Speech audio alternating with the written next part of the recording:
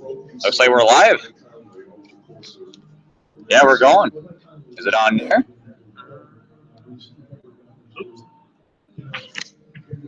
I just got a notification saying we're live.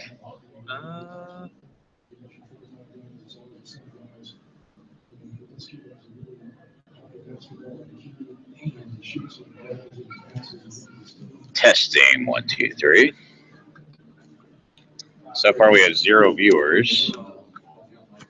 So I don't have to worry about being professional. It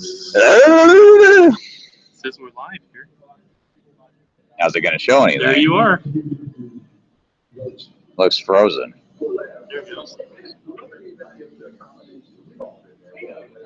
I just texted my brothers to get on YouTube. There's a bit of a delay. Ooh. So that means we can say we have a 5-second delay. But we don't have a dump button. Oh, dang it. We need a dump button. We have 1 viewer. Oh, that's probably you. Yeah, it's probably All right, I'll be back. All right.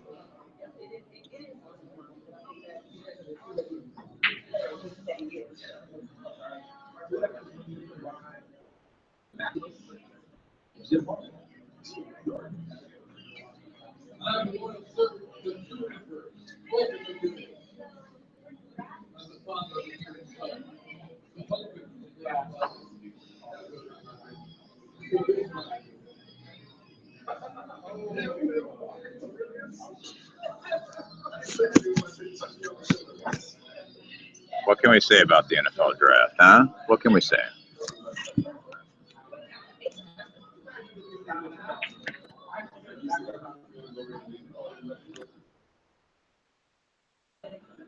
Hello, testing 1, 2, 3.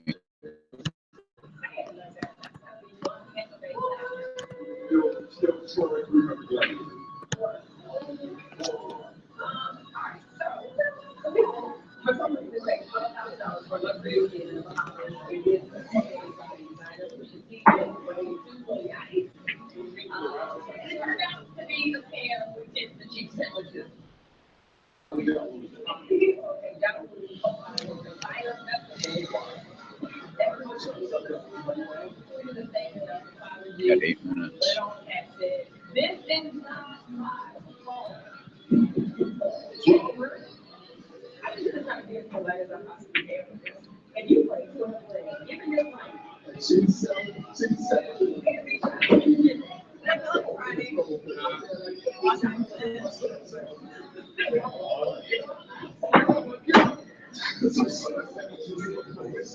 Yo, Will, you got it running?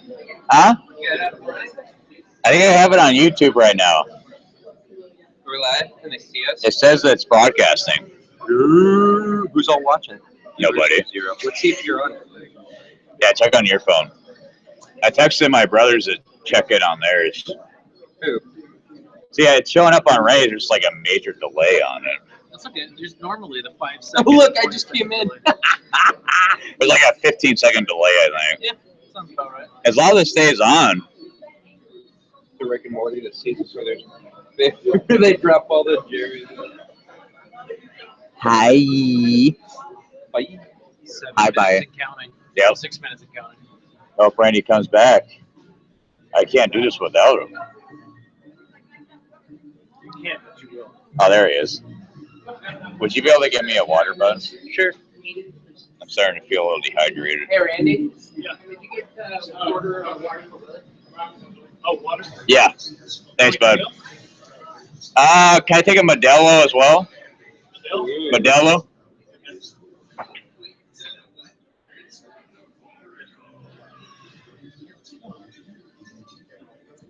It says 0 viewers. Are you on there right now? Not yet.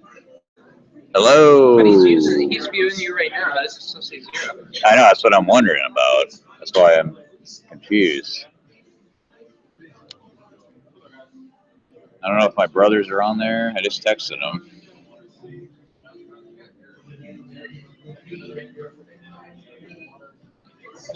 If you are watching this, please let me know.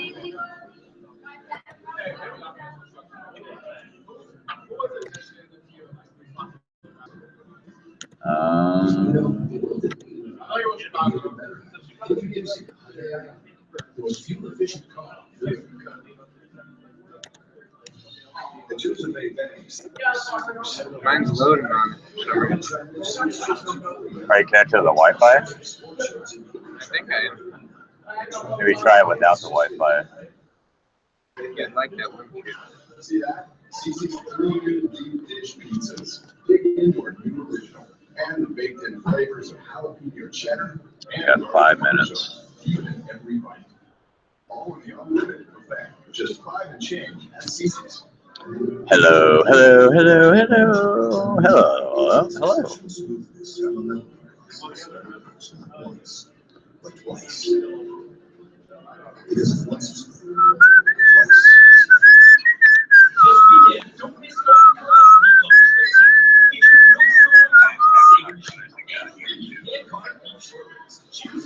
Well, I'm not, Randy. Oh, you're good. Not It's live, on there. backed up. No,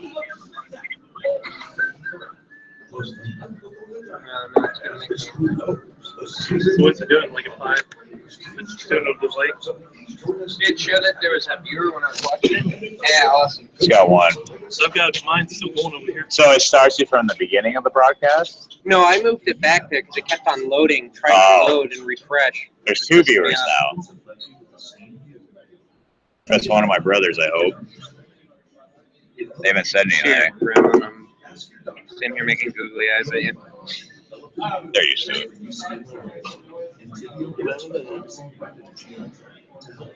Well, go ahead and get college Primetime. Yeah, on your phone, Randy. Nice, guys. But I wanted the more delay.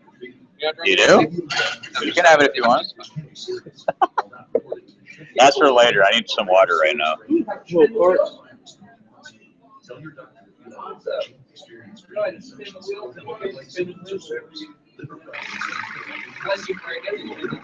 Spin it to win it. Oh, you won some bowling tickets. I think she can bowl for free whenever she wants. We got 3 minutes, Randy. All right. No pressure. No pressure at all. You guys spin again? Now, these are the coasters. They come in twos. Do they come in twos, Randy? Yes. Okay, good. Are we live? Not yet. Almost. Almost. Woo! Tell everybody. Game 6 is Wizards House. 7:30 Eastern on ESPN Review. 7:00 at 8 on ESPN. Then after that one's over, Gas. Where'd that live video go? Put it back on there right now. You're good. There it is. And after Wait, they had more spinners? 1 minute, 40 seconds. I know. You're doing good, man. All right. Clay said it's not working on the tablet. Well, that's on their tablet.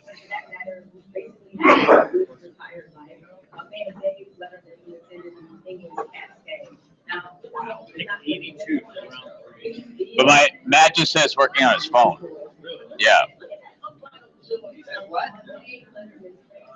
Matt said it's working on his phone, the YouTube. I can't hear my headphones. Shut up.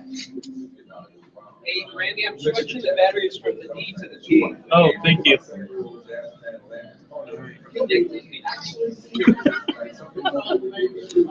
It's on rail. Can you see me? Hi. Here,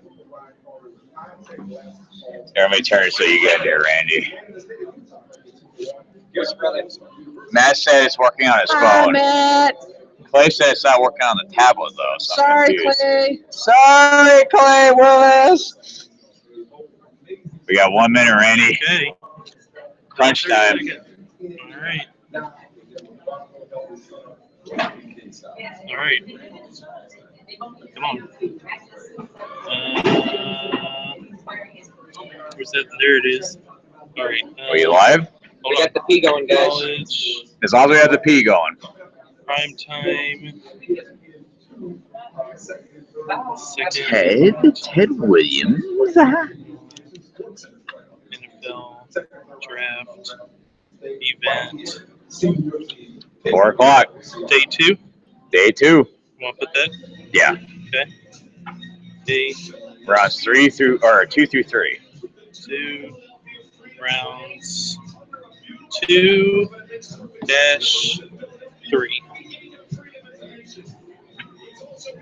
Okay. There we go. What do you think? I like it. Oh shit! I put NDL. Shit. That's typing fast. All right. NFL. There we go. Good. Yep, I'm good. Okay. Here we go. Just want to tell you all, we're all counting. Here we go. Good luck. We're all counting on One. Don't call me Shirley. And we are live. We are live. Here we Hello, are. folks. Hey, everybody. Welcome to day 2 of the College Primetime NFL Draft, rounds 2 through 3. I am Ryan Wacky Willis, Randy Goodman here. and we are going to be here for the next 20 hours. Woo! Yes. Nah, more like 4 to 5 hours. Oh, my goodness. Broadcasting live, rounds 2 through 3. From the main event here From in the main Frisco, event Texas. in Frisco, Texas. Yes. We are also on YouTube, Facebook Live, and that's it. That's it right now. That's probably That's all- good. That's all we need. That's all we need. That's probably too many. Exactly. But yeah, if you are on either one, Facebook or YouTube, let us know that you're tuning in. Let us know that you can hear us okay. We'd appreciate it. Mm-hmm. And leave comments below on our live feed, and let us know what you think of the picks as we go through the evening here, and maybe some projections that you might, think with the your different teams. Absolutely. Things of that nature. So Randy, last night was pretty entertaining to say the It least. was pretty entertaining. I mean, we had so many unexpected trades, Mhm. guys getting taken way earlier than expected. I mean, it was just live TV at its finest. It really was. Must-see TV. It really was. So hopefully, we'll have the same deal tonight. I hope so. Must-see TV. That's right. So my suggestion for all of our viewers out there, turn up the volume for us, and then have ESPN or NFL Network on in the background, on mute, so Right. you can see it, but you can listen to us. Yeah, because do you really want to listen to ESPN? ESPN sucks. Yeah, I mean, what? I'm just going to go ahead and say that right now. Yeah, I mean, yeah, but just listen to us. I think that kind of goes without saying at this point. And then also, too, you can follow us on Twitter. We're at College Primetime, COLG Primetime. And you can follow us on Instagram, College Primetime, written on the way out, College Primetime. And then also on Facebook, right here. You're watching our live feed. Just hit that little thumb and like us. That's right. It's Facebook.com. It's that easy. / College Primetime, COLG Primetime. Yes, sir. All right. So, Randy, it looks like the Green Bay Packers are going to start us off tonight Packers are on with the round clock. 2. All right. They, of course, traded out of the first round. Mm-hmm. And I think we talked about this last night, Randy. I feel like Joe Mixon is a strong possibility with this pick. I think so. I really do. We all know how talented Joe Mixon is. Mm-hmm. He's arguably one of the most talented players in this draft. Mm-hmm. But there's that whole ordeal with him beating a woman, Yes. which is frowned upon Yes. by most of the U.S. population, Yes. including us two. Yes. So, yes, if you draft him, you get a great player. Mm-hmm. But you got to deal with the extra baggage that comes along with that. Yeah, oh man, but that guy, it's hard to turn down, like his talent. If it wasn't for the incident, probably a top 10, top 15 Oh, player yeah. without any question. Easily. I mean, your wife is an Oklahoma fan. She knows all about how good he is. And Mhm. obviously, you've seen a lot of him I've as seen him well. in person. I mean, Yeah. I watched him last year, and He knows what he's doing. he was shredding defenses. Absolutely. Man, So right now, they're showing Roger Goodell at the podium. getting some nice booze. And he's got, it looks like he's got Ron Jaworski Wow, Jaws. standing next to him. Jaws. Jaws. I tell you what, Jaws. I was listening to him. I believe it was last week, and he was saying that he didn't think any of these quarterbacks that are in this draft were top or first round quality. Really? Yeah. Wow. He said he wouldn't even touch them in the first Interesting. round. Always got to like. Oh, hey, there Thank we you go. for liking us. Hey, thank you. Appreciate Whoever it. that was. All right. But yeah, Jaws. I mean, he was saying he wouldn't even take any of these quarterbacks. Interesting. Which I mean, I don't know. Jaws, I would say does know what he's talking about. I mean, he was an NFL quarterback himself for the Right. Philadelphia Eagles, which I'm assuming is why he's there right now. Correct. Yeah, this will be pretty This is interesting. going to be exciting, man. We got 2 rounds. You ready to go? I'm ready to go. Are you sure? We got water. You got plenty of firepower here? You got Angry Orchard over there? Yeah, we might need some nachos here pretty soon. Yes. Might put some nachos right here between us. I'm pretty full at the moment, but in a couple hours, that's probably going to change. Yeah, some of the main I'm event going to work nachos. up an appetite with all this talking. So We should try the nachos here. I'm I've down. heard they're pretty good. That's what you told me. I know. There we go. You've been here before. I've been here before. Yes, It's a sir. great place.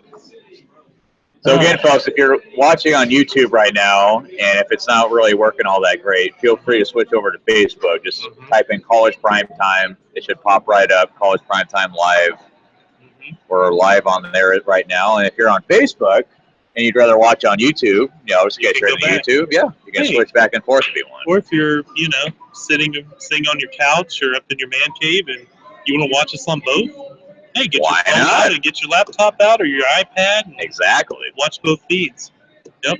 And probably in a little bit, we'll get some Periscope going just for some behind-the-scenes action. Exactly. We'll get Dave or Stripley on And we have the case there. We've got a promotions table over here, but we got to mention that we have Rough Rider tickets. We sure do. We've got mugs. We've got College Primetime wristbands. I mean, we've got a lot of stuff here today. If you're in the Frisco area, you got to come out. you need to come here. Yeah, come hang out with I mean, us. come on. Yeah. There's no questioning it. I mean, they got a bowling alley, arcade, laser tag, beer, great food, great and plus staff. we're here. Yeah. So, I mean, if you are in the area, come say hi. Yeah, definitely. All right, so we're just waiting for the Packers to be officially on the clock. Looks like Ron Jaworski's giving a speech at the moment, a motivational speech. His jaws are getting a little red. Yeah, his face is super red right now. It looks like he's been tanning. Man, that's unhealthy. I know. Yeah. On a beach somewhere, drinking a fruity drink. I think so. Thinking about the NFL draft. I'm kind of surprised that Jaws is still employed by ESPN after they canned him for their Monday night telecast. Yeah, that's a tough one. All right, let's get going. So, Randy, who would you say right now is probably the top available player? I would probably say Dalvin Cook, if I had to say. Yeah. I think Dalvin Cook is probably the #1 player available, but I would probably say Cook. Who else would you throw out there? Let's see. On my There's a lot of guys that should have been taken in the first round that are still available. Yeah, there's especially at the cornerback position. I mean, on my draft board here, I've got Humphrey from Alabama. It's still out there. I've got Mila Fonwu from Connecticut. Oh yes. Yeah, he's still out there. Cunningham from Vanderbilt, the linebacker. Right. I mean, he's still out there. Walker from Florida State. I mean, I've got them as Quincy Wilson is also available from Florida. Quincy Wilson, yep. He's going to be the 2 offensive tackles. Robinson's still out there. There's a lot of good players. Oh, yeah. There's so many good players out there. So the Packers are officially on the clock. Mm-hmm. They're going to start us off here in the second round. I said the clock is live. Now, Randy, I hate to correct you, but I believe Marlon Humphrey was drafted in the first round. He was selected 16th overall by the Baltimore Ravens. Man. So it was a long night. I just wanted to throw that out there. Well, I didn't have the check marks. If he was available, yes, he would be right there on the top of the board. Yes. Yeah. Sorry so Marlon Humphrey was taken by the Ravens, 16th overall. There you go. But yes, the other players you mentioned, no question. Definitely. But the Packers, look, they need a running back in the worst kind of way. They were using a wide receiver as their running back last year. Will Montgomery, he was like their fifth string wide receiver. He was converted to a running back, essentially. That was their starting running back for like half the season. They also had Christine Michael, who's a decent backup, but other than that, yeah, that was pretty much their guy. Eddie Lacy. And Michael There's a reason why they got rid of him. He can never stay healthy. Yeah, Michael was kind of a journey. It seemed like he's been a journeyman. He was in Dallas and Seattle. Seattle, yeah. And then Green Bay. I mean, yeah, they need to solidify this position. Absolutely. So, again, they traded completely out of the first round. Yeah, this will be really fascinating who they take. I mean, they could also go offensive line. Because they need to help Rodgers. He's like in a As we mentioned last night, they lost T.J. Lane to the Lions in their own division. Mm-hmm. So, Randy, last night, only 2 offensive linemen were taken. That's just, The only 2 guys that were taken were Ryan Ramczyk from Wisconsin, who was the last pick of the night, and Garrett Bowles from Utah, who went to the Broncos. Those were the only 2 offensive linemen that were taken. crazy, isn't it?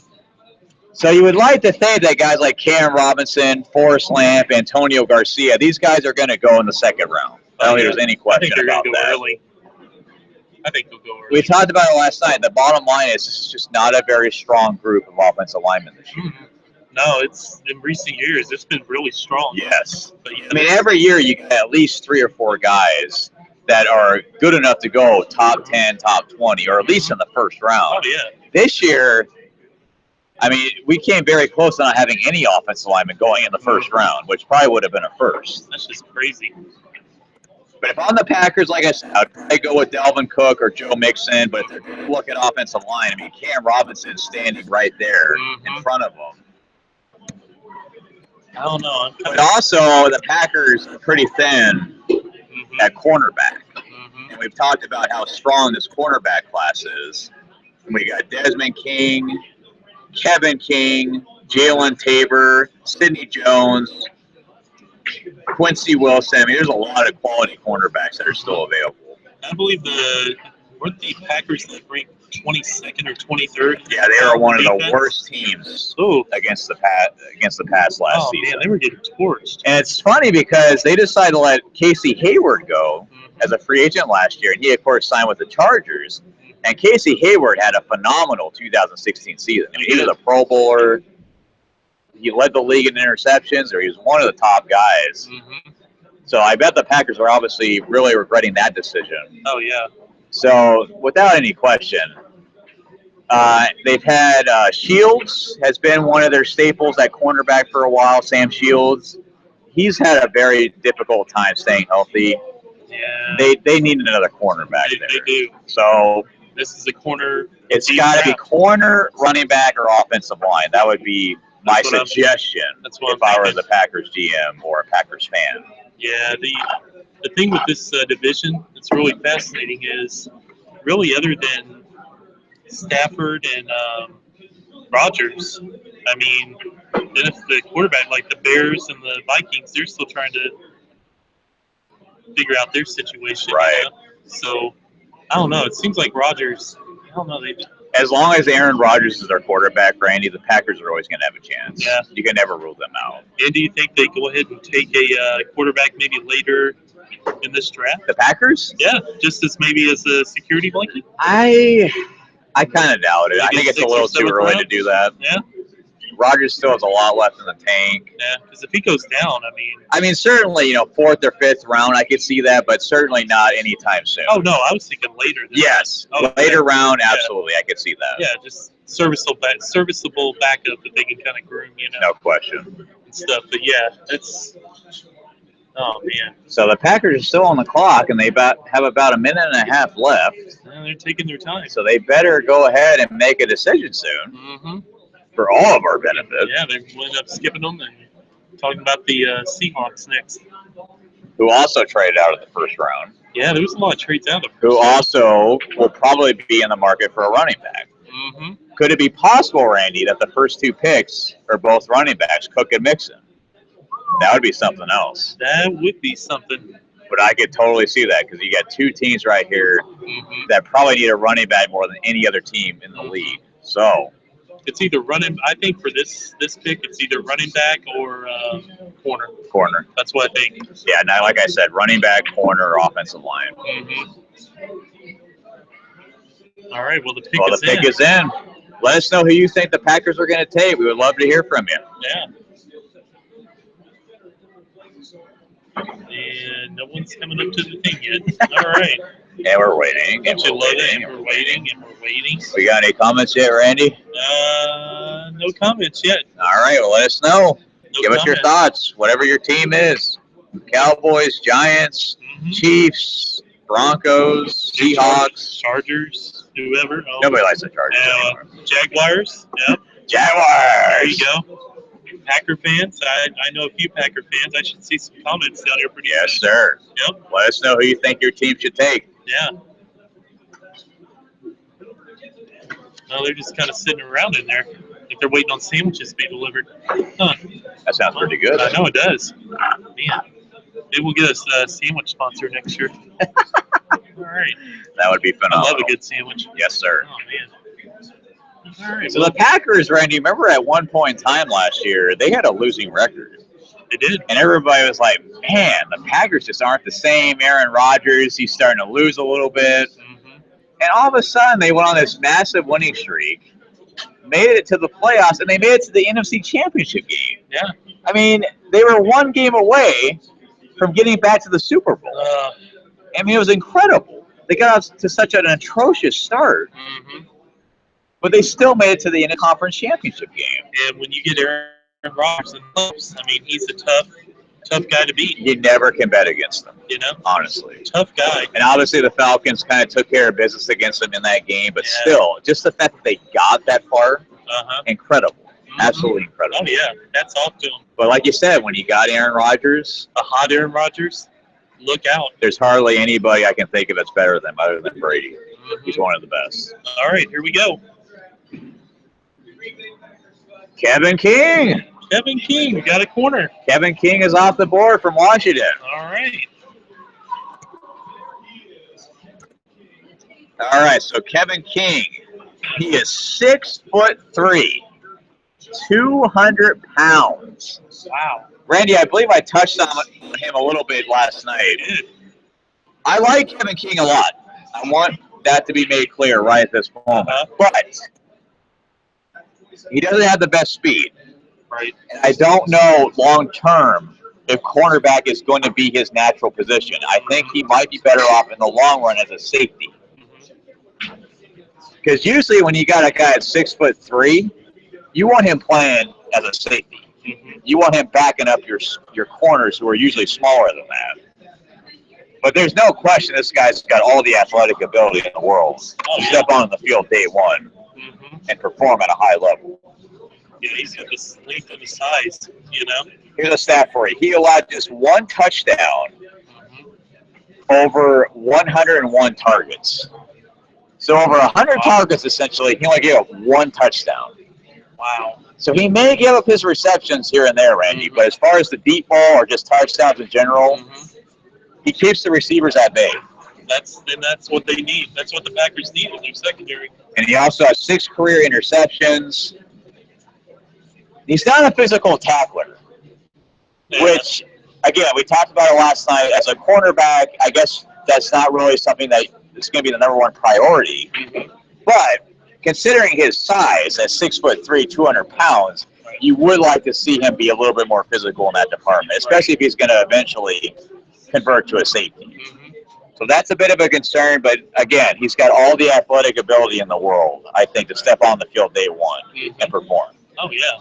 And the great thing about having a 6'3" corner, obviously, is you got a matchup against the other team's tallest receiver. Yeah. And he's going to be able to hold his own. So, this is exactly what the Packers needed. That's a good pick for them. Yes. That's a really good pick. It's exactly what they needed. And we've already got the Jaguars. Their pick's already in. Well, they didn't waste any time. No, I think they know who they want. They took Fournette in the first round. Yeah, the Jaguars took Leonard Fournette with the 4th overall pick last night, running back out of LSU. I still feel like, Franny, the Jags need some help on offense. Yeah. Now, to go this far, Blake Bortles, we didn't really talk about it last night, Randy, but Blake Bortles, to me, is just not the answer at quarterback. And I'm not suggesting that they should take a quarterback here, but I think at some point in this draft, they should definitely consider it. I think Davis Webb might be a pick here. That would be interesting. I think and, of course, Deshaun Kaiser is also still available. He's on the board. That would be really, really interesting. It would definitely put some pressure on Bortles. Like, hey, we've got our guy here, a young kid, waiting to take your job at any time. There was a lot of rumors going around that Jaguars were trying to get Watson. Yeah. And so, I mean, And they have Tom Coughlin, who took over as the president, I believe, of football operations. he's back in Jacksonville. Yeah. He, of course, was the head coach for the Jags in the 90s, had a lot of success, and, of course, he won a couple of Super Bowls with the Giants. Good coach. Great coach. Yeah. He's a great football man, so I commend the Jaguars for giving Tom Coughlin an opportunity to kind of run the football operations aspect of their team. Right. So it's going to be really interesting to see what they do here. Defensively, they have signed a million free agents. I mean, they signed Marlon Jackson last offseason from the Broncos. They got Barry Church. Barry from the Church. Cowboys this year. A guy that you're familiar with. Yep. Yeah, and the Jaguars have made the playoffs since 2007. And they also signed Calais Campbell from the Cardinals, defensive lineman, who was thinking about going to the Broncos, a team that you would think, like, yeah, it's a no-brainer. You go to Denver over Jacksonville, but he chose the Jags, which I found very interesting. Wow. So they have definitely put in a lot of money on their defense. The question is, can the offense now step it up and put some damn points on them? Yeah, they got, and their receivers are good. The receivers are good. Allen Robinson and Allen Hurns. Yeah. I mean, that's one of the best receiving tandems in the league. And now they're getting Fournette. And then, yeah, you got to get, man, Bortles has got to step up. I will tell you this, though. Their offensive line is pretty bad. They need to upgrade that, too. Cam Robinson's still available for Alabama. Uh-huh. I can see that being a pretty solid pick right here. Mm-hmm. But if not an offensive lineman, could they go quarterback? Again, I'm not a big fan of Blake Bortles. Yeah. After watching him these last couple of seasons, I'm just not really a believer. Yeah. I believe he's led the league in interceptions the last couple of seasons. And most of his yards and touchdowns, Randy, in the last year or so have come in garbage time when his team was down by 20 or 30 points. When defenses are like, yeah, I mean, you can go and pass all you want. We'll give you the yards, but the game's already over. Right. Man. But I'm rooting for Jacksonville. Oh, I am too. I like I mean, they're such a small market team. They have a very small fan base, but you know what? They had a winning tradition in the late 90s, early 2000s. Yeah. And they've been bad for, like you said, they haven't made the playoffs since 2007. So that's 10 years now of mediocrity. And it seems like every year they've been picking in the top 5, top 10. So I'm rooting for them. I am too. And I hope that Tom Coughlin will get them back on the right track. I hope so. All right. Pick is in. Pick is in. Who we going with here? Let us know. Oh, man.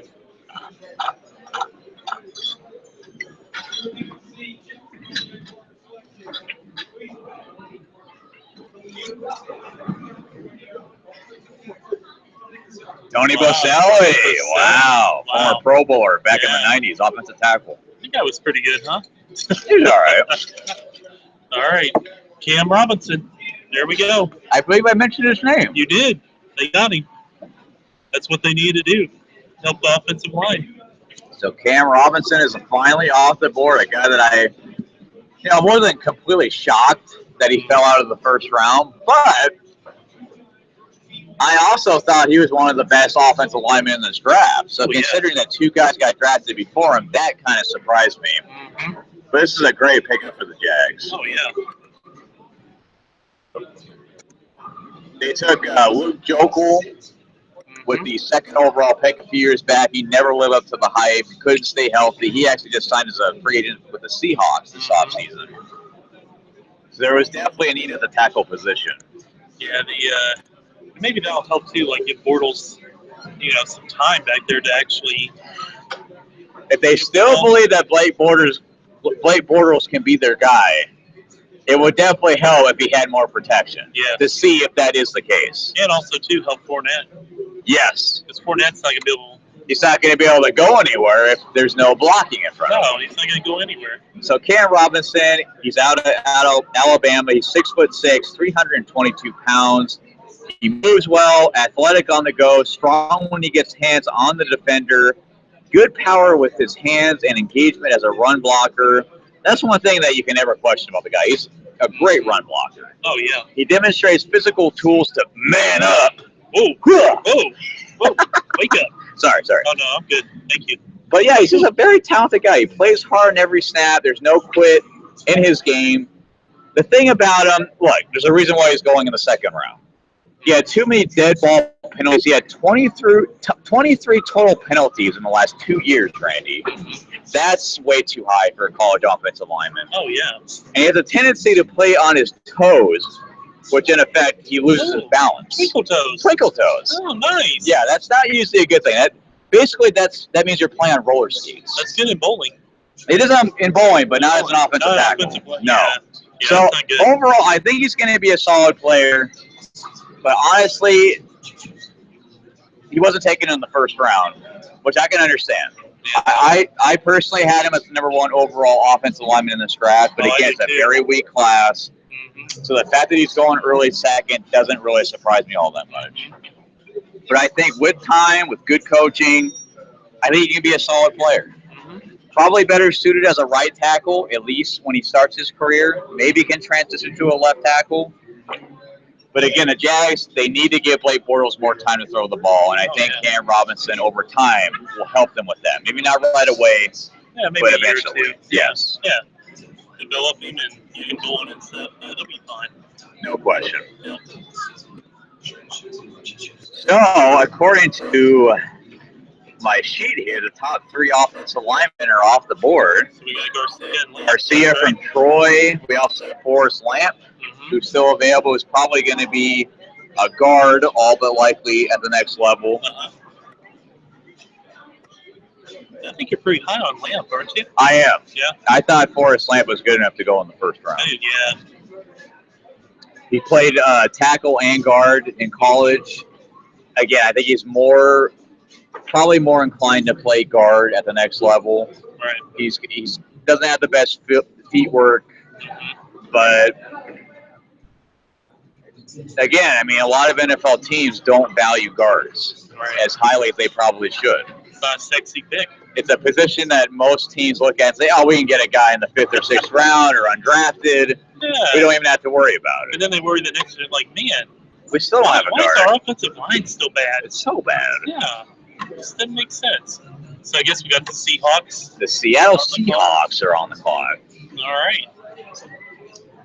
Again, they traded out of the first round, which they have really become famous for the last few years. They don't seem to like taking in the first round all too often. They prefer to go in the second round. And the guys they like, they figure they're already going to be there going in the second round, so might as well just go and trade back. The Seahawks are really in the same position as the Jaguars as far as their offensive line goes. I talked about it last night. The Seahawks, they need to upgrade that unit. Otherwise, Russell Wilson's going to have a very short career. Because Russell Wilson has been getting thrown around like a rag doll for the last couple of years. Yeah, he took a beating last year. And they really just have not done a good enough job of addressing that line. They took Ifedi last year. Ifedi? Ifedi. Ifedi. Gotcha. I like saying that name. They did have confetti raining down when they selected him. They were so happy they took an offensive lineman. But they I think, planned on him being a tackle. But I think he's better suited as a guard. Gotcha. So, if we're going to look at tackles, the best guy I have available right now is Antonio Garcia from Troy. Interesting. There's also Roderick Johnson from Florida State. Oh, here we go. Malik McDowell. They decided to go defense. Wow. Wow. Okay. Okay. Cool. Well, we'll roll with it, I guess. You know what? Make the defense better again. The Seahawks defense, they're still good, but they haven't been as good as we've seen in previous years. The Super Bowl years, their defense has taken a step or two back.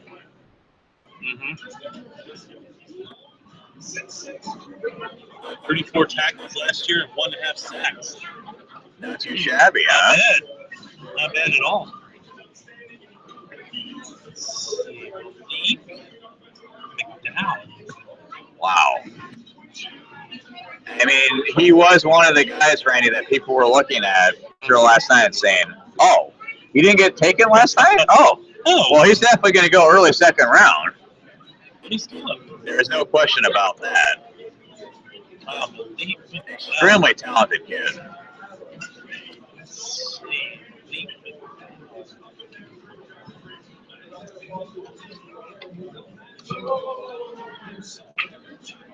Wow, the Cardinals pick is already in. We're They're not wasting any time. Wow, they already know who they want too. So, Randy, it looks like they actually just made a trade with the Bears to trade up. Oh. So the Bears were originally going to take, or what they were going to be picking here at number 36. Wow, that's a lot of picks. Yeah. That was like 2 4th-round The selections. Cardinals just gave a ton of picks, but this is a smart trade for the Bears because last night, of course, they decided to go ahead and trade up one spot to number 2 to take Mitchell Trubisky, and they gave up a boatload of picks for him. Yeah. So this is really smart for the Bears to go ahead and step a few picks back and accumulate some extra picks to get some of those back from last night. Wow. So it makes a lot of sense from the Bears standpoint. Do you have anything on Malik McDowell? Right? I was trying to find McDowell in here on my sheet. As was I. Wow. Malik McDowell, where are you? He was one of those guys that we see him on film and we say, yeah, he's a good player. But you question how good is he really, considering that he was playing alongside so many talented guys at Michigan. Wow. Michigan's defense has been one of the best for the last couple of years since really Jim Harbaugh took over as their head coach. Sad McDowell is a 2nd-round grade on my draft board.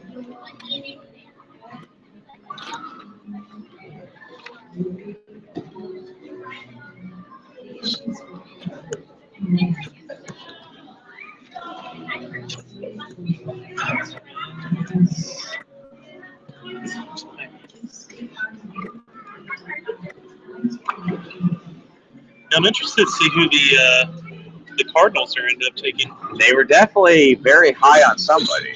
All right, so I got some information on McDowell here. All right, I've done some research. 6'6", 295 pounds. His 40 time was 4.85. He had 34 tackles, was 7 for a loss and 1.5 sacks last season. Very disruptive, and he put a lot of heat on the quarterback. And I think he played both outside and inside as a defensive lineman. And he also had an ankle injury that cost him multiple games last year. So that would probably explain the low production as far as the sacks go, just 1.5.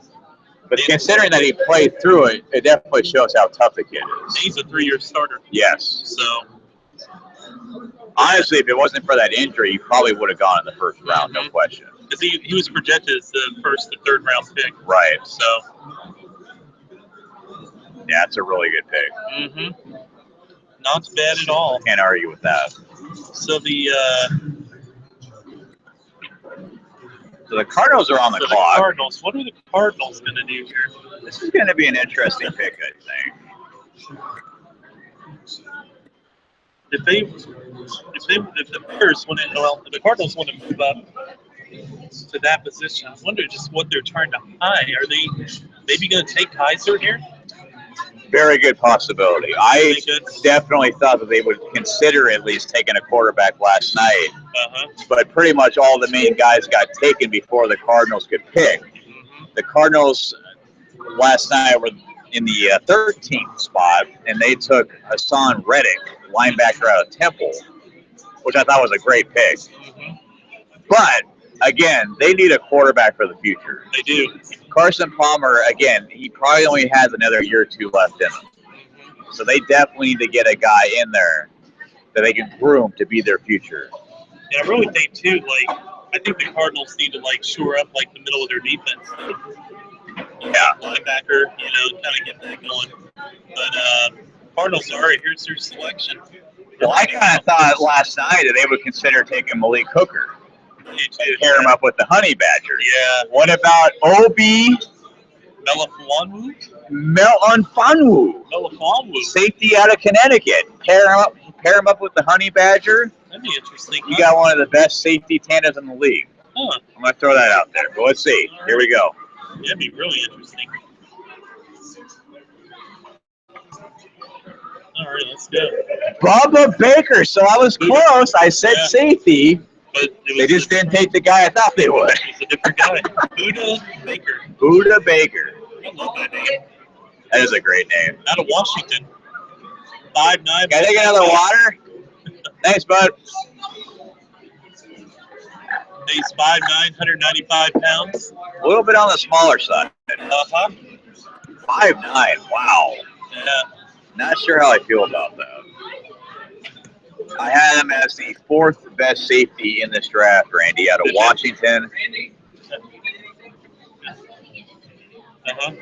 I gotta tell you, Randy, I have mixed feelings about him because he played alongside Sidney Jones. He did. And of course, the kid that was just taken a little while ago, Kevin King.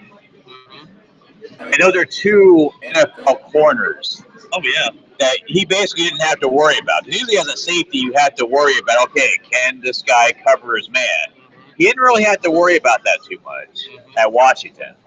Right. So, as much as I like him, I do question, I mean, is he going to be able to start right away, first off? And was he just a product of having great players around him? So I think when you're a safety and you have 2 great corners playing on each side of the field, that makes your job a lot easier. Oh, yeah. Well, you can also, when you have that in the secondary, you know that you're okay, that you can go ahead and also blitz. You can go up on the line of scrimmage and blitz. Gaps, whatever. You can play pretty much wherever you want. And you got the guys in the back covering your butt. Exactly. Yep. So the Bills made a trade with the Rams, so the Bills are now on the clock. Oh, my goodness. The Rams still haven't made a pick, if I'm not mistaken. I don't think they have. Yeah, we're wheeling and dealing in this draft. I would say so. And the Bills haven't made the playoffs since 1999. Since Doug Flutie was their quarterback / backup. Wow. That, of course, was the year when they made the playoffs, pretty much because of Flutie.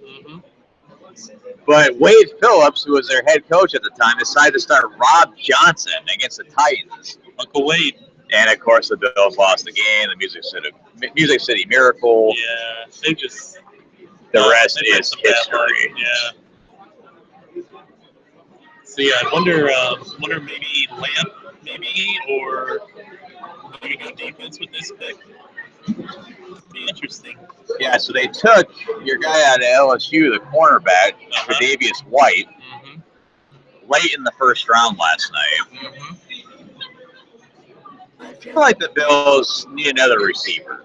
Think so? Sammy Watkins is very unreliable just because he can't stay healthy.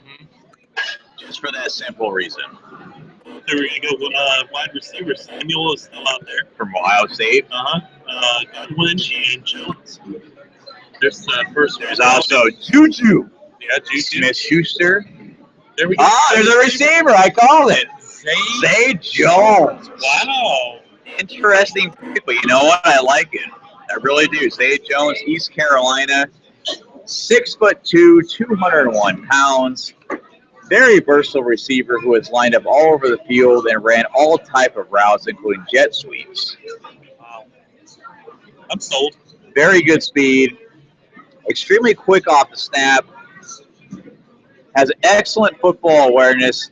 Seemed to almost know, Randy, where the first down markers were on every play. Wow. He would always do whatever he possibly could to get that first down. I like that. I like that in a wide receiver. Great awareness. Yes. Has a nose for the end zone as well. He scored 8 touchdowns in 2016 and had 158 receptions. Wait, how many? 158. Okay, I just want to make sure I heard that right. Yeah, you heard correctly. Okay, that is just an astronomical amount. Wow. Man. Really, the only thing is that he played at East Carolina, not going against the best competition there. And he kind of struggled against press coverage, man-to-man. When corners got physical with them, that seems to be when he kind of struggled. Yeah. So he's going to have to improve on that, probably get a little bit stronger at the next level so he doesn't get pushed around as much. But I really like this kid a lot. I do too. I mean, he's got great hands. Drops were not a problem for him at all in college. So you're getting a very reliable guy. That's about where I had him on my projections. Yeah. Yeah. And again, with Sammy Watkins there with the Bills, you just don't know what you're going to get. Like, you know, when he's on the field, what you're going to get, a Pro Bowl caliber player. Right. But the kid has had such a hard time staying healthy since he was drafted a few years ago. Yeah.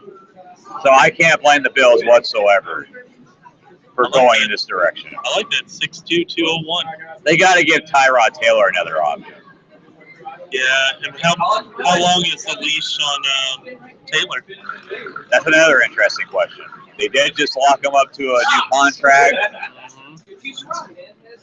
But they really don't have a backup plan. I mean, E.J. Manuel is no longer there. They got rid of him, who was their first-round pick a few years ago out of Florida State. So he's their guy, I would have to think, for the foreseeable future. Oh, yes.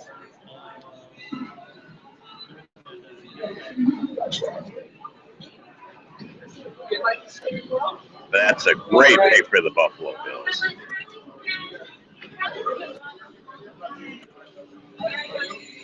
And just a reminder, folks, we are broadcasting live from the main event here in Frisco, Texas. So if you are in the Frisco area or Dallas area, because it's pretty much right next door, please feel free to come on out. It's a great atmosphere around here. They got an open bar, bowling, arcade, laser tag, all sorts of different options for you here at the main event in Frisco, Texas. So please, if you are in the area, feel free to come on by, say hi.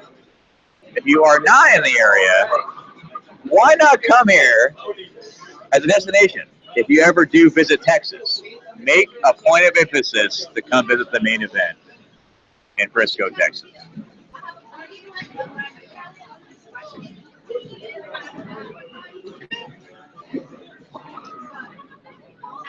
All right, so the Los Angeles Chargers are on the clock. It still pains me to say that. It probably will for the rest of my life. The Los Angeles Chargers, formerly known as the San Diego Chargers, they, of course, took Mike Williams with the 7th pick in the draft last night. Definitely did not see them going in that direction. Yeah, that helped. That's going to help Rivers. It will, you would think. Yeah. But I also feel like the Chargers definitely reached with that pick. Yeah, they did. Yeah. I have concerns that Mike Williams is going to be able to separate in the NFL against NFL corners. So I'm thinking with this pick, I'm thinking your guy Lamb. Forrest Lamb. Yep. That would make a lot of sense. Mm-hmm. Like I mentioned last night, their offensive line has been about as bad as it gets. And you got to help to protect Rivers at all costs right now. Rivers is probably the least mobile quarterback around. Oh, yeah. So, and considering how old he's getting, and if they really believe he's going to be their guy for the next 3 or 4 years, it might be wise to draft another offensive lineman here. Yeah, I think it's offensive lineman. They signed Russell Okung during the offseason, formerly of the Broncos and the Seahawks. He's had a very productive NFL career. But, personally speaking, I'm not a huge fan of Russell Okung. Right. He had a lot of penalties last year. He's been a little inconsistent the last couple of seasons. So I don't think that's really giving much of an upgrade, in all honesty. They also lost DJ Fluker to the Giants, who was their right guard last year. I guess we're already ready to do the Los Angeles Chargers. No, I know. It's rough. that just does not roll off the tongue. No, it's just not cool. All right, here we go with the Chargers. They got Sean Merriman announcing the pick. Wow. Yeah, he's pretty good. Yeah, lights out. That's right. Man. Forrest Lamp, Randy, there he is. You called it. There we go, Forrest Lamp. Forrest Lamp. It's our buddy. I mean, look, I may not like the team anymore, but I can't deny it's a pretty solid pick for them. Oh, yeah. So Forrest Lamp, he's about 6'4", 309 pounds, out of Western Kentucky. It's a big boy. He's just super versatile. Yeah. Natural position is guard. Again, he can play tackle, could probably even play center if he wanted to, which is very intriguing for an offensive lineman. A guy that has that versatility, immediately his stock goes up. He allowed only 31 pressures on over 1,000 attempts. Actually, over 1,500 attempts, Randy, over the last 3 seasons. Only 31 pressures allowed. He demonstrates good balance in lower body in pass and run blocks. He does have alligator arms. Oh, dear. Oh. He doesn't have the long arms that you like to see out of an offensive lineman. We So do that again? that's one knock on him, I would say. Hey, there we go. All right. Alligator arms. So that's why I believe long term and probably even right away, he'll probably be better suited as a guard. Yeah. He probably could play tackle, but again, I think long term guard is going to be his position. Mm-hmm. Good pick for the Chargers. He's a big boy. He is a big He's boy. a very big boy. He likes to eat. He does like to eat. He likes hitting McDonald's, KFC, Burger King, Popeyes, all those fast food joints. Yeah. Wow. Obviously, when you play at Western Kentucky, there's going to be that concern. Hey, what about the lack of competition? Wasn't really there. Western Kentucky, I mean, they're a good team.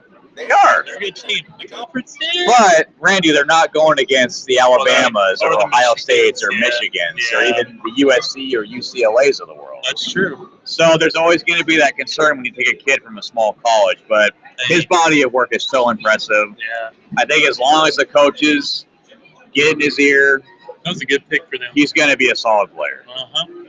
So the New York Jets, their pick is already in. Let's see what they do here. I think there you go. Defense on this one. They took Jamal Adams in the first round. Defense. They took another safety. All right. I guess they're trying to. What in the world are they doing? They took Jamal Adams in the first round, top 10 pick.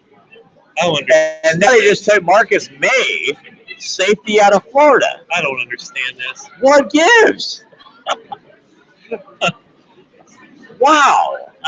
I just. What a curious pick. I don't understand. Yeah. He missed 4 games in 2016 due to an arm injury. Oh. He had 5 forced fumbles in 2015, which you like to see as a safety, a guy that's going to turn the ball over, help create those turnovers. Wow. He had 5 interceptions also in his career.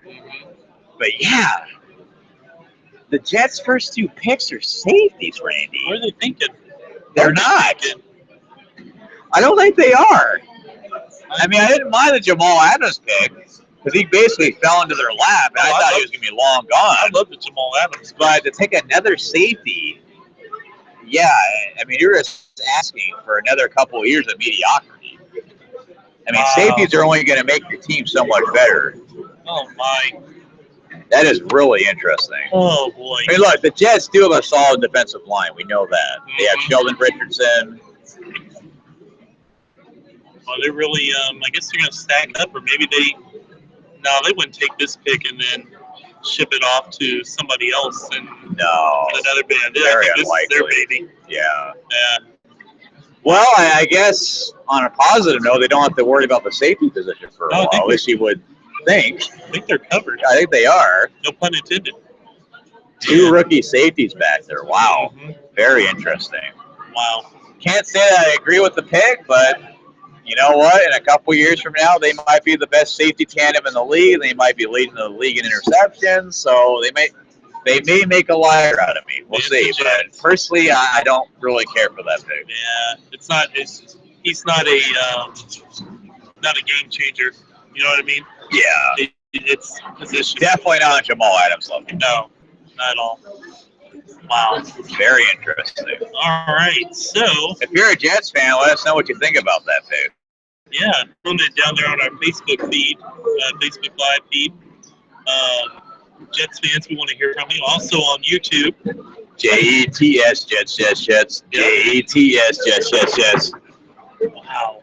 I'm just still in shock on that one. Well, Randy, we were full of surprises last night with these picks, and looks like the second round's going to be no different. Man, wheeling and dealing and stocking up on safeties. Yes, sir. All right.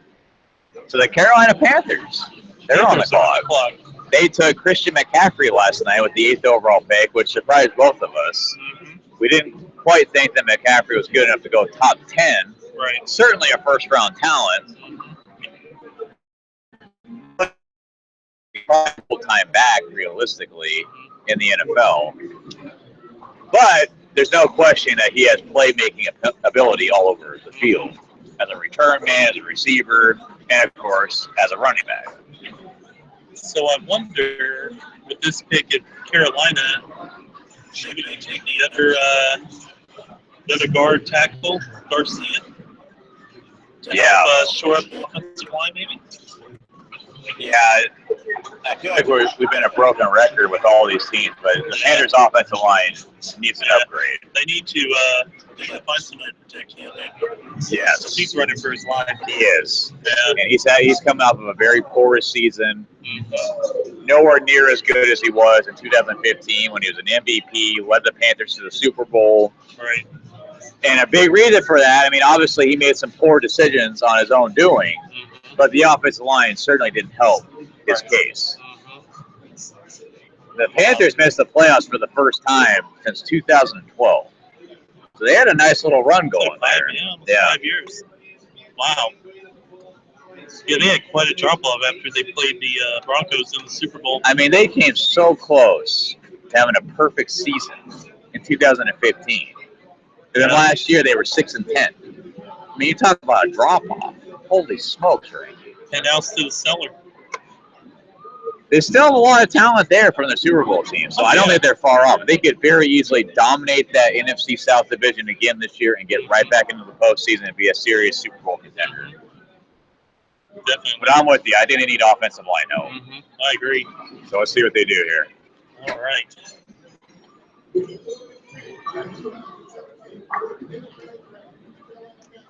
Come on. Curtis Samuel. No. Wow. Curtis Samuel's off the board now. Oh, Curtis Samuel. Interesting pick. Running back / wide receiver. Yeah. They must want to give Cam Newton another weapon. Wow. You talk about a couple of guys that are very similar in a lot of ways. McCaffrey first, and now Curtis Samuel. And I had him as a first-round draft on my board. Yeah, I had him going in the second round. Did you? Yeah. Man.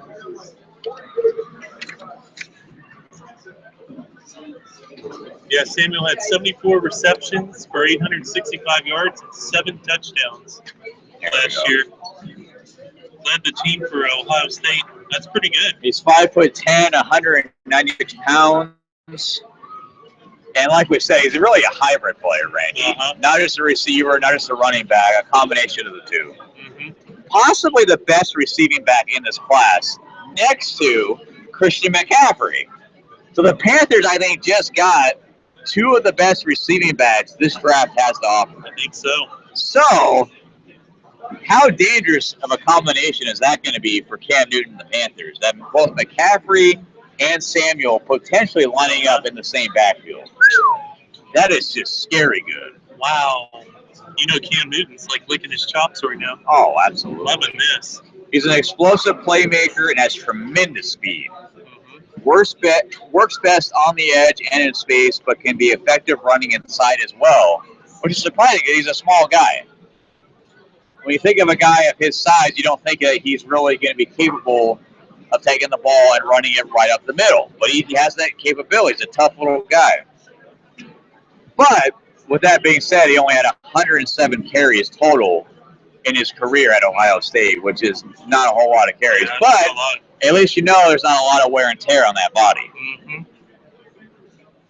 Wow. I'll tell you a guy, Randy, that he compares to. Percy Harvin. Ooh. Percy Harvin was kind of the same deal coming out of Florida. Without the headaches. Yes, without the headaches. Percy Harvin was an absolute nutcase. But Florida used him as a running back and wide receiver. And for a short while in the NFL, he was able to pretty much do both. And he was a very effective player. Wow. So we'll see if Samuel is a similar type of guy. Yeah. Interesting pick. I mean, It is. I would have gone offensive line, especially since they already addressed running back in the first round. But look, they got 2 explosive playmakers now on that offense. Oh, yeah. So they're going to be even more exciting to watch than they already were. In the NFC South, Yeah, that'll be really good. We got the Minnesota Vikings making their pick right All now. right. There it is, Dalvin Cook. Dalvin Cook. He's gone. He's gone.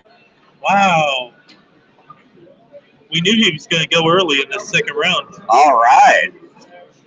Dalvin Cook is off the board. Whew. A guy that we very easily thought could go in the middle to late first round. Adrian Peterson gone. But plug in. Wow. That'll help, but I think the Vikings still need to address some other issues. Well, the reason why it's such a curious pick is that they signed Latavius Murray during the offseason, the former Raiders running back. That's true. So running back, to me, is not really a position that they need. I mean, yes, they lost Adrian Peterson. I clearly understand that. Right. But they signed Latavius Murray. And they already have a couple different running backs backing them up. Asiata, McKinnon. So do they really need another running back? I understand he's probably the best available player on the board, but that's not really a position that they need right now. I don't think I would have gone with Cook at this point. No, not for the Vikings anyway. No, not for the Vikings. So Dalvin Cook, 5'10", 210 pounds out of Florida State. He broke 99 tackles and averaged over 4 yards after contact. So you're talking about a guy that thrives off of contact. Has outstanding vision and is very patient, allowing his blockers to clear the path before blindly running into a large pile. How many guys, Randy, do we see that just takes the ball and they just get stopped right at the line of scrimmage because they don't wait for their blockers? Not patient. Dalvin Cook has that patience, which I really like about him. Yeah. He's a home run hitter. I mean, he's got premier speed, breathtaking acceleration. Once he's in the open field, good luck trying to catch up to him and tackle him. He's gone. Consistent big play potential. He's tough. He's physical. Again, fumbles are a concern. He had 14 fumbles on over 700 touches in his career at Florida State, and he's very limited as a receiver, which may be it's not really all his fault. I think that was also due to the fact that Florida State doesn't like to use their running back as a receiving option a whole lot. Right. But the fact that we didn't see him catch the ball a whole lot, and the little that we did see wasn't overly impressive, is a little concerning. Yeah. So he's got to clean up the fumbles. He's got Stay to healthy. prove that he can be a decent receiving threat out of the backfield, which is important nowadays in the NFL. And yes, health-wise, you got to stay healthy, especially if he's taking on defenders as much as he does. I mean, over close to 100 tackles that he broke in his career. That's extremely impressive. Interesting pick. So now we got the Saints on the clock. And Randy, we have some comments here from Matt Willis, my youngest brother, on YouTube. He says, LA Chargers equals poop. Not going to argue with that. Ouch. And he also said that Jets might try to pair those safeties up, maybe. Yeah, maybe. Wow, that was an interesting pick. Yeah, I still don't quite understand those two picks by the Jets. At least their second pick. So we got the Saints on the clock. And they had 2 first-round picks. They took Marshawn Lattimore and Ryan Ramczyk. Yes. Offensive tackle out of Wisconsin. And now I think they're going to go with the pass rusher here in the next week. I would say, honestly, the next 3 or 4 picks for the Saints should be all defense. They should be. They're offensively, I think they're pretty much set. Defense is a whole other story. I think it's time to turn towards defense. They added my boy Manti Te'o in the offseason. He's still around? He's still around. His girlfriend, I'm not too sure, but check the phone. Yeah. Oh. No, it's not too soon. Not too soon. All right. But yeah, I mean, the Saints, they've had one of the worst defenses around for the last several years. They got to get better. Yeah. Really I like the Marshawn Lattimore pick, but again, an injury-prone guy, you don't know really how much you're going to be getting out of him. I think they got to go with a pass rusher here. I think so. And their pick is in, so let's see what they do here. All right. On Saints.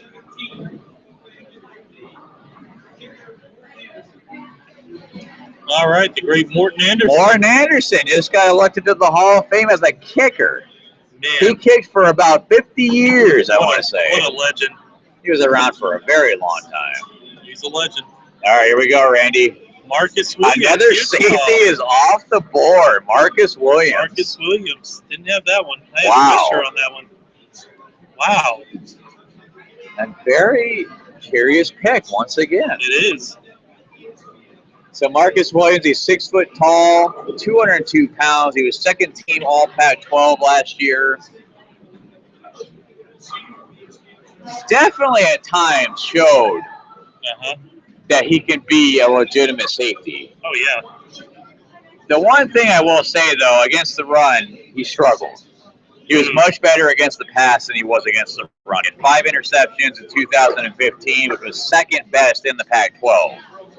So he has that ability to cause those turnovers and gain those picks. But as a run stopper, let's be honest, when you're a safety, you got to do both pretty well. You got to not only be great in coverage, but you got to be able to come up to the line of scrimmage and be good against the run.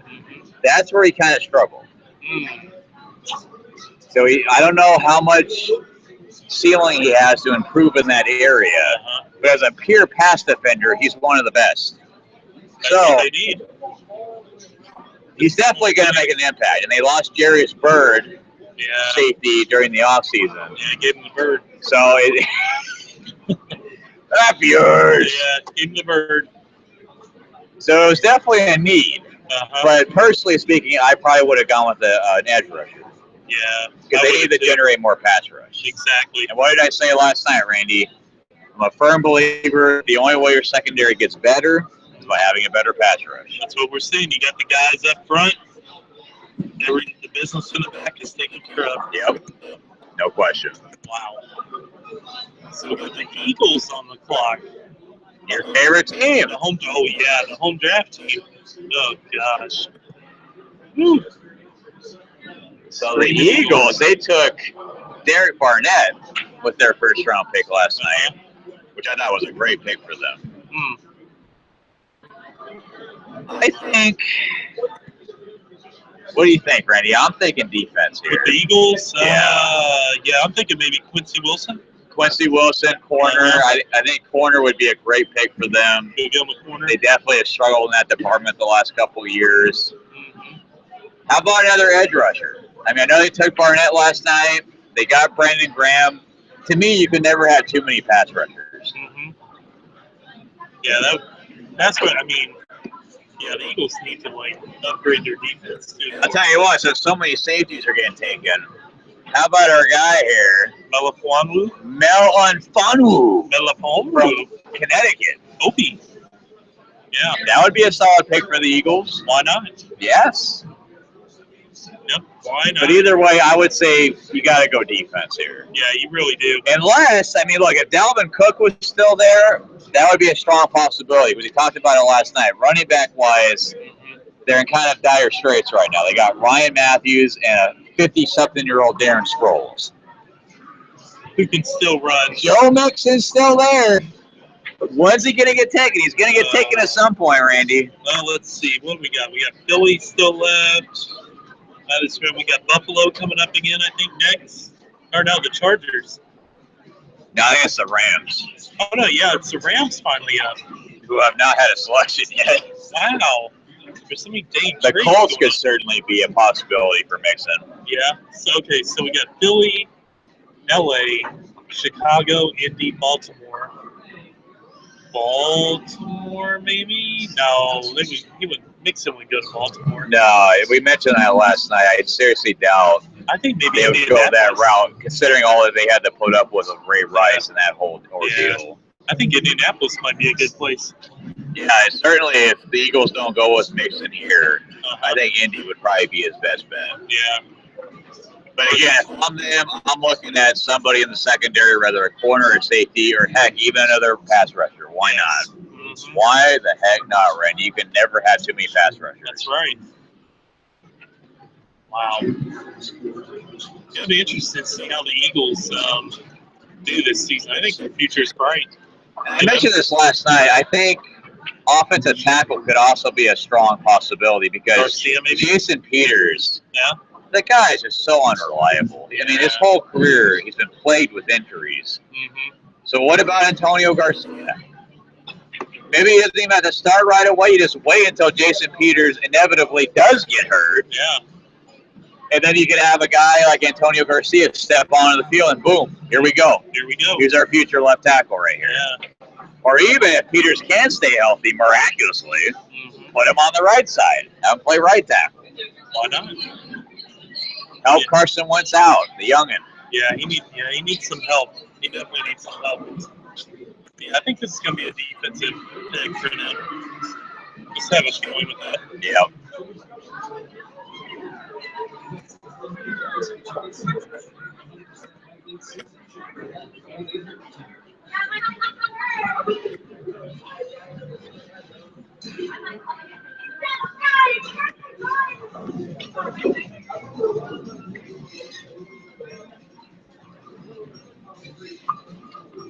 And just a reminder, folks, we are broadcasting from the main event in Frisco, Texas.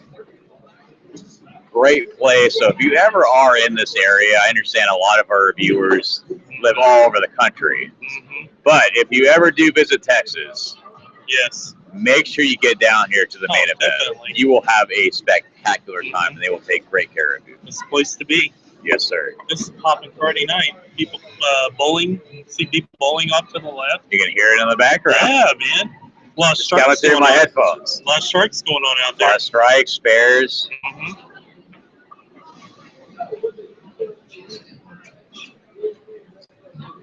All right, so the Eagles pick is in. Just waiting to hear who it is. And again, if you have any thoughts on tonight's draft, picks that have been made already or guys that are still available, your favorite team, whatever it may be, please let us know. Yeah. Give us your feedback. Comment below on our live Facebook feed Or on YouTube. or on YouTube. College Primetime. Find us on YouTube if you want. Find us. Looks like we got a couple of people tuning in right now on YouTube. We do. All right. Hi, guys.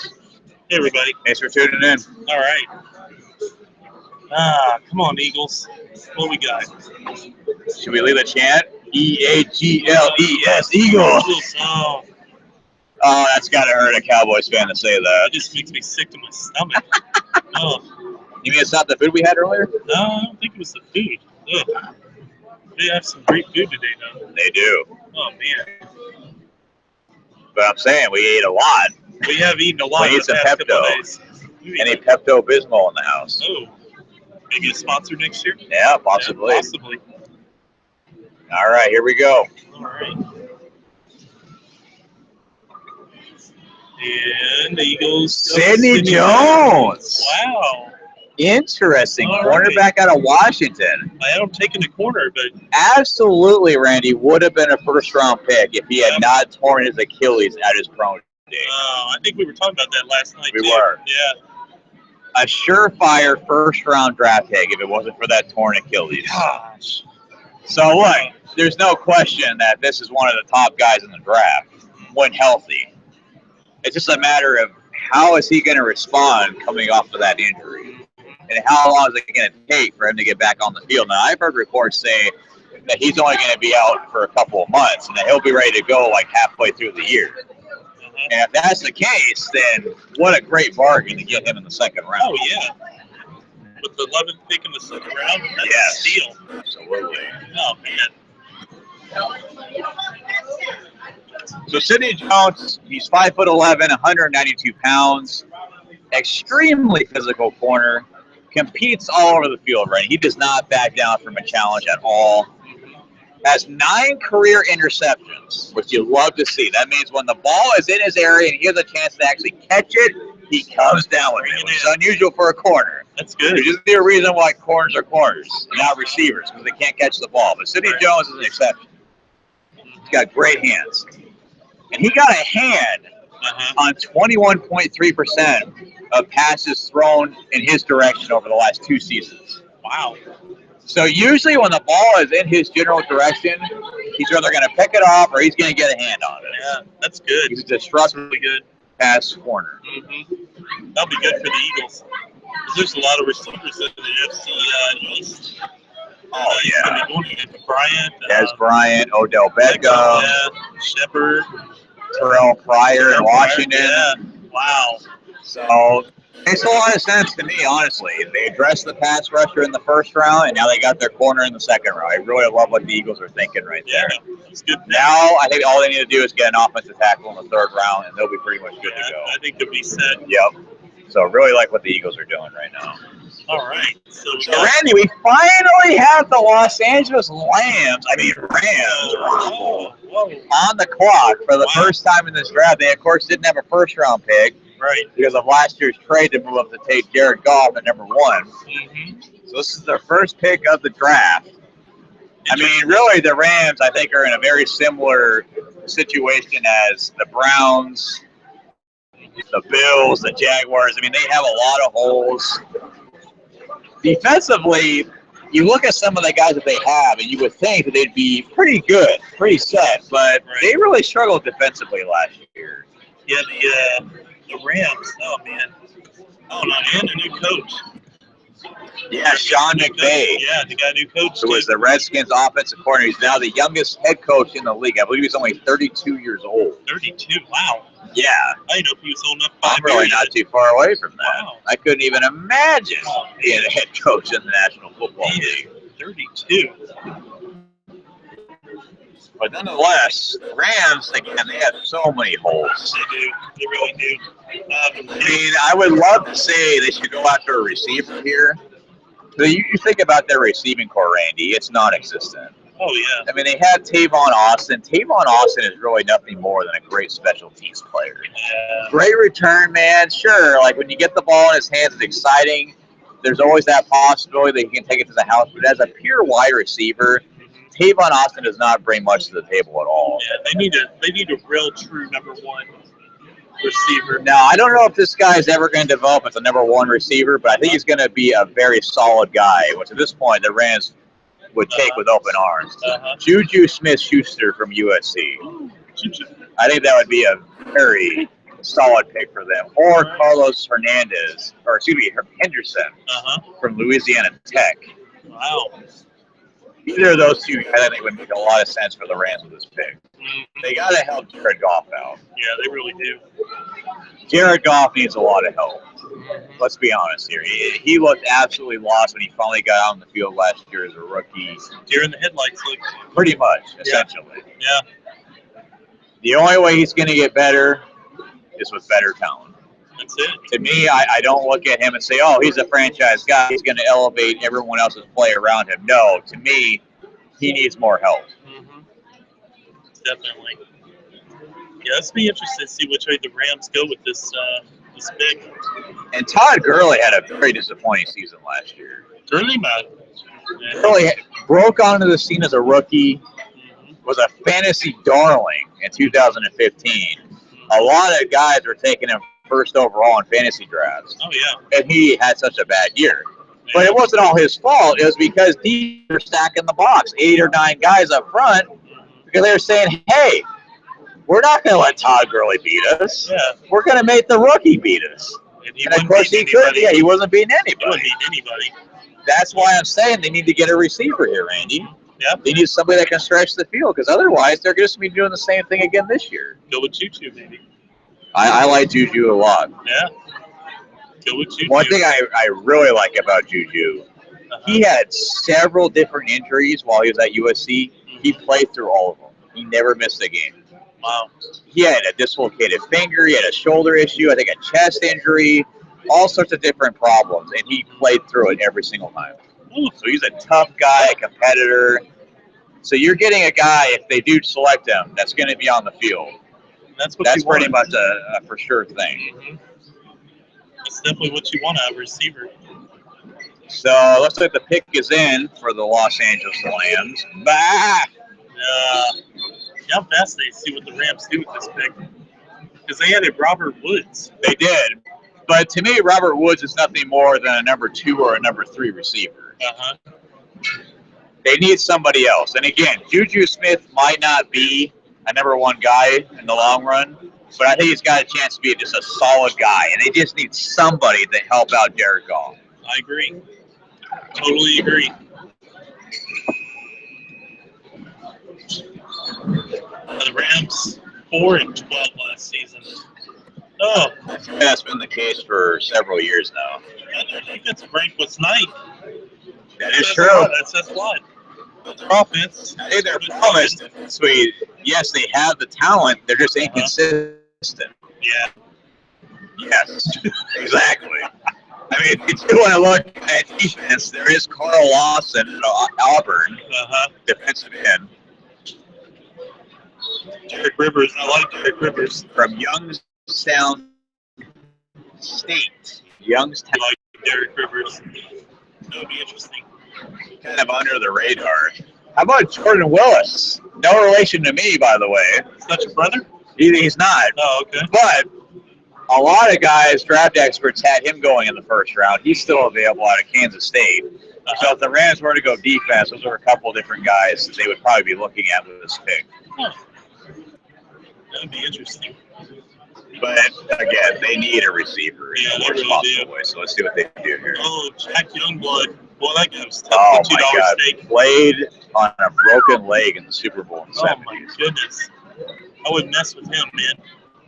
Oh, they go Oh, tight dang. end. I'm done. Not quite receiver, but they go with tight end there. Wow. So Interesting. No Juju. Thank you. Wow, that's interesting. Well, this is a very deep class for tight ends. Uh-huh. We talked about that last night, Randy. Wow. That's a very interesting pick. Well, I would have preferred them going with the receiver, but just the fact that they're giving Jared Goff another target is a good thing. So if I'm a Rams fan, I'm going to be overall pretty happy with this selection. Oh, yeah. I was trying to see where I had. I had Everett going in the 3rd round. Yeah, let's see.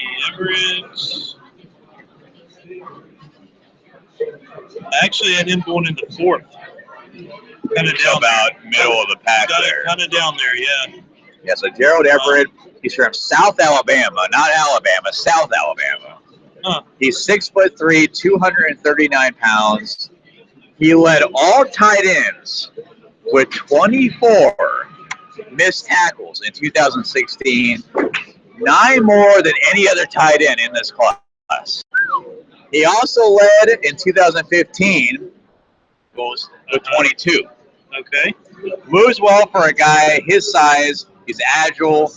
Really looks like a wide receiver, which makes sense. We were just saying the Rams need another receiver. So you can line him out in the slot, wherever, as a receiver, tight end, doesn't matter. He's got great hands. He's got that ability to stretch the field, even as a bigger guy. Man. He can even line up out of the backfield, Randy. He can. He can. Really? He can. Wow. He's just super versatile. He can play all over the field. That's exactly what he did at South Alabama. Huh. He was a basketball player growing up. How many guys have we seen do that? Yates, Jimmy Graham. That's who I was thinking of, Jimmy Graham. Yep. That's the first name I thought of. That's a good sign. Yeah. So he's definitely raw. Not a lot of experience playing football in general, and in particular tight end. Mm-hmm. Not a polished route runner, and has poor technique as a blocker. But again, limited experience. But the little that we have seen out of him is very promising. So kind of an under the radar pick. I honestly like it a lot for the Rams. Not bad at all. So now we got the Bears. The Bears. Put them on the list.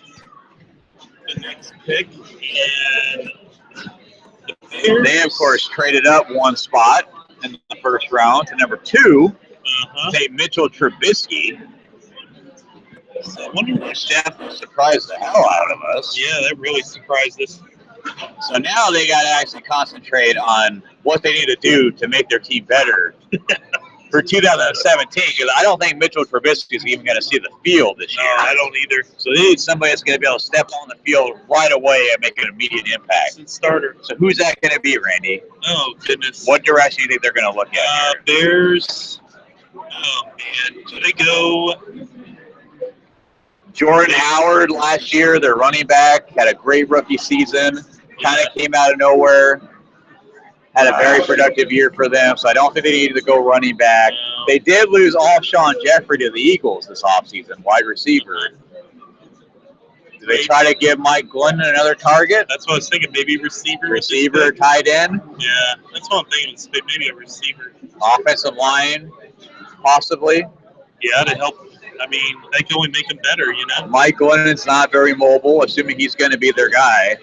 That was an expensive quarterback they paid for a very short term. Yeah, I don't understand that. Not at all. But yeah, the Bears are going to be one of those teams, which is, I think they're going to be rebuilding for the next 10 years. Oh, wow. Ouch. Maybe not that long. Maybe not that, maybe. But for a long while, yes. Yeah. I mean, the thing is, Randy, I just don't understand why you would go out and spend so much money on a backup quarterback in Mike Glennon, who's getting paid starters money, but then you trade up and give all these draft picks away to take Mitchell Trubisky. You get Trubisky. I just don't get it. Like, if you really wanted Mike Glennon that bad, they probably could have gotten him for a cheaper price, in all honesty. Oh, I agree. And there's a tight end, and a tight end off the board. We're having a run on tight end. Yes, sir. Woo. Wow. So Adam Shaheen. Huh. He's probably down there on the list. Probably way down there on the list. Oh my gosh. Believe it or not, Randy, I do have some info on this guy. You got a little bit? He played at Ashland. Where? Have you ever heard of that college, Ashland? I don't know where Ashland is. Well, it's in Pittsburgh. Oh, okay. He's 6'6", 278 pounds. I mean, he's technically big enough to play offensive line. Wait, 6'6", 276? 6'6", 278. Oh, 278. 278. Good. What did I say? 270. I don't know. I was just amazed with the 278. The height, yeah. Oh, the weight. The weight, that too, yeah. The big boy. So he was a basketball player with Division II Pittsburgh Johnstown, transferring to Ashland to play football. He has foot quickness for clever stutter and go double moves to uncover against linebackers. Above average speed and acceleration for his size. Upper body is stiff and mechanical in his route, so he's kind of a stiffy. He's a hang loose. Relax a little bit. Hasn't learned how to utilize his hands to free himself against the press. Despite his size and level of competition, he really struggled with his blocking. Wow. So you would think a guy that big would just dominate as a blocker. Not really the case at Ashland. So that's a bit concerning. Wow. But overall, it's going to be extremely intriguing to see how his game translates from Ashland to the NFL. I have no idea where Ashland is. I thought it was in Pittsburgh. I might be wrong, though. Couldn't tell you. But yeah, this is an intriguing pick. It is. I personally probably wouldn't have taken him until the third or fourth round. But, man, the sky's the limit. It's probably going to take him 2 or 3 years to fully develop, maybe even longer. But long term, this could be a steal. Could be. Absolutely. We could be talking about this next year. And by the time that Mitchell Trubisky is ready to play, that could be the time, yes, this will be a that security he blanket. could be ready to go. Go to throw up his big paw and say, hey, feed me. Feed me. Feed me. Throw me the ball. Throw me the ball downfield. Let's go. Wow. Yeah, I had several tight ends in front of him, Randy, so I'm pretty surprised that the Bears took him this early. Again, you know, very intriguing guy, a lot of talent, but wow. I have like 4 tight ends that have same. Shaheen and Everett. I have Jake Butt. Yeah, we have in talking front about of Jake him. Butt. Yeah, Jake Butt. Kick butt, man. Wow. That's interesting. So now we got the Colts back on the clock. All right, Randy, we called it earlier. We think Joe Mixon makes a lot of sense for the Colts right here. I think so. The question is, do they pull the trigger? Do they do that, or do they go offensive line? I'll tell you what, Andrew Luck needs some help. He needs protection. He does. Their offensive line, yeah, Yeah, dismal. They got a big hole up front. They do. Wow. Well, we keep talking about Antonio Garcia out of Troy. How about Deion Dawkins from Temple? Yep, They need a guard. that is true. They definitely need a guard. They also we have Roderick Johnson from Florida State. That's another guy. He's definitely a second-round talent. Avery Genesee from Texas A&M is an intriguing pick. Another tackle. Yeah, there's definitely, I think, plenty of guys now that were in the second round, kind of mid-second round. Tackles, a lot of sense going right here. First round, not so much, but now that we're in the middle of the second round, don't be surprised if we see a bunch of tackles or just linemen in general get taken off the board. Yeah, they're going to be gone pretty soon. I think so.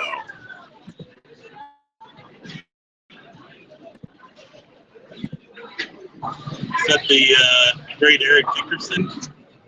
Oh, no, that's Robert Mathis. That's Robert Mathis. That looks like Dickerson. It kind of does. Yeah. Let's see who the Colts select here. Quincy Wilson. There we go. All right, we mentioned him earlier. Yeah. Cornerback out of Florida. Yep. That's a good pick for the Colts. I think they should win offensive line or maybe offensive line or even a pass rusher. Yeah. In all honesty, I mean, their secondary certainly is average at best, so I understand what they're thinking here. Wilson was second-team All-SEC last season. He's definitely more of a press corner than a zone guy, which is interesting because I believe the Colts like to play more zone than man.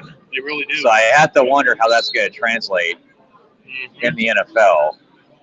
He had 33 tackles last year, 14 pass breakups, 6 interceptions in his career.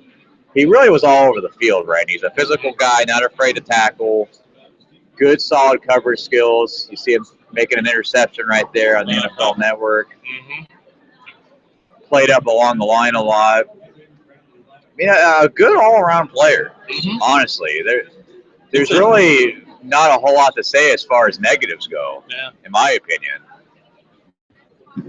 It's a solid pick for him. I think so. Yeah. I definitely think so. Pick. Didn't have the best combine, but on the field, he's as productive as any other corner, I think. At least guys that were considered second-round picks. Right.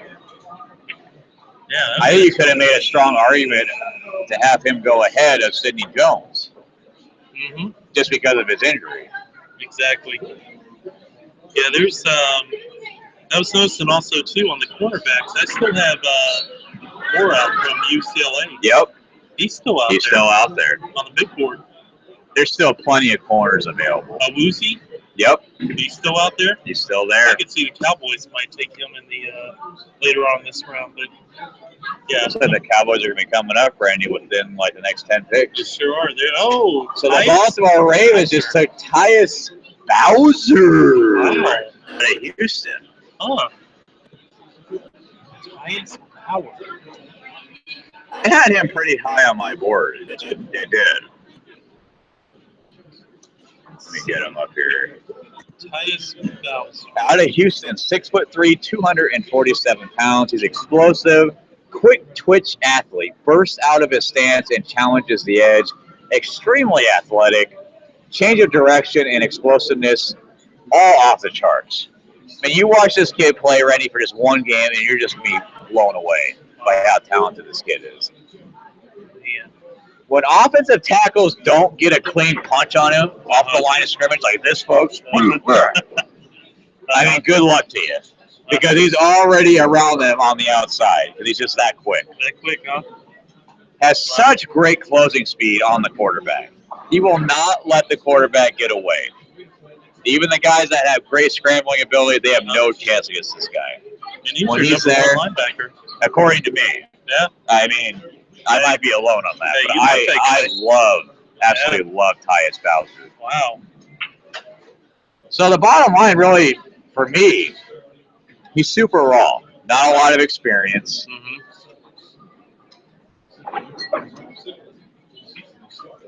But overall, the little that I've seen, I'm just blown away.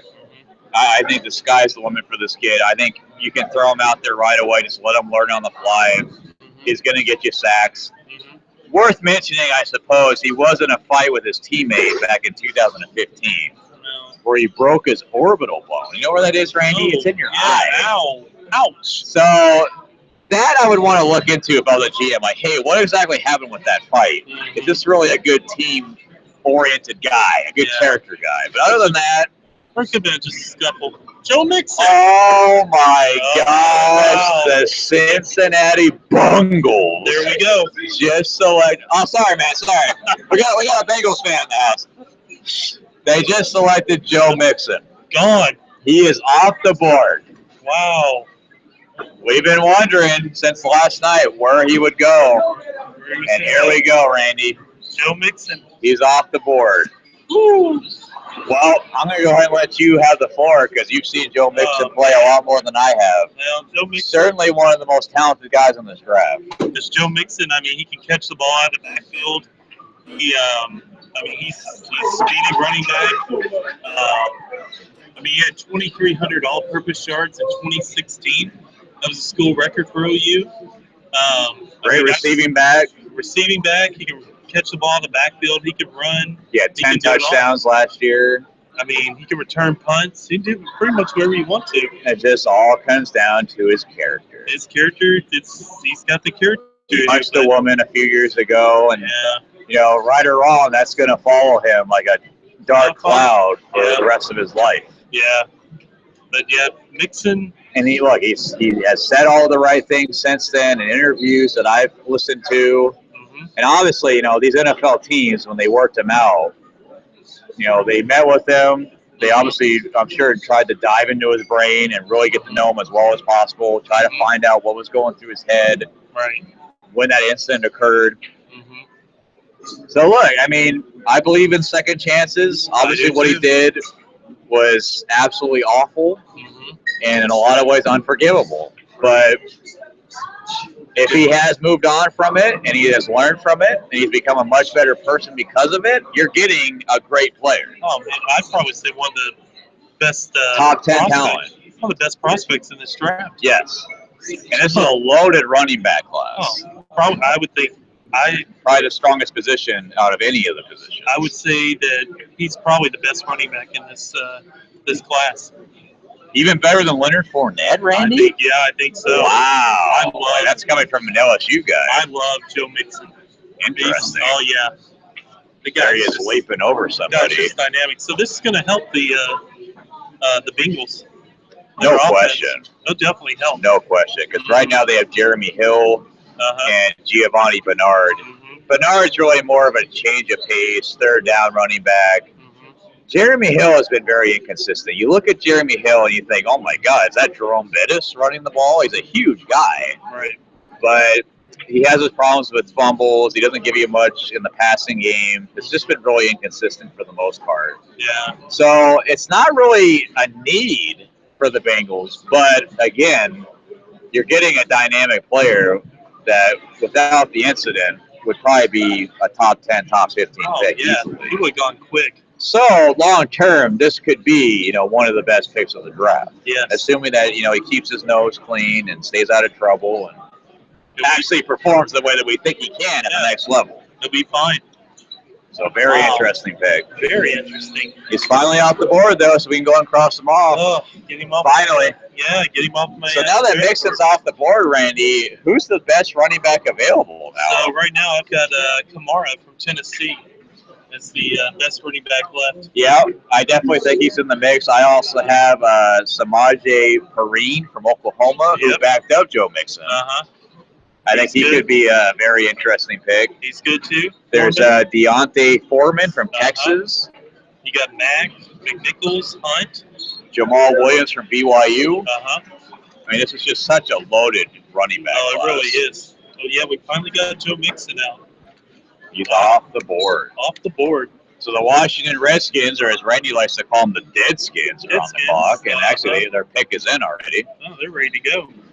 By the way, Randy, I got a text from Sean. He's asking if we're hungry. Do you want any nachos? Oh, yeah, you want some nachos? I think I want some nachos. Yeah, let's get some nachos. Is it okay if we get some nachos, folks? Yeah, let's get some nachos. Okay, I'm going to go ahead and text Sean right now. Yeah, let's get some nachos. Do you want to go ahead and remind the folks where we're broadcasting? Oh, yeah. Yeah, we are at Main Event Entertainment here in Frisco, Texas. You can follow us here on YouTube.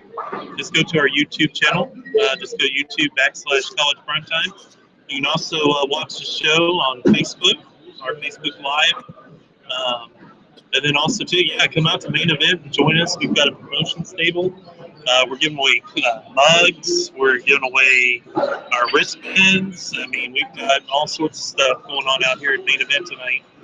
And we'll probably be here at, 10:30 or 11 tonight, Ryan? Oh, yeah, at least. Yeah, at least 11, probably. Central Time. Yeah, Central Time. So, come on out to Main Event. Well, Randy, the Redskins just made their pick, and they selected Ryan Anderson out of Alabama. All right. I love that pick. Wow. Absolutely love it. He was my second highest-rated linebacker in this class. Just pure linebacker. There's a lot of guys that could play defensive end and outside linebacker. Just pure linebacker-wise, he was my second best guy on my board. Very nice. So Ryan Anderson is 6'2", 253 pounds, relentless charge as a pass rusher, and gets home thanks to his effort. He forced 5 fumbles over the last 2 seasons, exhibits professional approach on the field. He's disciplined. He's married to his assignments. I bet you thought I was going to say he's just married to a woman. That's what I thought. No, he's married to his assignments, which means he's a coach's dream. A Oh. coach tells him to do something, he's going to do it. Oh, that's a good player. Routinely wins leverage battle. May lack a true position in the NFL. I think he's definitely more of a linebacker than a defensive lineman. I think he's a little undersized to play defensive line. So the Redskins are going to have to figure out exactly where the best fit is going to be for him. Okay. He does have a lack of length, but overall, he's coming from a Nick Saban-oriented defense. He's going to be all right. He's a smart kid. He's got the physical tools. I think he's going to be fine. I think he's going to be able to figure it out. Yeah, he'll be all right. Well, now we've already got to jump into the Buccaneers. They're already up there. They're already ready to pick. I think they're going to go safety with this pick. Another thing I would add about Ryan Anderson, Randy, is that in coverage, he got lost a lot. And that kind of got magnified at the Senior Bowl. He kind of struggled against the pass. But again, I think overall, he's just a good, solid football player. Yeah, that's what you need. Justin Evans. Wow, out of Texas A&M. That's who the Buccaneers just I had a selected. safety, but it wasn't Justin Evans. Because I knew the Buccaneers, they had major problems at safety throughout the year. Yes. So, yeah, this That's is a position that the Buccaneers have been trying to fill for a long time. Yes. They have taken a lot of guys in the draft over the years, and not very many of them have really been able to get the job done for them. They've also signed a lot of free agents in the past. Yeah, they signed J.J. Wilcox. Right. So Justin Evans had 4 interceptions last year. He had 87 tackles, which was second best on the team, which basically tells you that he's a willing tackler. He can play up along the line. He's a physical guy. I like that pick. I really like that pick for the Did the Buccaneers finally find a decent safety? Man, that is Took the them a while. question. Yeah, Took them a little while. that could have solved their problems right there. So now we got the Broncos on the clock. The Denver Donkeys are on the clock. Man. By the way, Randy, we got some comments from my brother Matt. Oh, what we got here? Earlier when the Bears were on the clock. Bears should draft a receiver. So he was agreeing with us. They needed a receiver. They ended up taking a tight end. Right. So we were kind of close. And he also added that they're definitely in rebuilding. There we go. Which we So he's obviously on board agree with us, with. Yeah. The Bears are definitely going to be going through a lot of growing pains. At least a 3 to 5 year plan, I would think, don't you? Maybe even longer. Oh, no. Oh. Maybe the Cubs will probably win maybe 3 or 4 more World Oh, Series. my God. Hey, I'm just saying here. Very strong possibility. That is true. All right, so I think the Broncos, I've got them penciled in with Zach Cunningham. out of Vanderbilt. Yeah. Yep. Because I mean, he's a first round grade talent that's still out there. Yes. And linebacker, and they needed a linebacker too. And the Broncos in the first round selected Garrett Bowles, the offensive tackle out of Utah. They could go with tight end. I mean, if O.J. Howard would have fallen into their lap in the first round, they definitely would have taken O.J. Howard. Oh yeah. Obviously, nobody that is left on the board at tight end is comparable to O.J. Howard, but that is a position that they are going to have to address. I mean, would Jake Butt be maybe a possibility? Maybe. I mean, if it wasn't for Jake Butt tearing his ACL, he probably would have been one of those guys taken in the first or early second round. That's true. Very tough. But yeah. Defensively, the Broncos are still one of the best in the league. Oh yeah. So if I'm them, I'm looking at an offensive player again. They addressed the offensive line in the first round, which I love. Now I would look at running back or tight end. Yeah. That would be the direction that I would go. And I think, Randy, it's worth noting that Deshaun Kaiser is still available. Here's the guy that Mike Mayock thought was one of the best quarterbacks in this class, was going to go in the first round. Here we are about, a little more than halfway through the second round, and Kaiser's still available. Yeah, we're at the 19th pick right now.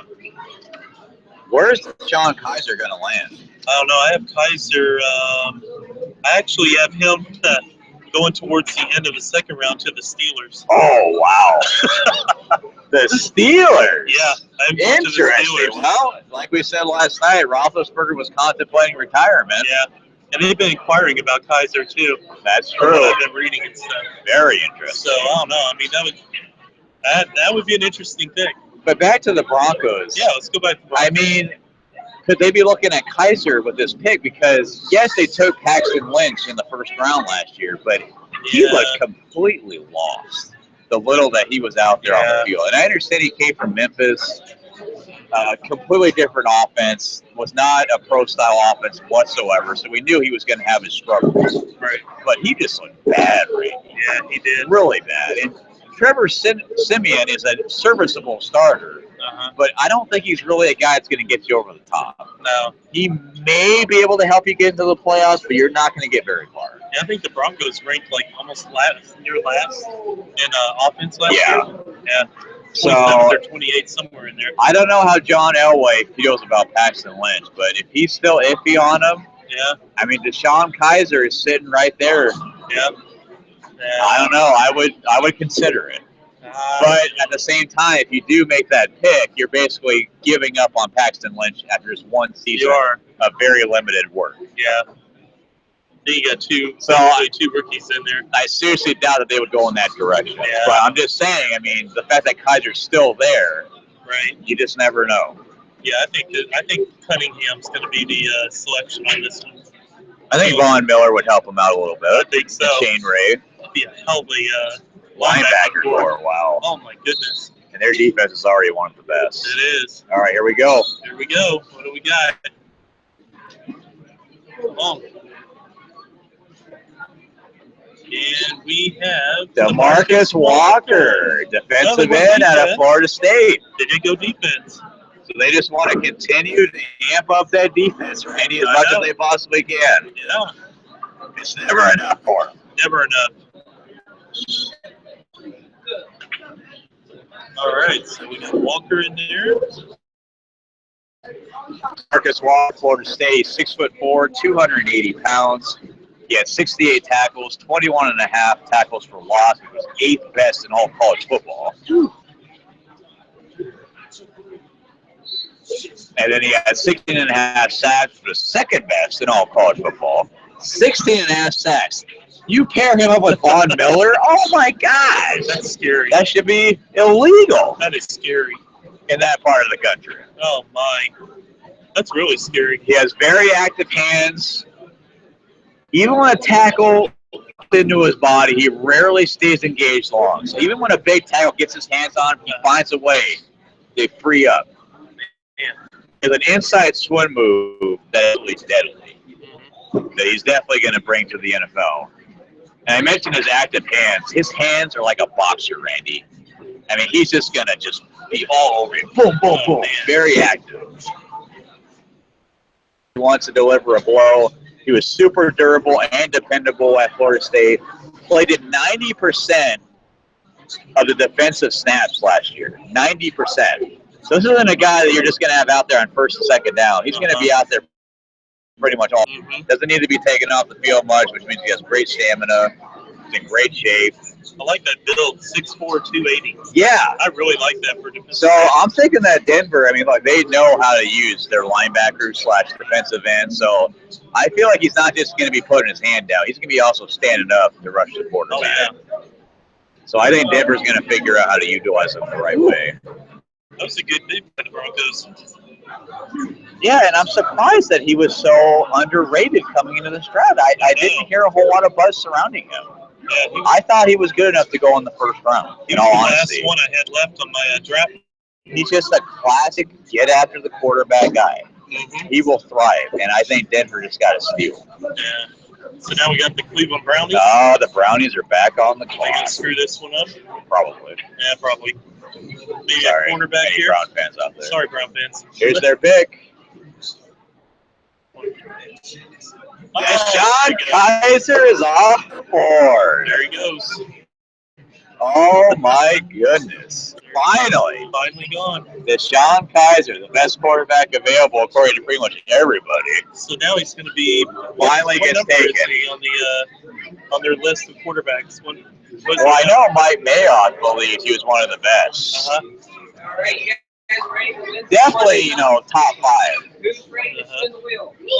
But Deshaun Kaiser is 6'4", 233 pounds.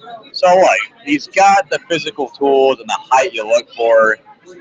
Big quarterback, not afraid to stand in the pocket and take hits, Randy, which I love about the kid. He will take his lumps.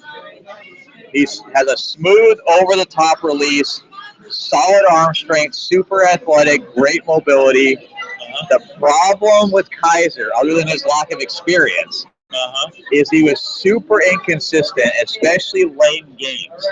When Notre Dame really needed him, they put together a drive to either win a game, tie the game, what have you, keep him in the game. He struggled immensely.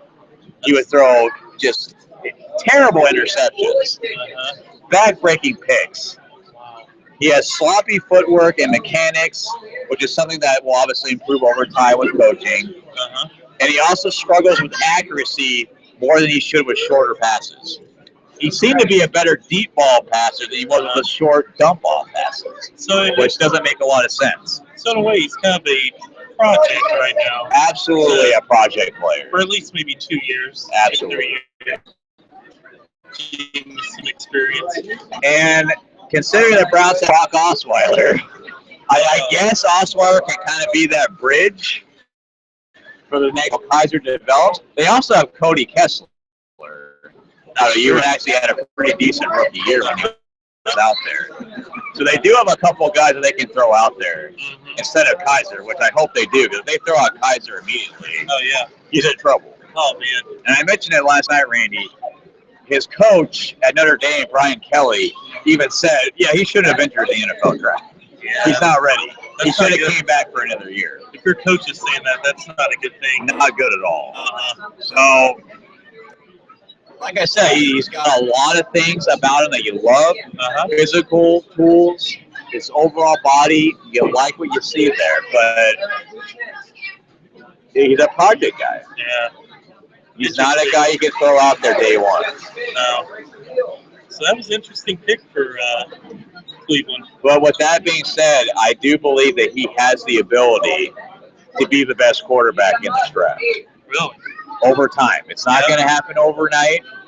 It's not going to happen within the next 2 or 3 years even. But long term, he could be the best quarterback coming out of the draft. Do you think he'll be better than Watson? There's that possibility. I think there's definitely that potential. Wow. I love Watson. I do too. We'll see. Yeah. But the fact that he's going to the Browns, I'm concerned. Because that's usually where quarterbacks go to die. That's... If he was going to pretty much any other team, I would say yes, he has a great chance of being the best quarterback from this draft in the long run. But considering that he's going to the Browns, definitely some hesitation there. Oh man, that's rough. What do you folks think? Any Browns fans out there? Let us know what you think about that pick. Deshaun Kaiser finally going off the board. Wow. Yeah, we didn't think that was going to happen yet. All right. All right. The Lions are on the clock again. Their pick is in. Yeah, the Lions. They were just on the clock not too long ago. Yeah, it just seems like we were talking about them, and they.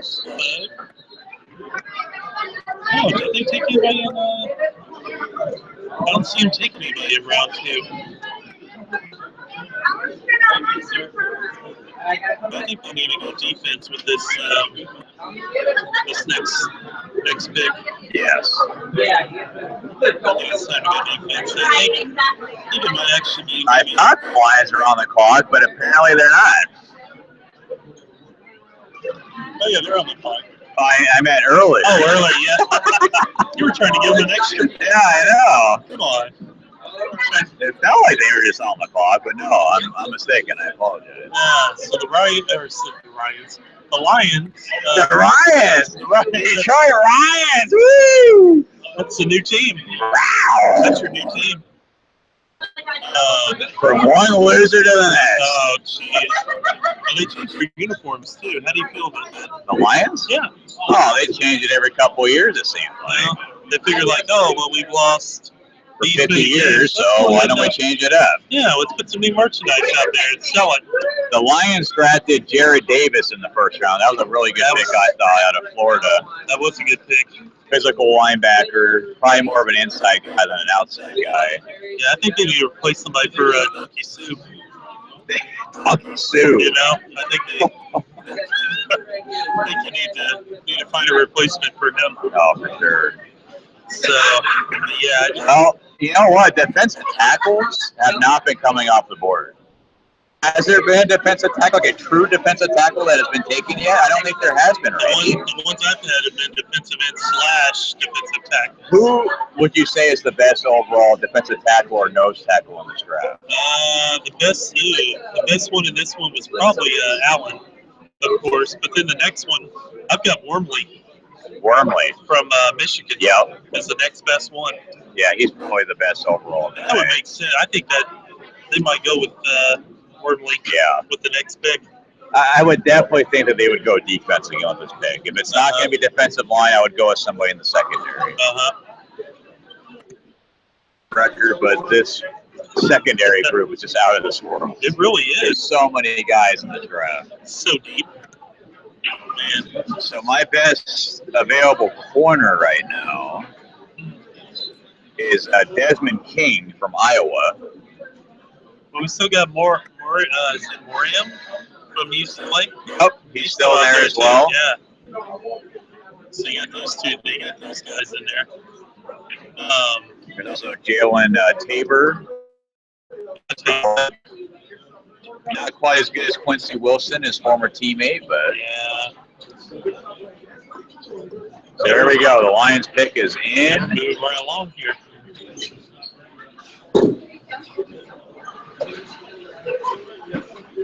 Oh, Cheese Tabor. We just should never indeed. We did. Cheese Tabor. What a tease. He likes to tease quarterbacks. He likes to tease quarterbacks. He sure does. Oh, man. All right. A bunch of spins. All right. We were just told that a bunch of people came to our promotions table. There we go. Come A get lot of this prizes were given out, Sean. A lot of bowling tickets free, some real tickets free. We got a moose that went away. And Moose went away? Yeah. Moose went away. Marty Moose. Right here. Hey, Right Come on. visit us. look at that glass. That main event. Get one Even of those. says College Prime on there. Classy mug. Get it. Let's go. Yes, sir. For the kids. For the kids. Yes. There you go.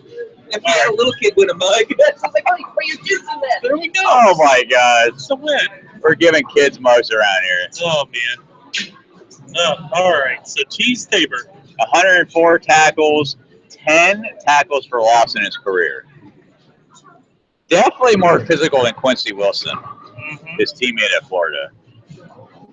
But he's a big kid. He's 6'4", Randy, 199 pounds. 6'4"? Yeah, he's I believe the tallest corner in this draft. Wow. I think long term he's probably going to be a safety. Yeah, 6'4", that's huge. He's definitely better against the run than he is against the pass. So all right, so the Miami Dolphins are now on the clock, and they already have their pick. Give me the stretches. It's going by. Flying by. We're moving, man. No time to waste. So I think this one might be a corner for the. I think we're getting to run on corners here. I could be totally wrong. Dolphins could go offense. Let's see. Dave's Dolphin. Dave, come over here. We gotta get a Dolphins fan's perspective over here. We got a linebacker. Oh my gosh, Raquan McMillan. Oh, Because, you know, I was really hoping we would get another linebacker, offensive linebacker.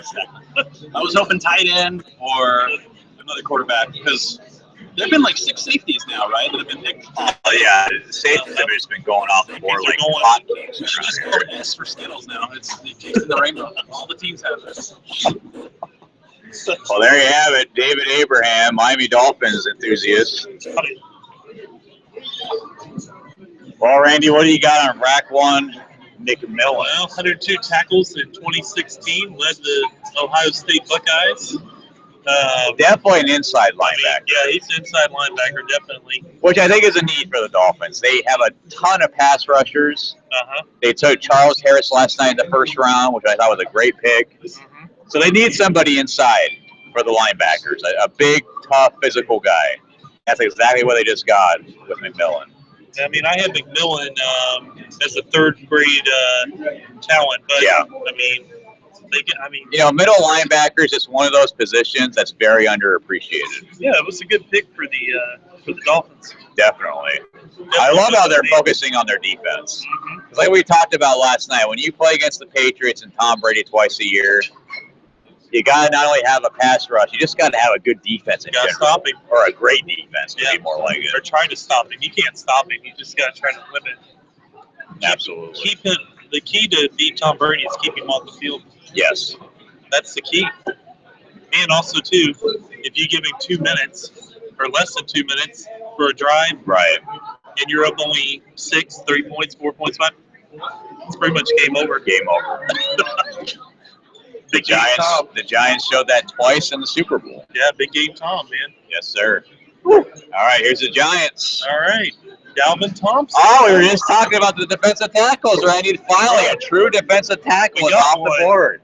Wow. Dalvin Tomlinson out of Alabama. Ooh, boy. 310 pounds. Man. This is a great pick for the Giants. It is. They lost Leonard Hankerson during the offseason. The Giants already had the pass rushers with Olivier Vernon. They need somebody on that inside. They do. So this is a great pick. Yeah, he played all 44 games in his last 3 seasons at Alabama. Wow. A durable guy. Even though he's big, he's taking a beating at the line of scrimmage, he's always going to be out there for you. Just a tough kid. He is. A Nick Saban coach kid, I might add, which is also a bonus. You know he's going to be good. He's going to be ready to play day one. Mm-hmm. Great pick for the Giants. I love that pick. Wow. It's pretty interesting. The Raiders are on the clock right now, and I had the Raiders actually taking McMillan with their pick. So you almost got that one right. Almost got that one right. By the way, Randy, Matt Willis says the Bungles are known for picking people like Joe Mixon. Oh, wow. Which is true. That is true. Devontae Perfect, Adam Patman Jones. Yep. They had Chad Ochocinco at one point. Chris Henry, remember him? Yeah. Who unfortunately got murdered a few years ago. Yeah. But he had a long history of problems with the law before he went to the Bengals. Uh-huh. So Matt brings up a great point. The Bengals definitely have a history of bringing on guys that had a checkered past. Yeah. Hopefully the locker room scene in Cincinnati will be good enough where, he can kind of mesh and kind of. That's the thing. Do they have enough leaders on that team? I don't know. Is Andy Dalton a true leader? I don't know. That's a good question. I don't know. I just Very don't know. good question. Well, Randy, I'm going to have to get Mr. David Abraham over here in a minute because I have to make a pit stop. All right. What about you? Are you feeling all right? I'm good, man. Okay. I'm good. We're just rolling along here. I think we're up to number And I think 24. we ordered nachos not too long ago. I think we did. Hey, Sean, what's that up there on those nachos, bud? We're not. They're on their way. I just placed the order. All right, thanks, bud. All right, thank you. We got nachos on the way, folks. Oh, boy. Thanks to this man right here. The loaded nachos. Sean Gargoyle Loaded Stribley. The loaded The nachos. loaded. Oh, wow. I'm going to be in the toilet tonight. Oh, no. Uh-oh. Thank God we're not sharing. I got my own room for that purpose. Woo. Wow. Oh, man. All So the right. Raiders, they took Conley, the corner out of Ohio State last night, who also has had a troubling past, or at least recently, with the allegation that he raped a woman. Yeah. Again, we don't know how that's all going to play out. Mm-hmm. I think the Raiders need to continue to focus on the defense. I think they're going linebacker here. I would think so. And I think Need another pass rusher to help out Khalil Mack. they do. And Cunningham is there. You've been talking about him for the last 10 or 15 I picks, know. and he's still sitting there. And he keeps falling down. Yeah, that would be a real solid pick for the Raiders. Yeah, because offensive line-wise, the Raiders I would say, are top 5, top 10. They got a real good, solid offensive line. Oh, yeah. Maybe they look at receiver just to help out Amari Cooper, because he really is their go-to guy without any question. Mm-hmm. Maybe they look at a tight end as well. Ooh, that would be an interesting pick. If they want to, help out Derek Carr even more, they could go in that direction. But again, we talked about it last night. Their defense was so horrendous last year. Oh, yeah. To me, their first 2 or 3 picks should definitely go towards defense. Mm-hmm. Oh, I agree. This would be an interesting pick to see what the Raiders do. But yeah, we keep harping on it. It's just, you gotta go defense on this one. I think so. It's gonna help. Jordan Willis is still available. Jordan Willis. I thought Jordan Willis was a first-round pick. The Raiders. And it's not because he has the same last name as me. I think he's going to be a great player. Yeah. Very under-the-radar guy. 6'4", 255. It's a big boy. I mean, under the Raiders. Under the Raiders. The Raiders. The pick is in. Let's see what they do. I'm going to say they're going to take Jordan Willis. Yeah. That's my prediction. Oh, what you talking about, Willis? What you talking about, Jordan You're Willis? talking about Willis? Oh, man. I'll make this. Yeah, Jordan Willis is a very versatile kid. He can play outside linebacker. I think he's strong enough to play along the line at defensive end if they wanted him to.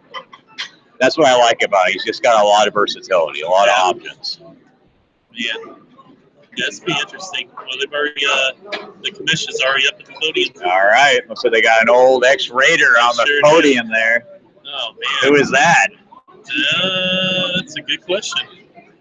Should recognize him. We Oh, got Willie Willie Brown. Brown. Brown. Oh, man, Willie. Downtown Willie Brown. Wait, Willie? Could they take Jordan Willie / Willis? No. I'm telling you. Let's see. Let's see. What we got? Cunningham, maybe? Come on. Here we go. Well, are they going to show it or what? Anticipation's building.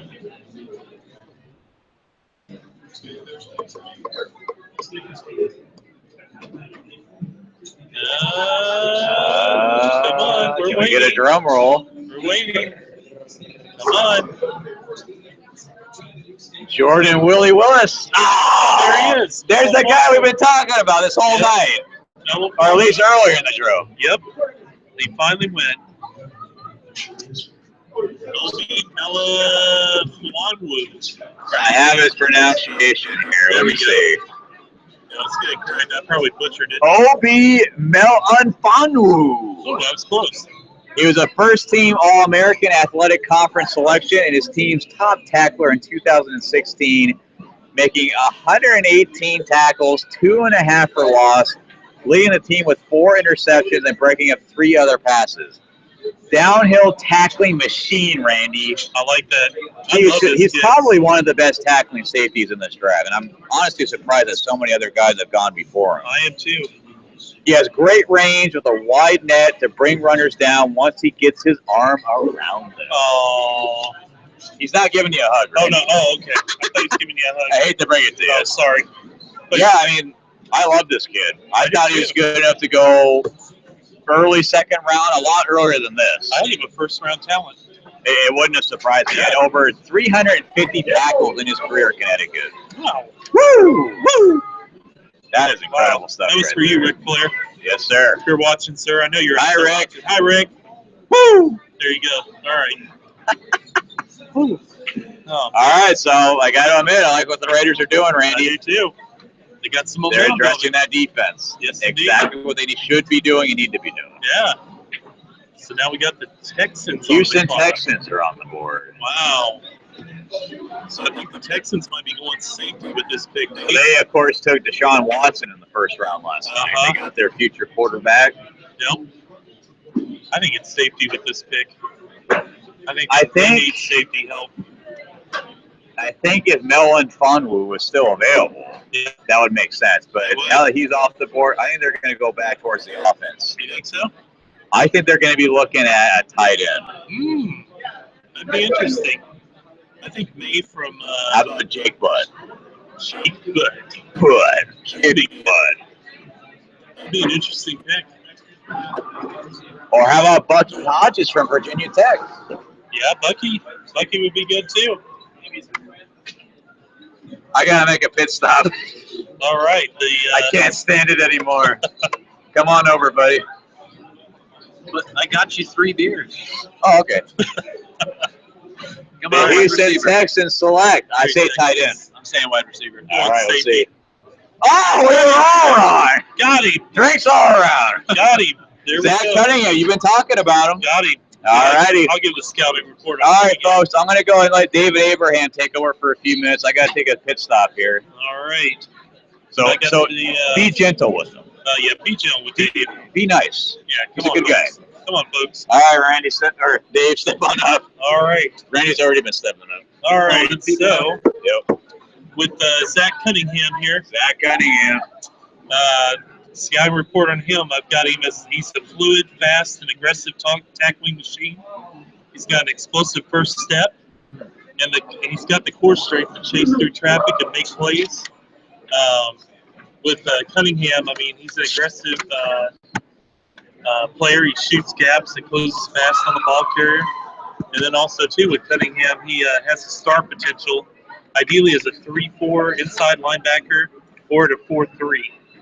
So this is a pretty good pick for the Texans. Good deal. And Now, was this sorely needed for them, or is this a good auxiliary? it was a need for the Texans. Yeah, it was a need for them. Understood. I was thinking they were going to go with the safety with this pick, Oh, really? but I mean, they need safety help too. Gotcha. But I've been talking about Cunningham since basically we started tonight. Oh, so he was one that was pretty high up there. And Cunningham on my draft board, I had him as a first round grade. So I mean, to get him at number 25, I mean that's pretty impressive. Yeah. I mean, He would a go that talent far like down. that would fall down that No. far. I mean, overall, I don't know if you and Ryan were talking much about it, but there have been quite a few surprises between yesterday and today, right? There have. Yeah, there have been a lot of surprises. I know you guys were covering, Chicago doing that trade up for one from San Francisco just to get a QB. The Chicago deal was one. I mean, then you've got Cleveland wheeling and dealing, making deals. I mean, it's just this draft. I don't know. Then you had Kaiser going to Cleveland just a couple of picks ago. Right. I saw So that. I mean that was I was kind of surprised that I thought they might have gone down to Pittsburgh later in this second round. Yes. But I don't know. It's been surprising Gotcha. as we've come along here in the second round. So let me ask you, Randy, what's another key player, another, I guess, high right ranker that kind of is falling through the The cracks? guy that's kind of fallen down. Yeah. Let's see. Most of my guys. I mean, you still got the cornerbacks. Yep. I've got a second round grade on Wazee and also King from Iowa and Jackson. Or actually, Jackson from USC's already gone. I've got King from Iowa and Awazi still there. But then on the offensive side, I've got Garcia as a second-round grade from Troy, the offensive tackle. Yep. I think that would be a good pick for the Seahawks. I've got them slated as quarterback right now.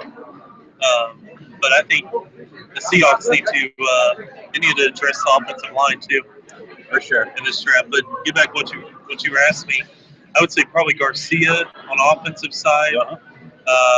Lamp. Yep. Western Kentucky. I mean, Feeney. You've got a couple wide receivers left, like Godwin from Penn State. Oh, yeah. He's still out there. And then Kamara from Tennessee. He's a second-round talent. So there's a couple of guys, probably 5 or 6 guys, I would say. Okay. That they're probably. I mean, they're kind of slipping down a little bit. But no major upset. There's no major. That's like, wow. No, I think Cunningham was probably one of the biggest ones. Okay. The first round grade to me that fell almost to the third. Understood. Yeah. So now we got the Seahawks on the clock. Yep. And the Seahawks, 56-23-1 since 2012. That's pretty good. But like I said, the Seahawks got a couple of holes. One I said was offensive line. They need offensive line help. Running back is another position the Seahawks need to fill. I mean, it's just. So what are the chances that the Seahawks also pick a safety, just for whatever reason? Everyone's been going safety. I don't think the Seahawks will go safety in this one. I think it's going to more be a cornerback position. All right. Well, they're going to go with this one. Supposedly the selection is in. Oh, and then they go with the center. There you go. They go with center Ethan Pokic. I believe that's how you pronounce it. P-O-C-I-C from LSU. And Pokic, I have him as actually a second grade draft talent. And I'm going to find my notes here on Pokic. My nachos? I'm going to find the notes. They're gone. Yeah, they're gone. Where'd they go? Sorry, buddy. So, got some news for you. Seattle picked the safety. No, I'm just kidding. They picked the center. Oh, the They first center off the board. They went with Pokic. Pokic. Pokic. You do the polka. I'm trying to find Pokic. I can find What kind of news you got for them? Because these poor folks, they've only seen me for about 2 minutes. Now they're like, get this guy off. What is he doing I'm on pretty college sure I had prospect? him rated as my top center. Oh, really? Let me see. There should be some information on it. he played 42 games in his career, started 37. I mean, he's obviously, he's a great center for LSU. Yes. I mean, that's a pretty solid pick because I was telling you that the Seahawks, they needed to improve their offensive line. Bolster their line. So, 6'6", 310 pounds. that's a big boy. Wow. I could wrestle him with one arm. Oh, boy. I'm sure you could, dear. I'm sure you could. Well, Kansas City's got their pick in. What? Wow, they're who do you already guys think Kansas is going to go for? Well, the Chiefs surprised us all last night, Randy, and they got Patrick Mahomes. They traded up for him. Uh-huh. What do you think? Just guess. Offensive, defensive? I think the Chiefs are going to go with a wide receiver. Wide receiver? Okay. I think so. Just what I wanted for Miami. I wanted a tight end or a wide I thought receiver. you wanted a quarterback. Yeah, Well, I want a quarterback. I want I want a lot of conditions. It's my Chiefs, dude. Oh, the one defensive end. What do I know? Here we go. All right. Boy. How do you pronounce that name, Dave? Well, try as I might, I'm going to irritate. I'm pretty sure I have that guy. Bless you. Yes. Yes. Woo. Man. Wow. 6'6", Out of Villanova. Very under radar guy. It's a big guy. Let's see here. I know I have him somewhere in here. Did I have him on my? There he is. There we go. That's how you pronounce his name. Tono Pass. I had him as a third grade. Cassino. Wow, ranking 6'7", 289 pounds. big boy, Moly, that's a big big guy. You think he's going to be deflecting some passes on the next Yeah, I think level? he's going to cause some havoc. I think the quarterbacks are going to have a hard time seeing over the top of him. Dave, Wow. have you ever wondered what it was like to get hit by a train? Go up against that guy. That's There you go. disgusting. There's Figure the with guy right 11 there. sacks, 5th nationally. Wow. That's insane. Oh, we got nachos, Randy. We got nachos. They finally arrived. All right, here we go. Tell you what, We got now that you're back, I should let you eat on camera. I think the folks back home really want to Put them in here. Oh, I think they do. Yeah, we'll put them right I here. mean, Right, make put it sure right it's in the not middle? poison. Oh yeah, make sure they're Oh yeah, okay. Sean's making sure it's not poison. Meanwhile, Dallas' Sure, pick they're is already Randy's in. Dallas Cowboys. You guys don't like them, See I'll if, eat My Cowboys are on the clock. what do you want to see for your Cowboys? Oh goodness, defense. Defense, more and more defense, More defense, please. more cowbell. Huh? At this position, I mean, the defense. I mean, they could go Wazzy from Colorado, or maybe May from the safety from Florida. Yes. I'm just not really sure. You know, I mean, the Cowboys already got their pick in, so they know who they're going to. They weren't wasting any No, time. no, not at all. We've seen a couple teams like that. Just right off the bat, they knew what they wanted. They went for it. Yeah, I don't think they're going to go offense. So. No. No, I think this is going to be a defensive pick. Understood. Now, how do you feel about the Texans? I mean, with their picks, was that a smart, smart couple choices that they had? Oh, yeah, with, yesterday was a going up to get Watson. Yeah. They needed a quarterback because they only had Savage as their quarterback. right. That was lacking. Yeah, it was terrible. but yeah, I think having Watson in there will definitely help them out. Good deal. And then they got Hopkins, and they've got Lamar Miller. They've got some weapons on offense. Right on. So, but yeah, quarterback is Needed. That was a good plus. quarterback is definitely needed. Understood. Yeah, so now we're just kind of waiting for the Cowboys to put their pick in. But I'd rather see what they decided. see what they got. Yep. But yeah, we want to tell you guys we're at Main Event Entertainment here in Frisco, Texas. Yeah. We got people bowling, got people playing pool. What else are people doing, Dave? People are Playing playing golf? the arcade. They're playing at the golf. Yeah, there's a little golf? mini golf Got a going little on. mini golf here. It's impressive. I mean, we come out here last year, did the over at Christie's, and that was fun. That was a lot closer, very intimate crowd. A lot more sports fans. Here, it's very easy going. I mean, you see sports fans coming and going, and I agree. excuse me, we've had a lot of people coming up and It's really checking nice. it out. Yeah. But my God, they have been just so supportive. Nachos. I really want to say thank you to everybody over here at Main Event. You're ready to have some nachos. But yeah, everybody should come out here to Main Event. Yeah, Main Event's a great place. Ryan, so far, I mean, their hospitality, they've been, Second to none. well, yeah, I mean, they've been pumping water into your mouth like a fire hose. I mean, they're very. They've been taking really good care of us. They have. I will definitely. They say really that. have. And they've given us, some promotional incentives to help us out. It's a great place. You see this, folks? We're getting ready to eat our nachos. Let me lift it up. Let me spill that hot sauce right over on your. Oh, no, you're good. Yeah, Oh no, I'll spill it. Let's go. Right on your all over the shiny paperwork. computer, right? All over the paperwork. But yeah, I'm excited with the Cowboys. Their draft last year was amazing. Yeah. With Elliott and Prescott. Oh, yeah. And if they get It served them well, though. I mean, that was the thing. Those picks have really helped them, and I think it's going to continue to help them out in the foreseeable future. Oh, definitely. I mean, it's nice when you can see guys that fit on a team like that and really produce, right out the gate. Oh, I agree. Yeah, the Cowboys. I mean, they've got their running back in the future, and now they have basically their quarterback in the future. I mean, and they got Des Bryant. I mean, they have the weapons. They just really need to focus their stuff on defense this time. Well, sorry, go ahead. Yeah, no, I was gonna say defense is key in this draft. Yeah. Well, I'm going. I think they're going to pick a safety just based on the trend for tonight. No, please don't slap me, people.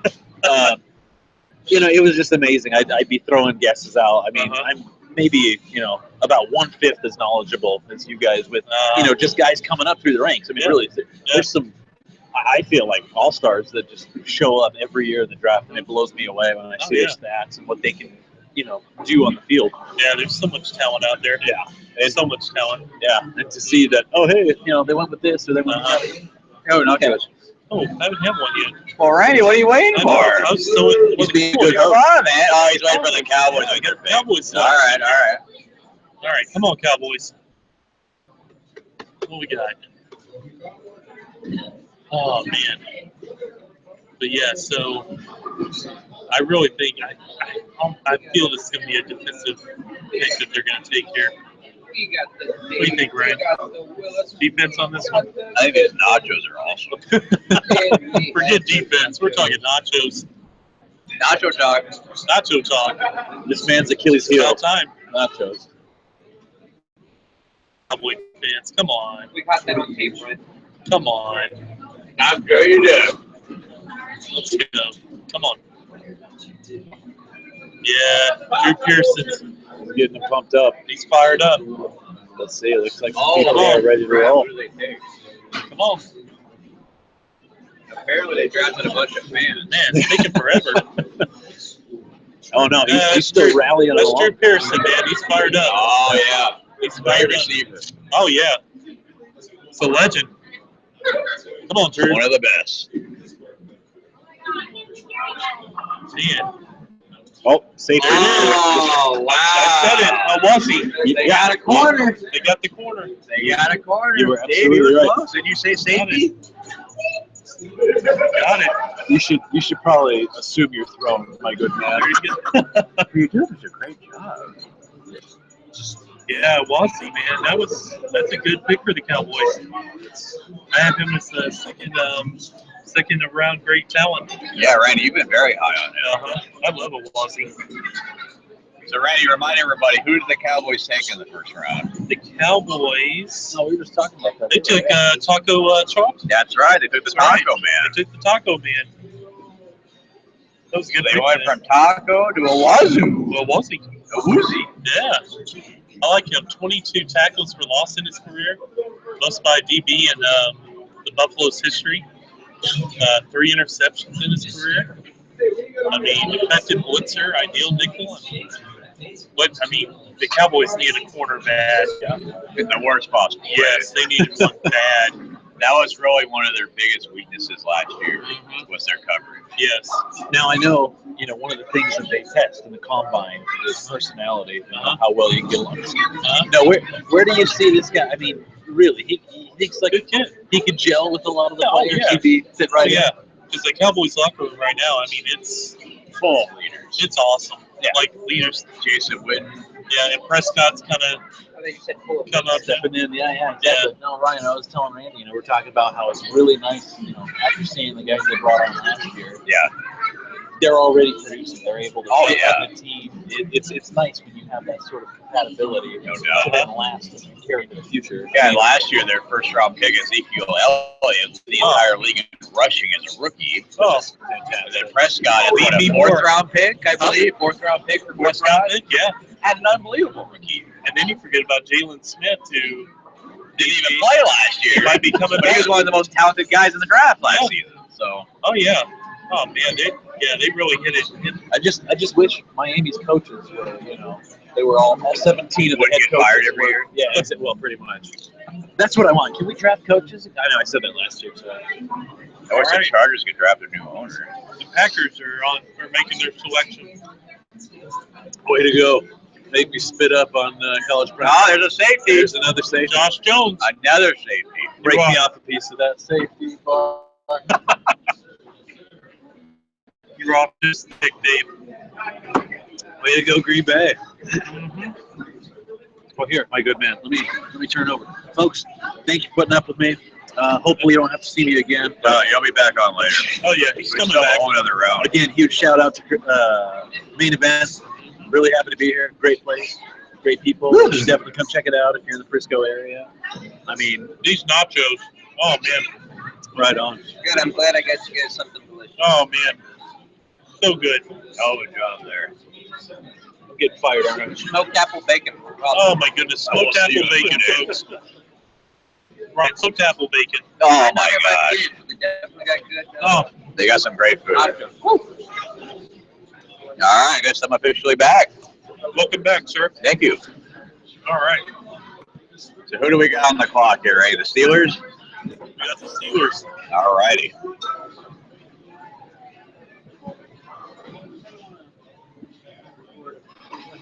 The Steelers, of course, took J.J. Watts youngest brother. I think it's his youngest brother, Yeah, I think TJ Watt. Uh-huh. We loved that pick last night. Oh, yeah. That was a great pick for them. Violent tackler. Remember that? Oh, man. How could I forget? He tackled me last night. Oh, man. Oh, yeah. It's to ruin. Would you be able to take some pictures of us? No, of course. Oh, I spilled my beer on your nut. Oh, Wow. Steelers are moving. all righty. I guess they already know who they want. This is great. Sitting back, eating nachos, Talking draft. talking draft. Doesn't get much better than that, man. Oh, man. This is a life. So Franco Harris, I guess, has been staying the night in Philadelphia because he was there last night as well. It was.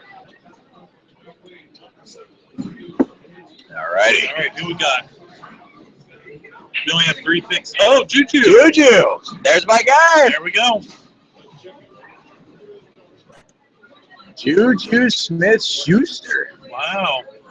I guess they thought they needed a wide receiver. That's an interesting pick, Randy. It is.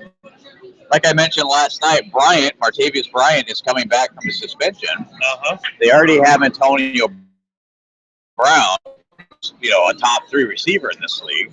Why would they go for a wide receiver with this pick? Very interesting. Maybe they had their doubts about Bryant, whether or not he's going to be able to come back and be the same player he once was. Uh-huh. That's an interesting pick. Very interesting. Well, if I could get this thing to load properly, I can tell you a little bit more about him. I had Juju as a second-round talent. As I did as well. Uh-huh. He is 6'1", 215 pounds out of USC. He's got strong hands. He made some insane circus-like receptions at USC, Randy. Oh, wow. The weird thing is, he would make all these crazy receptions, but then he would drop. It's an easy as balls. That's the one thing I couldn't understand about the guy. You see, like, the tougher the catch was, the better he would perform. You gotta make those catches. But when he's got the ball in his hands, once he's secured that catch and he's got an open field, he's very hard to get down on the ground. He always fights and claws for extra yards. He's got a good feel for getting open against zone coverage, extremely tough. And like I mentioned earlier, I believe he had several injuries at USC, yet he never missed a game. Never missed a game despite several different injuries. I think he had a broken ring finger at one point. He had a chest something rather. He had a shoulder injury. So he's dependable. Very dependable. Very tough. So really it just comes down to consistently catching passes, And especially the easier ones. Well, and they're going to have to be spreading the ball out, too, a lot if they're adding him into the mix. Yeah, Big Ben loves to air it out. Wow. So, I guess they thought Big Ben needed another weapon. which I'm not going to disagree with. Because if Antonio Brown, God forbid, goes down with an injury, who's going to step up and fill that void? You can plug him right in. Exactly. And he'll be able to learn from Brown as well. The best scenario would be to not have him play right away, Randy, just so we can kind of sit back and learn from Antonio Brown and then kind of ease him into the offense. Right. But long term, yeah, he's going to be a solid player, I believe, in the NFL. So I That was really a good like that pick. pick for the Steelers. Good I had him rated as my 4th best receiver. So, and we had, 3 receivers go in the top 10, I believe? Yeah. So that kind of tells you how high I was on him. Wow. All right. All right. So The we're moving Buffalo on to Bills. Buffalo. Nobody circles the wagon like the Buffalo Bills. Oh, boy. Oh. The Bills. Chris Berman's favorite team, the Buffalo Bills. I think the Bills, they had to pick 5 in this. Actually, I guess 6th pick. 5th pick in the second round. They took Zay Jones. Very good pickup. East And then, of course, took Tre'Davious White, corner out of LSU in the first round. So the Bills have been pretty solid here in this draft. Yeah, I really like what the Bills have been doing. I think they would have to go defense again with this pick. I think so. I think that probably – I think they need another pass rusher, an edge rusher. Well, there's on the pass rushers. There's still a lot available, Randy. I mean, Wormley. I mean, he's defensive tackle and nose tackle. He's still out there. I mean, if you go defensive end, you And got I believe my guy Jordan Willis is still available, Willis unless is he was still- taken while I was at the bathroom. No, he's still there. Willis is there. Oh my God, I don't know how Jordan Willis is still available. I don't either. He needs to be taken right here by the Bills. Mm-hmm. He will be Tom Brady's worst nightmare. Well, maybe not, but still, the Bills need another pass rusher in the worst kind of way. Right. So I think that would make the most sense, but we'll see. They don't really have to worry about corner so much now they got White in the first round. So we'll see what they do here. But I would definitely lean towards a pass rusher either way. That's what I'm thinking. Whether it's an outside linebacker or a defensive end. Mm-hmm. It's got to be one of those. Help the defense. Oh my goodness. These nachos are delicious. Oh man. So we're kind of plugging through this. So, Randy, it looks like the Bills traded up for this pick with the Falcons. Oh. Interesting. The Falcons will get the 75th overall pick, along with 2 fifth-round picks. Interesting. Wow. I would say Maybe that's a pretty triple good that. trade for the Falcons. Wow. You all right? Yeah, I'm okay. That's kind of surprising. The Falcons giving up, well, they're getting a lot of picks here. Uh-huh. Of course, 2 of them are in the 5th round, which is a little later than you like to see, but still, you accumulate those extra picks like that. Yeah, those would probably be project players. Definitely. Yeah, the Bills. Oh, they have the 5th toughest strength of schedule in 2017. Oh, ouch. Why are they so brutal to the Buffalo Bills? Ouch. I mean, come on. They haven't made the playoffs since 1999. Can we just have them play like the Browns every week? That's what I was going to say. Play the Do it Browns. for Chris Berman. Yeah, Like he always says, nobody circles the wagon like the Buffalo Bills. that's right. Get them back into the playoffs, man. Mm-hmm. I would love to see them dethrone the Patriots. Oh, that would be so awesome. Oh, man. I know I speak for pretty much every NFL fan base when I say, Buffalo, please, or Miami, or the Jets. No, that's not going to happen. Jets aren't going anywhere. Jets aren't going anywhere. No. And they never will. Ooh. Singer. Zing. Zing. Zing. All right, so the All pick right. is in. We're just waiting to hear from whoever their celebrity guest is, because I don't think the commissioner's even there anymore. I know. Are they still going to do that in round 3, or are we running bids? with I'm the, pretty sure Roger Goodell went to the local casino. Yeah, I'm pretty sure he wants to I think divorce. so. Well, whoever divorces him will get quite a few dollars out of Yeah, it. they will. Good grief. I believe he makes $44 million a year, if I'm not mistaken. Ooh. Wow. All right, finally, the Bills pick is in. Here we go. Come on. Brian Scott. And they're just bringing up every former NFL player, I believe, to make these picks. Mm-hmm.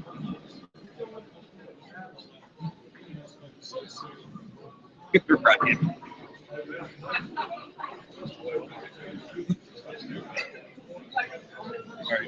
Dion Dawkins, guard, Dion Dawkins. out of Temple. Wow. All righty. Dion Dawkins. Not many guards have been taken, Randy. No, not at all. Wait, why would the Bills pick a goalie? Sorry. Oh, boy. David Abraham, That everybody. was Dave, folks. He'll be here all night He will. All right. because Randy brought him here. And Dawkins, I have him as a second-round talent. I had him as my 4th best guard in this Yeah. draft. That's about I had him right. going about late 2nd, Okay. somewhere in the 3rd, so about where I thought. Yeah. Not too bad. You know, the Bills' offensive line has been average at best, I would say, over the last several years. So Right. definitely don't have a problem with this pick whatsoever. He's 6'4", 314 pounds, big, strong, powerful guy that can block anyone man on man and power run blocking. Great run block. He's like a John Deere tractor. That's a big boy. Nothing stops a deer. That's a big boy, man. He's a big boy. Nice explosion with the biggest pop in the draft, in my opinion, Randy. When he puts your hands on him, you can hear it from a mile away. It's like a firework going off. Wow. He also played tackle in a pro-style offense. Okay. So he's going to be able to step on the field day one for the Bills. Yeah. He's not going to have much of a learning curve. That's going to help him out. Absolutely. So the fact that he has the versatility to play tackle as well is encouraging, but considering how big he is, I definitely think he's going to be a guard long term. Oh, I agree. And he's a bit heavy. Sorry. No, it's fine. Yeah, we've already got another pick in. Oh, we got another guard. I know it says tackle, Randy, but I have him as a guard. Yeah. Taylor Mouton. And we said that the Panthers needed a tackle. We did. Yep. Absolutely. That's big. So Mouton, ironically enough, I had him rated as my second best guard in this draft. We're moving on these. Kind of similar to Dawkins. You know, he played mostly tackle in college, but I think long term, he's going to be a guard, Randy. Yeah. 6'5", 319 pounds. So he's had some nachos. Put him in the inside. He's had a couple orders of nachos per night for the last several years. Wow. 6'5", 319 pounds. Woo!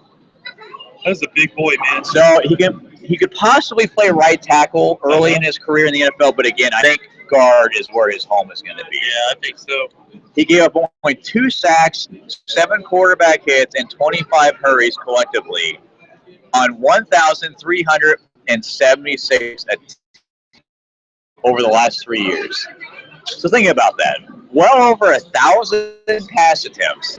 He only gave up 2 sacks. That's a stud. You sold? I'm sold. Oh, I'm sold. I'm sold. Shoot, I'd start him. I don't think I need to say anything else. I have more written down, but I'm not even going to say it. No, we're done. Okay, I will. He played at Western Michigan, so the lack of competition scares me a little bit. But he is a big old rascal. Wow. Kind of similar to Dawkins, who just got drafted before him. I think he can step on the field day one, and he'll be ready to go. Good pick by the Panthers. And we were talking too that the Panthers, they needed somebody to protect Cam Newton. Absolutely. So that's a good pick for them. Cam needs a lot of help. So good pick. I love the last couple picks, Randy. Yeah. And that wraps up the second round. Now we're moving to the third round. Close. I know. You're right. Oh.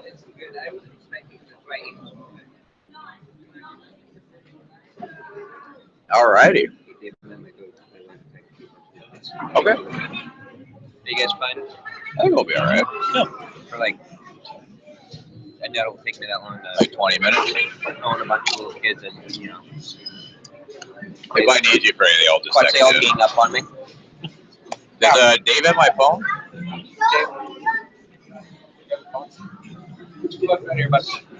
Thank you, sir.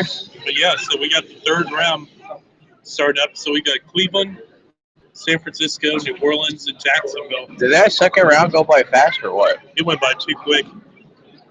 Wow. But now that we have a little bit of a break, nacho time.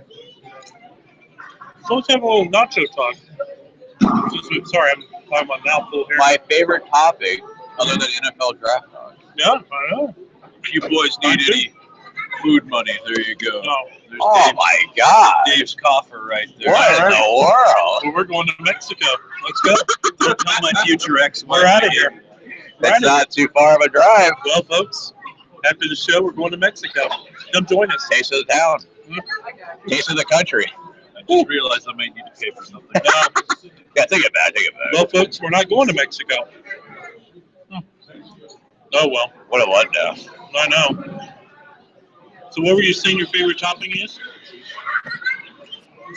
My favorite topping is jalapenos. Really? Yeah. You know me, Randy. I love it. The spicier, the better. Yeah. The hotter, the heat.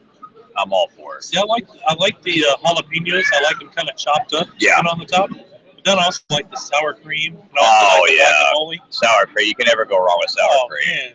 Man. And then put some chicken on them. Mm. Oh, man. I love the addition of the black olive. I do too. I'm a huge black olive fan. Yeah. Black olives are good. These are great nachos here. And they got some bacon on there. Mm-hmm. Woo, doggy. This is exactly what the doctor ordered. And I'm not even a doctor. And you don't play one on TV. No. No. Amazingly enough. I know that might shock you, but I've been waiting to use that line all day. I know. There you go. All right, so Cleveland, I would say all in all, what would you give them on a draft grade on this so far? Probably. I would B, probably give him A? a B plus. Yeah. The only reason I don't give him an A is that I didn't really like the Jabril Peppers pick. Uh-huh. That was the one pick I didn't really care for, but other than that, Yeah. they just got Kaiser in the last round. I love that. He fell right into their laps. Obviously, Myles Garrett. Nobody's going to really question that pick at number 1. Right. And then David Njoku, the tight end, who I had as the second best tight end in the draft, and somehow he wasn't the second tight end taken. So I would give him a strong B plus, Randy. I think so. And who knows, if Peppers ends up being a great player, then it's going to be an incredible draft for them. I know. But again, I just have my doubts about Peppers. I think this year, I feel more optimism, a little bit more optimistic for the Browns with the picks they've made this year, you know? Yeah. I mean, I feel like they've actually hit on at least a couple of things. Whereas past years, you're like, yeah, not too sure about that. All right, here we go, Dog Pound. What do you think? Browns. Looks like that's Joshua Cribbs announcing the pick. Wow. Went to the crib. Great return, man. Ooh, Defensive tackle. tackle. Here we go. Nice. Larry Ogunjobi. Ooh.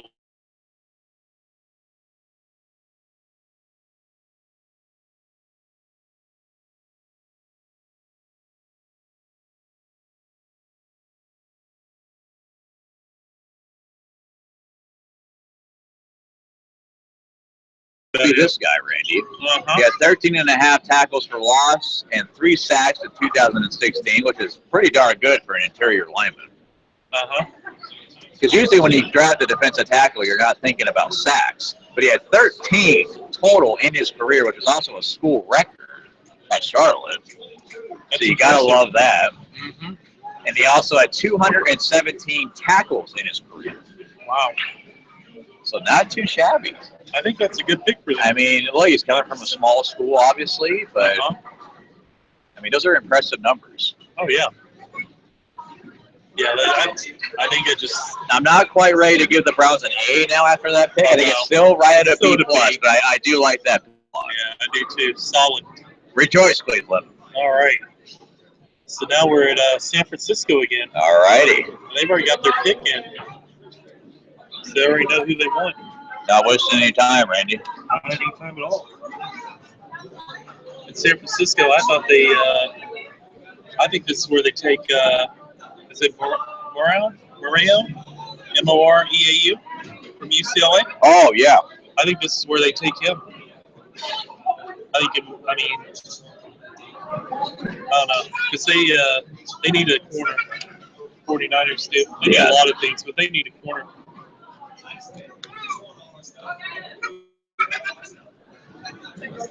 Yeah, the 49ers are just a sad case, Randy. Uh-huh. They just have so many needs. Yeah. No question about that. All right, so we marked out Leary. But I really do like what the Niners have done so far. I mean, they took Solomon Thomas with the number 3 overall pick. Mm-hmm. Love that selection. I do too. And then, of course, they traded back into the first round at pick number 31 and got Reuben Foster, who we both love to death. Yes. Oh. And they just took your quarterback. You took one. Akello Witherspoon from Colorado. I actually had him going in the second round. This is a great pickup for the Niners. He was a second-team All-Pac-12 selection.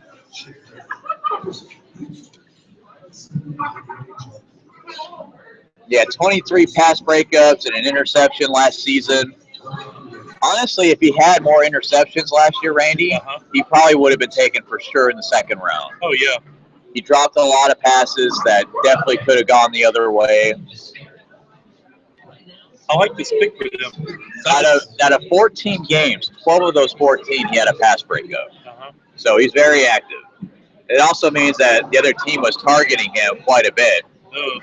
And he stood up to the challenge and thrived.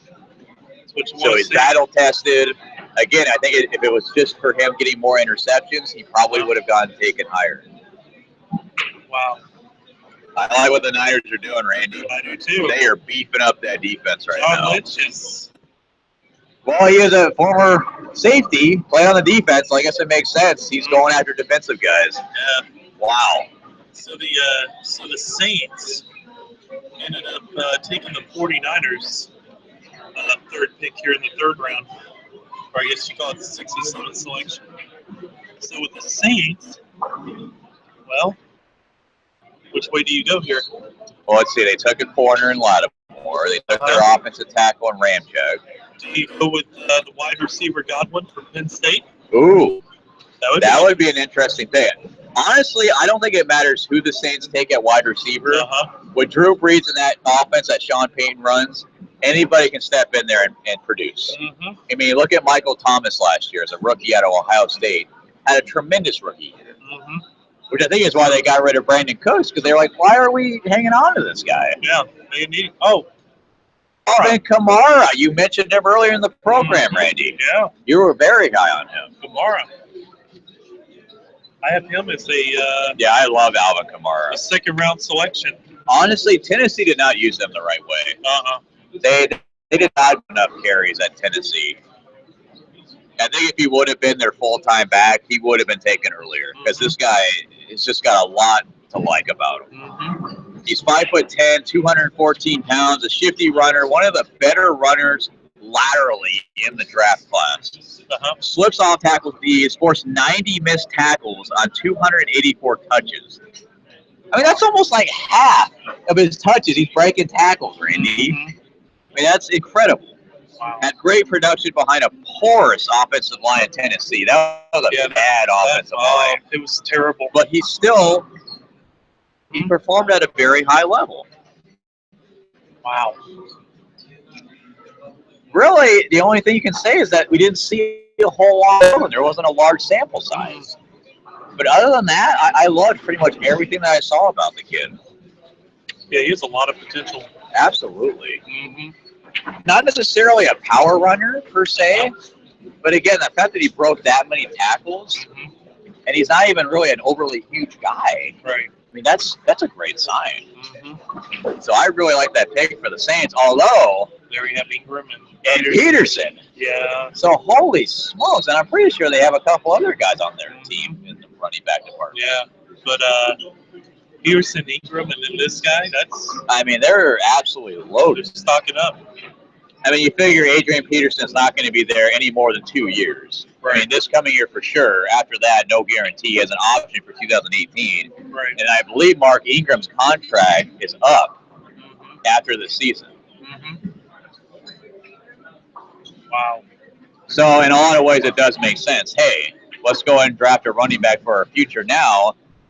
There's going to be no pressure really for him to play right away. I mean, maybe he'll get used sparingly here and there, a couple carries a game. But, yeah, I mean, there's going to be no pressure on the kid early on. And he gets to learn from two great backs. One is going to be a Hall of Famer not too long from now. Exactly. So even though I would have probably preferred them going defensive, Me too. defensive end, linebacker with that pick, I mean, he's a hell of a player. I mean, I think so as taking this well. guy, I think so. just another offensive weapon down the road. Absolutely. All right, so the Jaguars are on the clock. Jaguars are on. They selected Cam Robinson last round, the tackle out of Alabama. And then, of course, they took Leonard Fournette with the number 4 overall pick. So first 2 picks have been on offense, which I like. That's what I wanted them to do. And, hey, they've actually been listening to me. Do they go back on the defensive side here, Randy, or do they continue the I think they're kind of rhythm here with going with offensive guys? I think it might be a corner on this A one. corner? Yeah. I think it might be a corner. Well, looking at my board here, I mean, they need more players in that position. They can play the outside. I'm going to shock everybody, potentially. Maybe What do you not. go with? Maybe not for you Jaguar fans out there. I think they need to go quarterback. Wow. Blake Bortles, I already mentioned. I don't think he's very good. He's been very inconsistent. I have a lot of doubts about him. What about Brad Kaya from Miami? You wouldn't have to go very far if he goes to Jacksonville. Or Nathan Peterman from Pittsburgh, who I think could honestly probably step on the field day one. How about? I don't think his ceiling is very high, but he's a very traditional quarterback, and I think he's going to fit pretty well in the NFL I game. don't think I would take Webb or Dobbs for Jackson. I don't know. I'm just. I keep forgetting about Davis Webb. I'm actually a little surprised that he hasn't been taken yet. Yeah. I thought he would go in the second round. I mean, this might be where. I feel like the Browns probably would have taken Webb Yeah. if Kaiser hadn't fallen to their laps. I Right. mean, I don't think they anticipated him being there. Mm-hmm. But yeah, if on the Jaguars, look, their defense, they've been spending all that money in free agency on defense. I think they're fine for now. Yeah. Just focus on offense. Yep. Get that offense shirt up. If they want to go with another offensive lineman, I wouldn't have a problem with that either. But again, is Blake Bortles really going to be your answer? Yeah. I don't know. I don't know. I don't- Yeah, it's tough because I don't think they really don't need another receiver. No. No, I think it might be if they go offense like you said. I think tackle or I say tackle or quarterback. quarterback. Yeah, That's my prediction. yeah. One of those two. All right, here we go. All right. Josh Scobie. Scobie. Their former kicker. Scobie. He was a hell of a kicker, man. Oh, they went defensive end. Wow, they did The go one Smoot out of Illinois. Smoot. There it is. Smoot. All right. Let me get him up here. All right. So Smoot, he's 6'3", 264 pounds. He was a team captain and a third-team all-conference pick in his senior season, being credited with 56 stops, 15 for a loss, and 5 sacks. Ooh. He's well-conditioned with a willing motor to pursue across the field, which, is something you can always appreciate from a defensive lineman rating, because some of these guys are kind of lazy, let's be honest, and they don't really have much speed. But with this guy, it doesn't matter how fast or slow he is, he's going to give you everything on every play. Mm-hmm. And if he sees a guy on the opposite side of the field with the ball, he's going to sprint over there as fast as he possibly can to get there. I like the high motor. Burst, closes out quarterbacks in the pocket and running backs down the line of scrimmage. He does get caught upfield versus the run a lot. Thank you. Thanks, bud. Mm-hmm.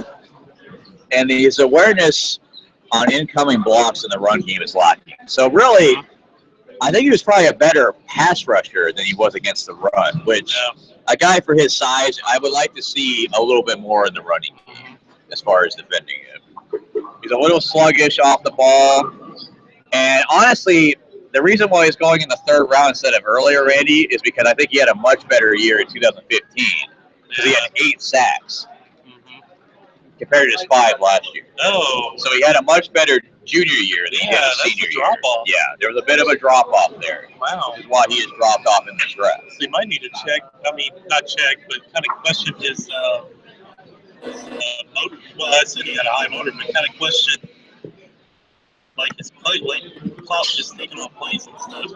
Yeah. Especially if they kind of drop off. That's kind of concerning to me. The talent is definitely there. Yeah, the talent's there. No question about that. Wow. All right. So wide Ranch receiver. just took a receiver, which we told them to do last round, but they took That's a right. tight end instead. Wow. Cooper Kupp. Cooper Kupp. Grab a cup. I really like Cooper Kupp. He's from Eastern Washington, correct? Yes, sir. The Rams might go with maybe a guard or a tackle on this one, but I can understand going wide receiver with this pick. I'm personally really happy for Jared Goff. They took a wide receiver. You need somebody to throw the ball to, Randy, for goodness sakes. Yeah, to help out. All right, I got info on Cooper Kupp. Right. Eastern Washington, 6'2", 204 pounds. This kid doesn't wait for the ball to come to him, Randy. He attacks the ball. All right. He wants that ball. He goes after it and he catches it. I like to hear that. Rarely loses in contested catch situations. Very intelligent, understands and recognizes coverages, and adjusts his routes when needed. He's big enough, just big enough, to take on defenders after the catch, but he's shifty and fast enough to get around them as well. So he kind of gives you the best of both right there. Honestly, the only thing I noticed with him is his acceleration. He plays fast, but he doesn't break. He doesn't have breakaway speed. So that's the only knock I have on the kid. Wow. It's just one of those weird things where, like, yeah, we know he's quick and he's fast, but once he starts running, guys catch him. Yeah. His acceleration just is lacking, which is kind of unusual. I was kind of excited about that until you told me that. But the good news is they already have a guy with great breakaway speed at Tavon Austin. They do. So maybe this will be a good balance for him. That's correct. All right. So the Vikings are on the clock. It looks like their pick is already in.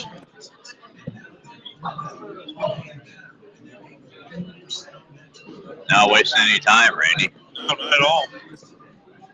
Looks like the Los Angeles Chargers are going to be on the clock after this pick. Yeah, I can't wait to tell you my opinion on that one. Oh, I can't wait either. Oh, man. Woo. All right. Let's see what the Vikings do here. We're kind of moving along here in the third round. We are. Oh, another center. You got the centers down. I do. Pat Elflein, Yes. Ohio State. Interesting pick. But the Vikings need to help out on the, I mean, they need some. Their offensive line was really bad last year, Randy. And honestly, on paper, they looked like they could be really good. Oh, They yeah. were not. Plain and simple. Not good at all. And no matter if it's Sam Bradford or Teddy Bridgewater or For us.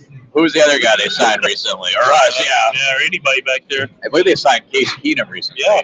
It doesn't matter who's back there. Like you said, even us, Yeah. they're going to be in trouble. And none of those guys that we just mentioned are mobile.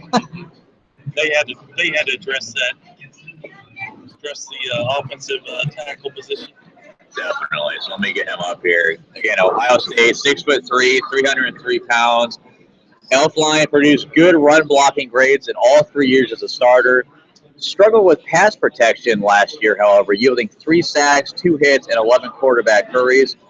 He switched from guard to center last year, Randy. So he was a guard. And honestly, if he would have stayed there, he probably would have been a second-round pick.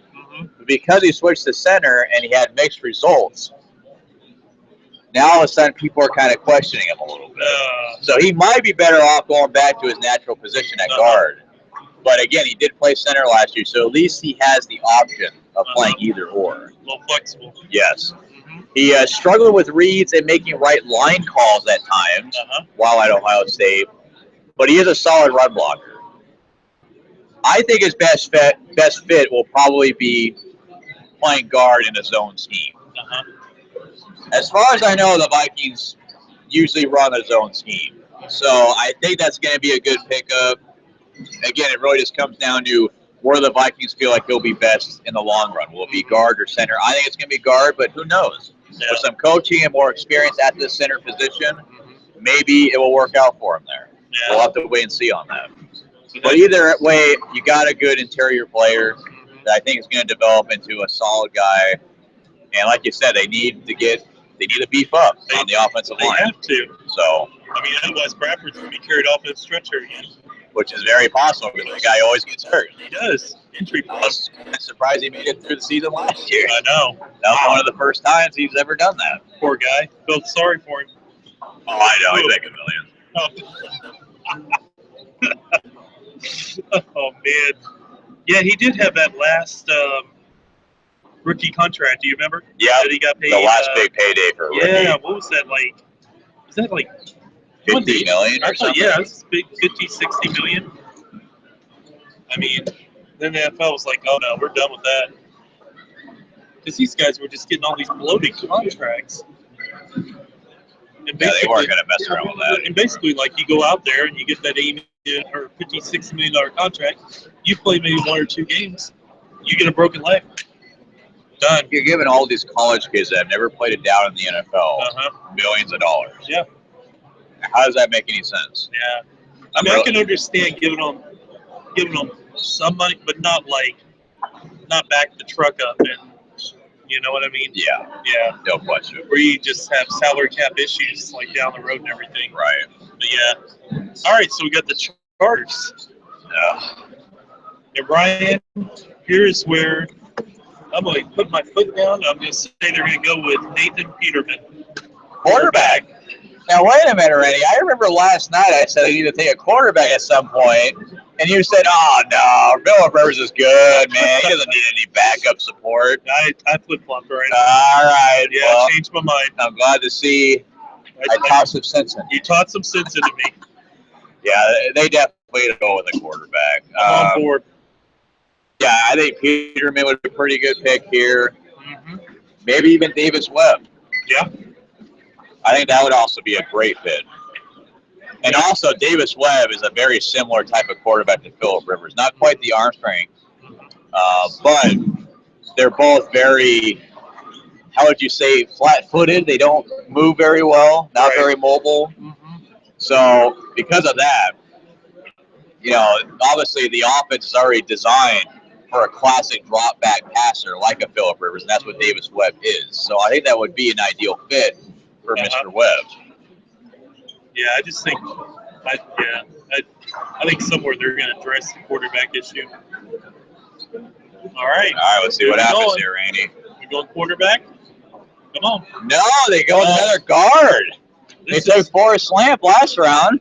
Man. Dan Feeney. So they're finding out of Indiana. They're finding guys to protect Rivers, like we've been talking about.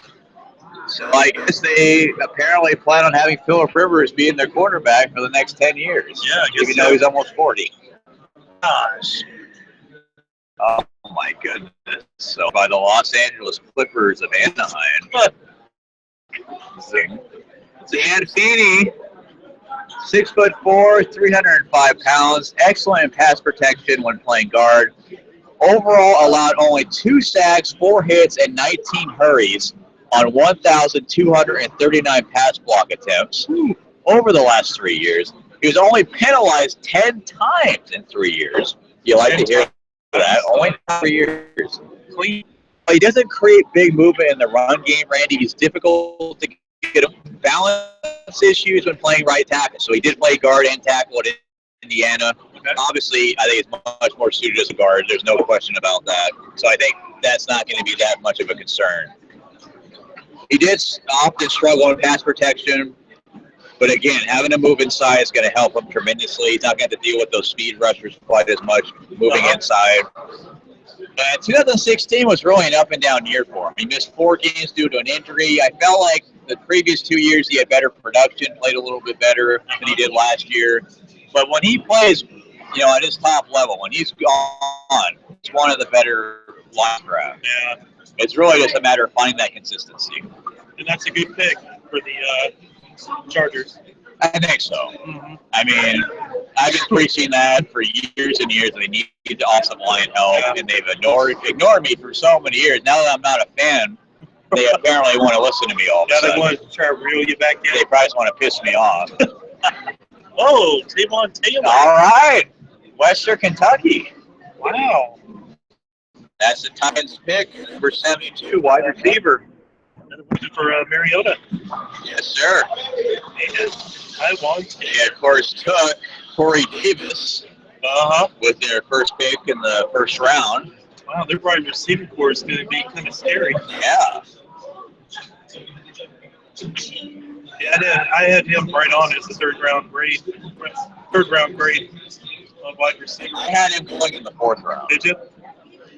Man. He's 5'11", 203 pounds. He led the nation with 948 receiving yards on deep passes in 2016. So all Mariota has to do apparently is just chuck it deep. Throw it up there. And Tavon Taylor will take care of the rest. Wow.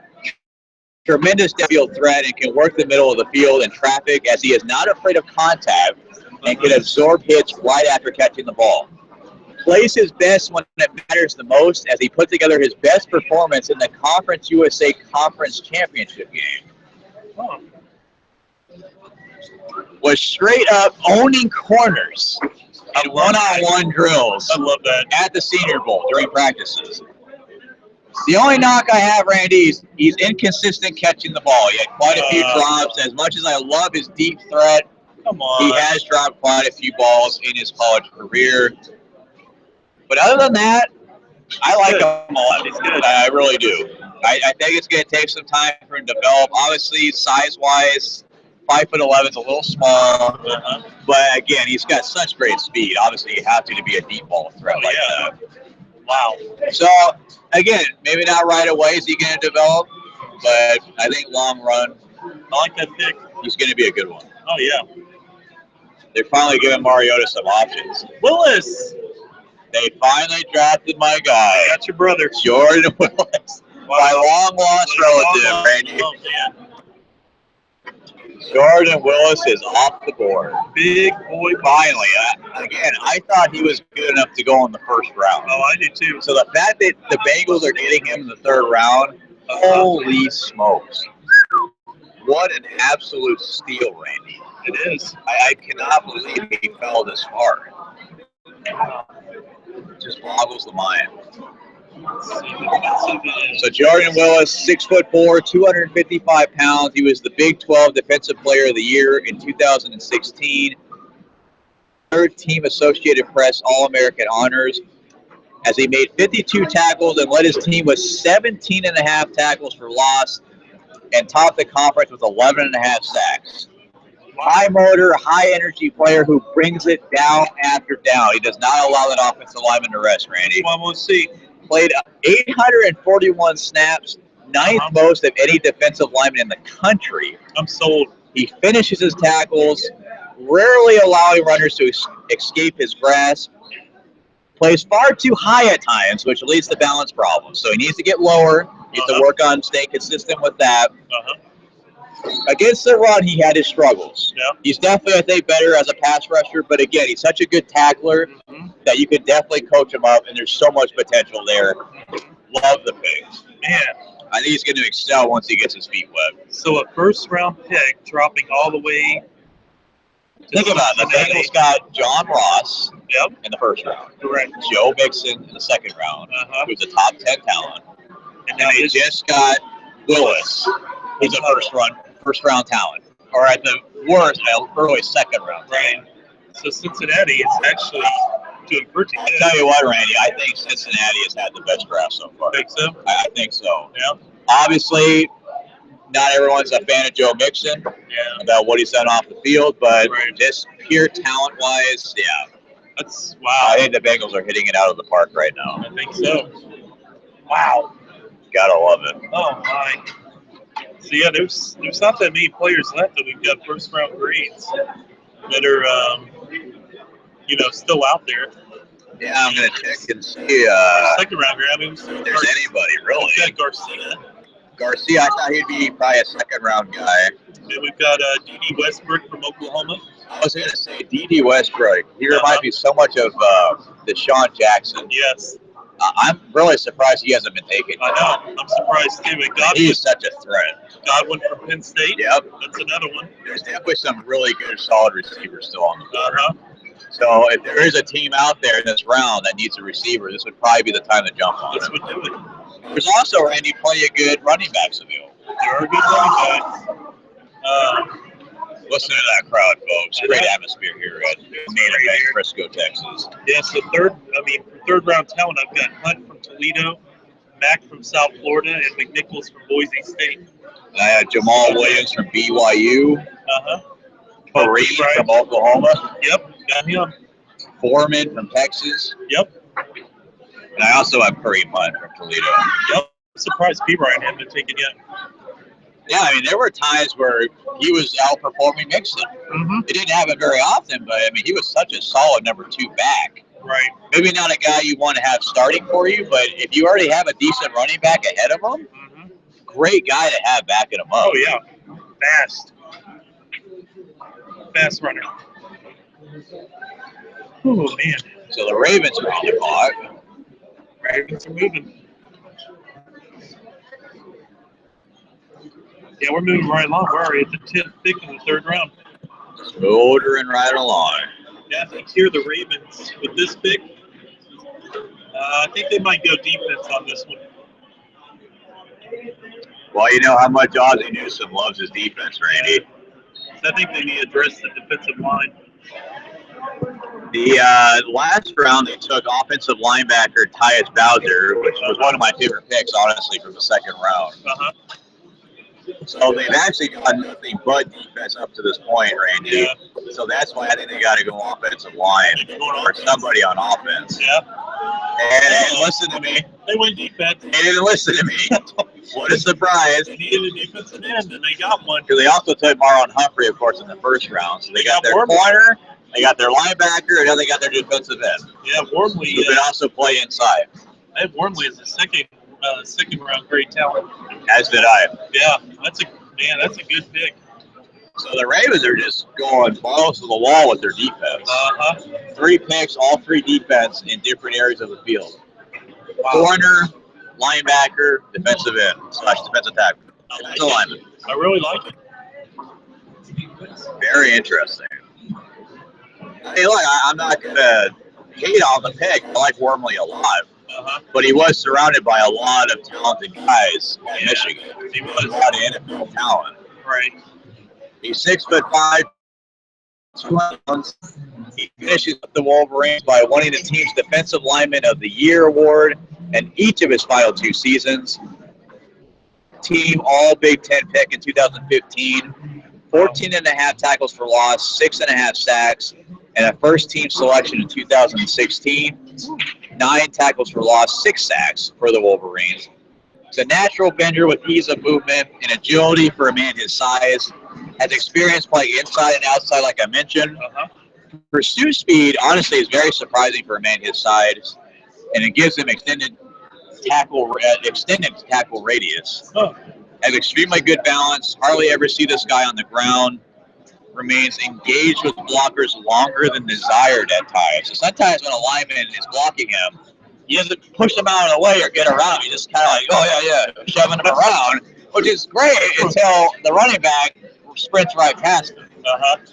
So sometimes he gets a little too caught up in his one-on-one matchup. So that's something he's going to have to improve, his overall field awareness. I also feel like he should have dominated much more than he did at Michigan, Randy. Yeah. Considering how much talent he had around him, like I just mentioned, I feel like that's reason for him to excel even more where he was at. But he really didn't. He was very inconsistent. But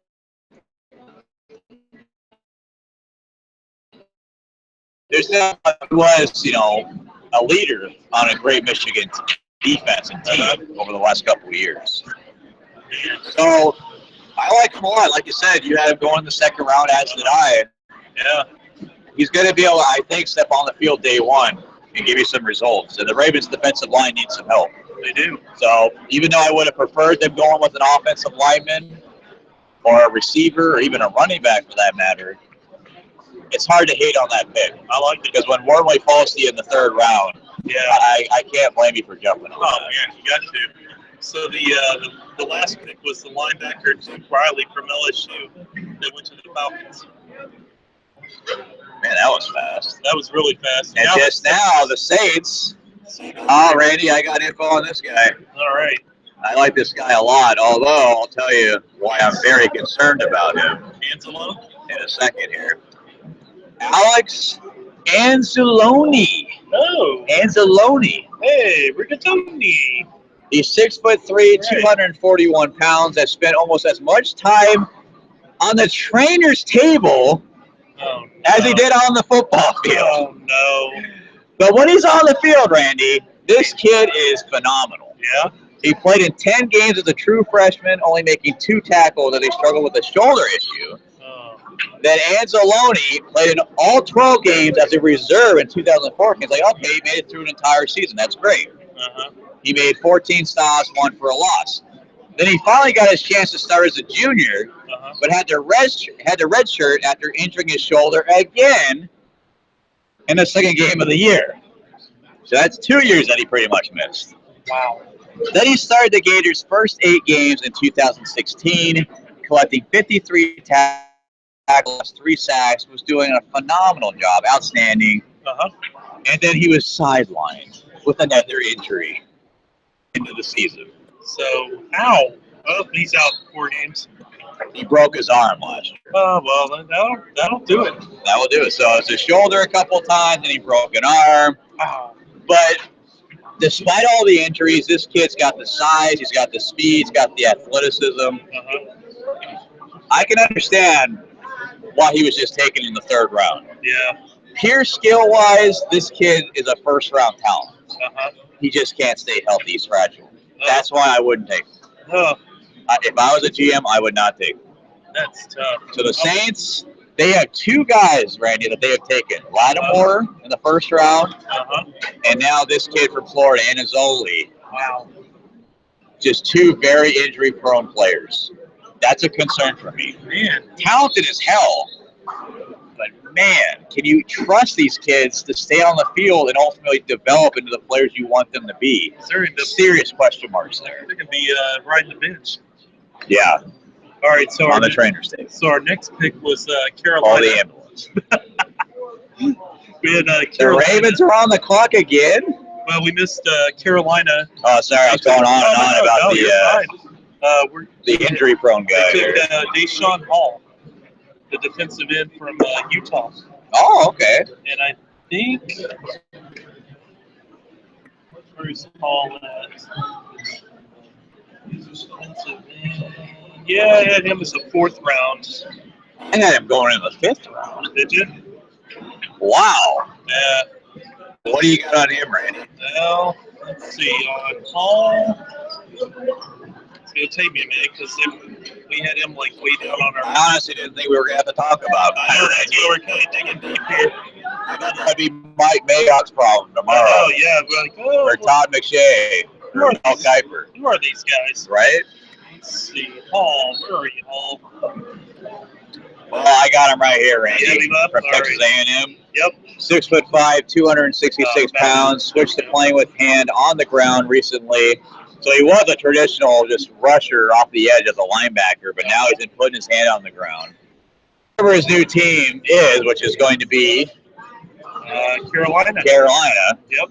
They're going to have to be patient with him. Yeah. He has the tools to become a better edge setter with more strength, so he needs to bulk up a little bit. But he's got a flexible upper body along with coordinated work between hands and feet. So that to me suggests that he's got the ability to improve as an interior pass rusher.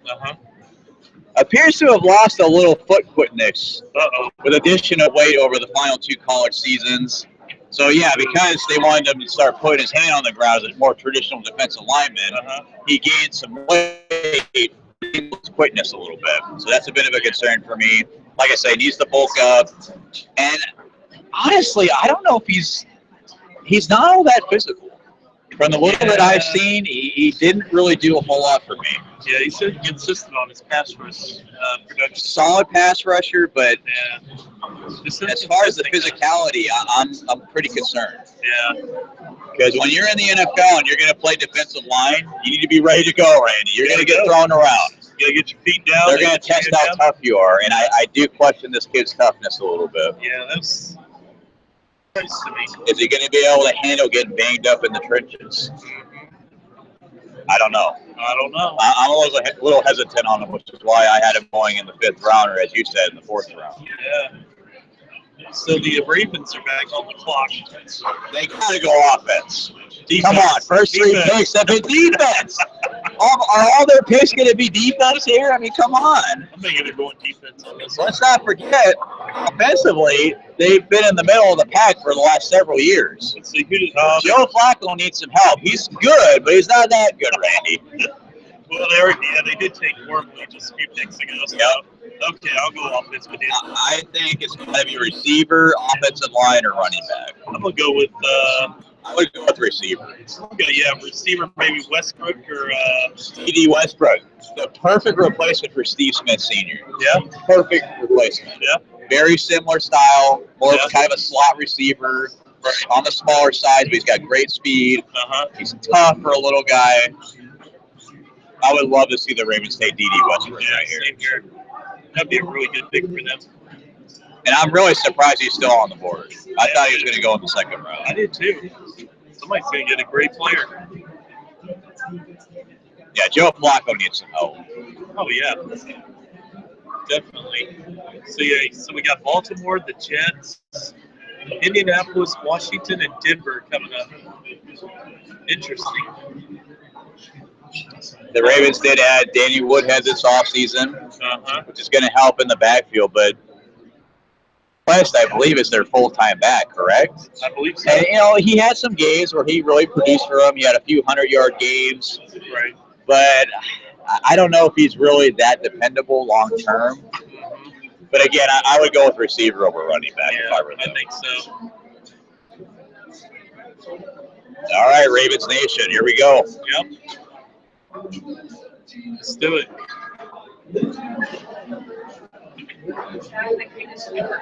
Tim Williams. They went deep. Wow, what do you got, Sean? Came in fourth. And fourth? Laser tag. Out of how many? 5? Yeah. Oh, dear. I was What'd five. you get? Were you really? Yeah, but there's like 8 or 10 people. You're like sweating today. Oh, Are you all right? Come on, let's go play some cool places. All right. Alrighty. Folks, if you're in the Frisco area, come to main event. I just found out they have laser tag. Scary kids. It is a good setup too. Very good setup. I'm good. Did your life money? One of the little kids, like, out of nowhere, just be behind you shooting you, and then, like, you think, okay, she'll run off if I run. No, she's that rip. Hey, did Miami get No fear. Did Miami get the second pick already? LA Miami's made a pick yet this round. Okay, so they'll probably be like, what, 183? -5. Yeah, there you go. Steal this from him. Back to you, Ryan. Back to you, Durrani. Yeah, so Tim Williams, I had him going in the second round. Tim Williams. I was trying to see where I had before I got distracted there with laser tag. Randy, the Ravens have taken 4 defensive players. I'm telling you. 4 picks, 4 defensive players. That is incredible. They're going. But their defense is already good. It's going to be better. Okay, but what about the offense? Are they going to score? No, they're just. Holy smokes! Flacco's putting up 10 points a game. It's going to be The 10 to defense 9. is basically have to pitch a shutout at this It's going to point. be 10 to 9 or 10 to 6. Oh my goodness! They're gonna I be mean, look, they play in the AFC North. I get that, the black and blue division, as they call it. Yep. So yes, I understand the need of having a great defense, and the Ravens normally do. Right. But come on, you got to score some points here and there too. I don't know, man. Keep going defense. I don't know. I mean, look, I really do like Tim Williams. He's 6'3", 244 pounds. Honestly, his best fit will probably be as an outside linebacker in a 3-4, which is perfect. That's what the Ravens run. So he'll get to learn behind Terrell Suggs. Right. I mean, I can't think of a better guy to learn from. True. He has raw speed off the edge, which is too much for many offensive tackles to handle. Much better against the run than he gets credit for. Most people think of him as more of a pass rusher, but he's also really stout against the run. Obviously still has some room for improvement there, but overall you're getting a solid player, another Alabama kid that will be able to step on the field day one. He'll perform. He'll be fine. Oh, yeah. And going to the Ravens. Going to the Ravens. Now we got, there's the wide receiver you were talking. All right. Just not the guy I thought would go in this But going spot. to the Jets. Darius Stewart. Interesting thing. You know, he's a guy that a lot of people were kind of wondering, okay, well, Amari Cooper just left, and he's, doing great things in the NFL. Now's the time for our Darius Stewart to step up, and he'll be the next great Alabama receiver that goes early in the draft. Not so much. Yeah, I had Stewart actually as the second round green. I had him going in the 3rd or 4th. This is about where I thought he would go. Yeah. And the Jets, I mean, they need receivers. I mean, they need a quarterback. So, Jets. They certainly do, and they have to take one tonight or yesterday. The Jets need a lot of stuff. So our Darius Stewart, 5'11", 204 pounds, extremely dangerous after the catch, Randy. That's really where he made his hay. Yeah. Hard to bring down on the open field. Does everything really well, to be honest. Solid blocker in the run game, which is very underrated for a receiver. I mean, if he's a willing run blocker and he actually does it well, you gotta love that about the kid. Plays fast and has breakaway speed. He has a large catch radius with his lengthy arms. Can be inconsistent with his route running. That's something that he's definitely going to have to improve in the NFL. You can't get away with half-assing your routes, for lack of a better term. No, you can't quit. And he had 11 drops over the last 2 seasons. That's way too high for me. That's why I wouldn't draft him. And that's also why he wasn't a first-round pick. too many drops, and a very inconsistent route runner. But when he does catch the ball and he's in the open field, he's dangerous. He's got good speed. So we'll see. I mean, definitely, I think a high ceiling, but I would stay away from him because usually kids that have a hard time catching the ball, that continues with them in the NFL. Yeah. What do we got now, Randy? So now the Colts just made their pick, and they took defensive end Terrell Bishop from Ohio. Okay, I got it right up on him. All right. Let's see here. I got him here. Here we go. All right. I had him going about third or fourth round. 6'4" out of Ohio, not the Ohio State, but Ohio Bobcats. The Ohio Bobcats. Bobcats. How about that? 6'4", 269 pounds. A little small for a defensive end. Yeah, he's a little small. So he's gonna have to bulk up, no question about that. But he's got surprisingly great explosiveness. Even though he's a little smaller, he's got great explosiveness. Naturally coordinated, will mix in spins and other moves as a pass rusher. Really gifted pass rusher. Had a very impressive showing during the week of practice at the Senior Bowl, which honestly probably elevated his stock. He probably went from more of a fourth or fifth round guy to a third rounder because of how well he performed at the Senior Bowl. Okay. He missed 8 tackles on only 40 attempts in 2016, so he's a pretty sure-handed tackler. He's a ferocious player. Actually plays a little bit out of control at times. Ooh. So there's that concern of him making plays after the whistle, getting personal foul penalties. So we got a wild Bobcat. He is. Oh, He wow. over pursues. He ducks his head a little too often. I like to see when you duck your head as a rusher, Randy, the offensive line is just going to go boom. Oh, yeah. Just knock you right down to the Straight down, ground. yeah. So he's got to definitely improve his technique when he's rushing the passer. And again, I think he's got to bulk up. Otherwise, linemen are going to be throwing him around like a rag doll. Oh, yeah. But he's 6'4", so definitely he's got the height you look for. Now he just needs to add the muscle. Yeah, just a little bit more to his frame. All right, so there's Morale. Baby Moreau. Moreau, he's gone. You were talking about him earlier. First round During the talent. second round. Yeah. You had him as the first round talent? I had him first Wow. round talent, yeah. I had him going late second or somewhere in the third round. Yeah, first round. All right, well, what do you think, Randy? Well, Give me the rundown on it. let's go. So Moreau, pull my little thing here. While you do that, I'm going to dive into He these missed bad 10 games in 2015. He had a foot injury. All right. He's 6 foot, 206 pounds. His 40 time is 4.35. I mean, he's one of the stars in the East-West Shrine game. He impressed teams with his size, physicality, and coverage skills. I mean, he had 31 tackles with 2 interceptions and 10 passes broken up. So, I mean, for the Redskins, that's good for them to be able to get a corner. How about Josh Norman? Yeah, to help out on their defense on the other side of Norman. That's going to help when you're going against Brian and, like we're saying, Beckham and the guys from Eagles. Yeah. It's in my brain. Absolutely. But yeah, so I think that was a good selection. Oh, the Eagles had signed Alshon Jeffrey. Yeah, they got Jeffrey too. But yeah, that was a good pick. But I was surprised that he fell that far down, almost to the end of the third round. Yeah. First round to third. That's interesting. Now the Denver Broncos war on the Now block. we got the Broncos. So I think the Broncos here. I think they might go with maybe with the running back. With they definitely need to address the running back position, Randy, at some point. And I can't think of a better time than right now to do it. I think this might be return of the Mac. Return of the Mac. Take Marlon Mack from South Florida. Interesting. That's what I'm thinking. Yeah, they of course took Garrett Bowles in the first round, offensive tackle. Yeah, they need to address the running back position somewhere in this draft. And there's so many guys still available. And of course, they took DeMarcus Walker, the talented pass rusher from Florida State, in the second round. So they did address the defense, even though they have probably the best defense in the league still. Even though DeMarcus Ware just retired, I would still put Denver's defense up against anybody. Oh, yeah. It's a hell of a defense. So, yeah, I would say I would agree running back would definitely be the right pick. Yeah. Maybe another offensive lineman. Maybe.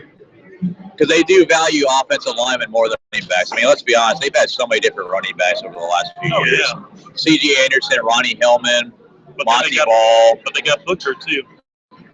Booker, yeah. Booker, yeah. Yep.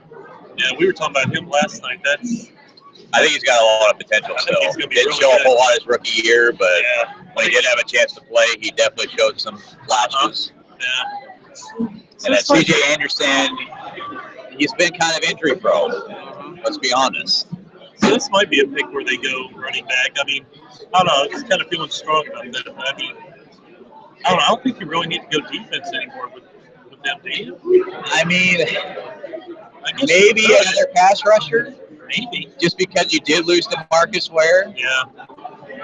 And DeMarcus Walker, I think, is definitely going to be more of a defensive end than like a stand-up outside linebacker. Right. So maybe they want to look at outside linebacker.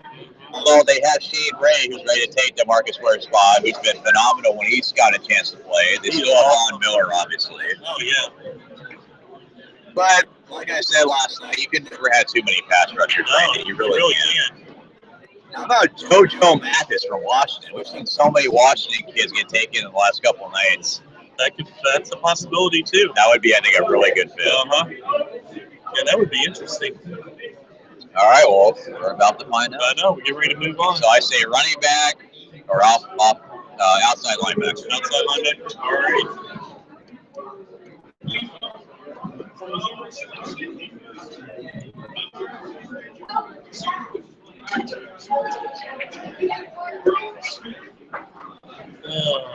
All righty.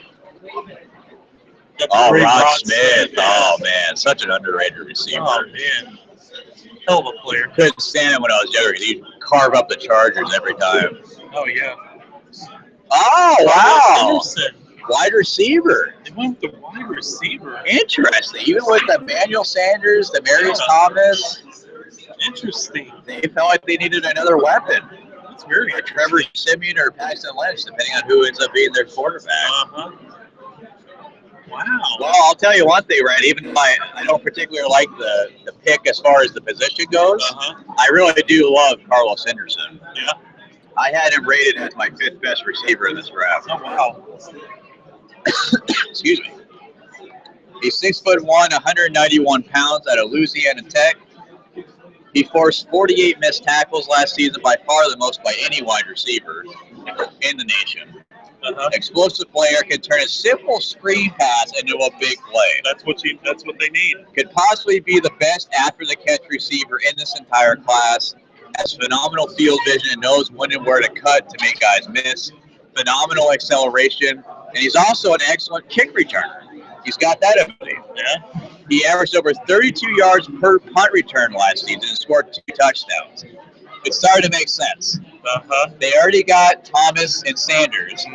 You throw this kid into the mix as their number 3, and he can return kicks for it. Now they're one threat. Yeah, very dynamic player. But he's undersized. I mean, 6'1", that's okay. He's under 200 pounds. He's at 191 pounds.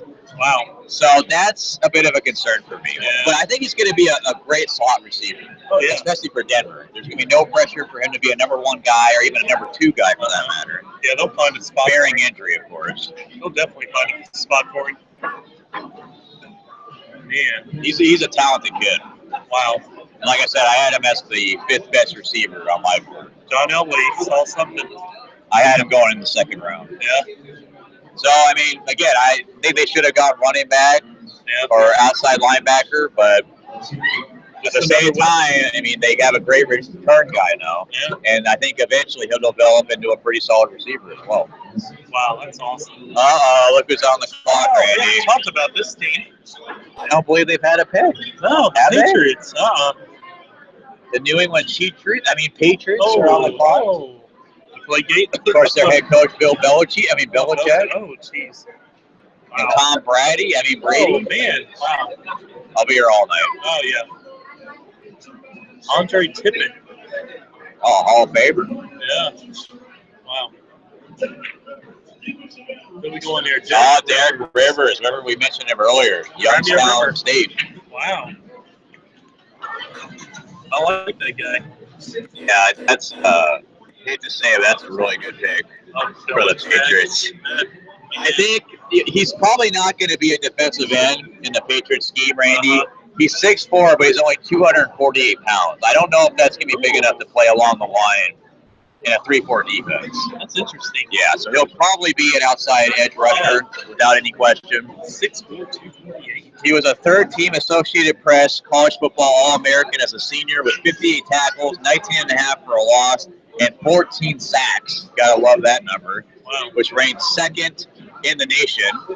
And I said, don't let his weight fool you. Because I know you were saying, 248 pounds, that's pretty light. He benched 225 pounds 30 times at the combine. So weight-wise, a little slender, but strength-wise, boom! Boom! Boom. That was embarrassing. Boom. All right. It's all good. He's got a fantastic burst off the line of scrimmage. He's an every down player as well. Rarely came off the field, Randy, at Youngstown State. But because he played at Youngstown State, his level of competition is a serious concern. Had his struggles during practices the week of the Senior Bowl against guys from bigger schools, obviously. And he doesn't have a lot of pass rushing moves in his toolbox. So he's going to have to develop some more moves, I think, for him to be an effective pass rusher at the next level. But the fact that he's going to the Patriots probably means he's going to be a Hall of Famer. Oh, yeah. He'll be a Hall of Famer in like 20, 15 years. Probably the perfect spot for him to go. There he goes. Godwin. All right, Godwin. You mentioned him earlier. Wide receiver out of Penn State. He goes to the Bucks. Yeah, he was pick 84. He was like at least the first round great selection. I had him at. I had him going late second, early third. Yeah. Man. Except for Tampa Bay, they were looking, I guess, to add another weapon for. Yeah, they got O.J. Howard in the first round. Yeah, another weapon. Yeah, I mean, it makes sense. Vincent Jackson is older than dirt. I don't even know if he's still on the team anymore, to be honest with you, but if he is, I mean, he can't really give you a whole lot. They added Deshaun Jackson during the offseason. And, of course, they have arguably one of the best receivers in the game in Mike Evans. Oh, yeah. So, again, there's not going to be a whole lot of pressure on the kid to really perform right away. Right. But long term, yeah, I mean, he's got a lot of potential. He's 6'1", 209 pounds. He was used strictly as an outside receiver. I think that's why I had him graded a little lower, Randy. There's not a lot of versatility really with his route running. But he's definitely a deep threat. I mean, he had 14 catches for 504 yards and 7 touchdowns on passes thrown beyond 20 yards. 7 touchdowns beyond 20 yards. So he's definitely a playmaker without any question. And he's also shown the ability to adjust to poorly thrown passes. And Jameis Winston is not the most accurate passer in the world, so that could be a great fit for Jameis especially. He doesn't consistently get open against man coverage and isn't much of a threat shorter routes. Again, he was strictly used as an outside receiver. Run down the field and we'll see if we can find you down there. So, again, luckily there's not going to be a ton of pressure for him in Tampa Bay to play right away and play at a high level. So with time, yeah, I think he's going to be a heck of a player. His hands are kind of average, but he didn't have a ton of drops. I think overall his ceiling is extremely high. Did you see that ceiling way up there, Randy? It goes beyond that. Oh, okay. It goes somewhere beyond the outer rim. Oh, all right. So I'm sold. He's definitely got the potential. But He's got the talent. He's going to be a developmental player. So probably maybe 2 or 3 years. Yes. Should be okay. Well, guess who's back up on the clock? Don't tell me. The Patriots. Oh, I thought you said the Chargers. Oh, no. It's worse. Worse. Oh, man. The Chargers. Chargers. Oh, man.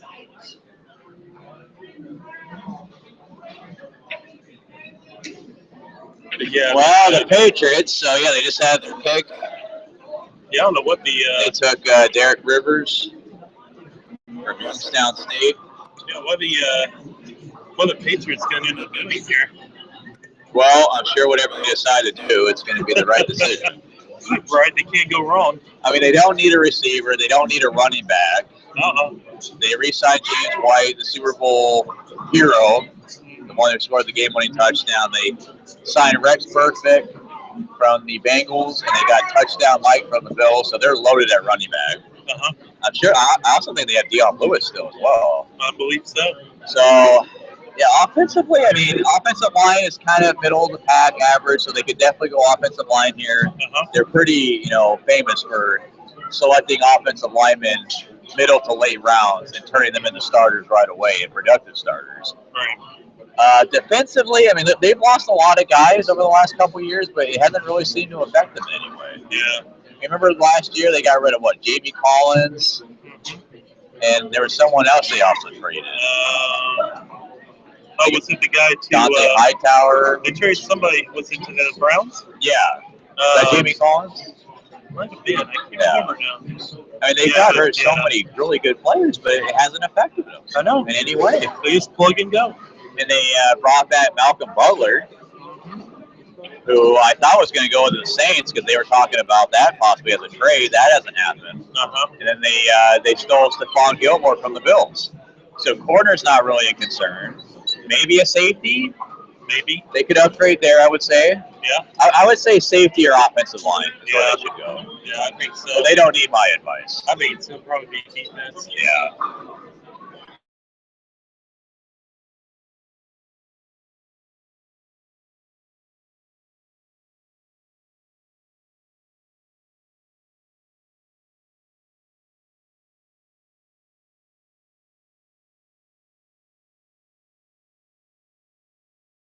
They took a lineman. I called it. Another one. Antonio Garcia. Yeah, talking about him. I had him going in the second round. Wow. Man. Out of Troy. Kind of a smaller school, Randy. It is. But that didn't scare me. I loved watching this kid on tape. Wow, Garcia. Give me the rundown on him here. Yeah, that'll help. I don't know if it'd be an instant fit, but maybe a year. He could start right away. Yeah. He's 6'6", 302 pounds. He's got long arms that are used to control the defenders. Yeah. Great footwork for a man of his size. He can kick outside or inside of his body to block the rusher. Did not allow a single sack in 2016. But graded very poorly as a run back. I was waiting for the other shoe to drop. You know I'm going to give you a negative. I was waiting for the other shoe For every couple positives, I'm going to give you a negative. Yep. So, as great as he is as a pass blocker, run blocking is a serious concern. He's got to improve with that. And for a guy of his size, I don't know how he struggles against that. I guess it's just a matter of getting low. I mean, 6'6", it's hard to get low. Right. He also had a bad habit of tackling and pulling defenders down and getting flagged quite consistently. Wow. But with the right coaching, Patriots, Yeah. this kid could be the best lineman from this class in all seriousness. So he'll be fine. I think he's going to be fine. Wow. Another reason he probably wasn't very good in run blocking is that Troy, super pass-happy offense. I mean, they hardly ever ran the ball, so. Wow. I'm sure with Belichick getting in his ear, some experience, he'll be fine. Hate to say it, but the Patriots are kicking butt, and they have only had 2 picks, and they're both in the 3rd round. Yeah, they were good picks. Looks like Kareem Hunt, the guy you were just talking about, went to the Chiefs. I had him as a 3rd round talent, so that's right on cue. But yeah, Hunt. Let's see if we can find some information on him real quick. Give me the scope, Randy. Give me the scoop. Let's see. Kareem Hunt, 5'10", 216 pounds. Ran a 4.6 in the 40. Averaged 5.6 yards per carry in 2016 for 1,475 yards and 10 touchdowns. Also made 41 receptions for 403 yards and a touchdown. So he's kind of a dual threat. Oh, yeah. Dual threat running back. He's capable of being an every down back. Uh-huh. No question. I mean, he may not have the size to be an every down back in the NFL, but he could be a dangerous weapon as a complementary back and to be an asset in passing situations. Yes. There you go. That's what I got. The only knock I have on him is he doesn't have top end speed. There you go. But he's got adequate speed. Everything else. Very solid receiver out of the backfield. Only one fumble on 722 total touches over the past 3 years. You talk about a dependable guy. Yeah. Usually, when you're a team trying to close out a game, you don't want to put a rookie running back out there because you're concerned he's going to fumble the ball for you. Yeah. You don't really have to worry about that with him. Nope. I think he's going to be a perfect fit for that Chiefs offense. I mean, look, they plucked guys out of nowhere, Spencer Ware and Charkandrick West. Yep. They did a phenomenal job. Yeah. So that'll be a good addition. Yeah, honestly, that couldn't have worked out better for Hunt or the Chiefs. That's such a perfect fit for both sides. Wow. Is this where the Giants take T. Ryan Possibly. as a running back? I think so, Randy. I think they definitely need some help at running back. Yeah, I think this could be it.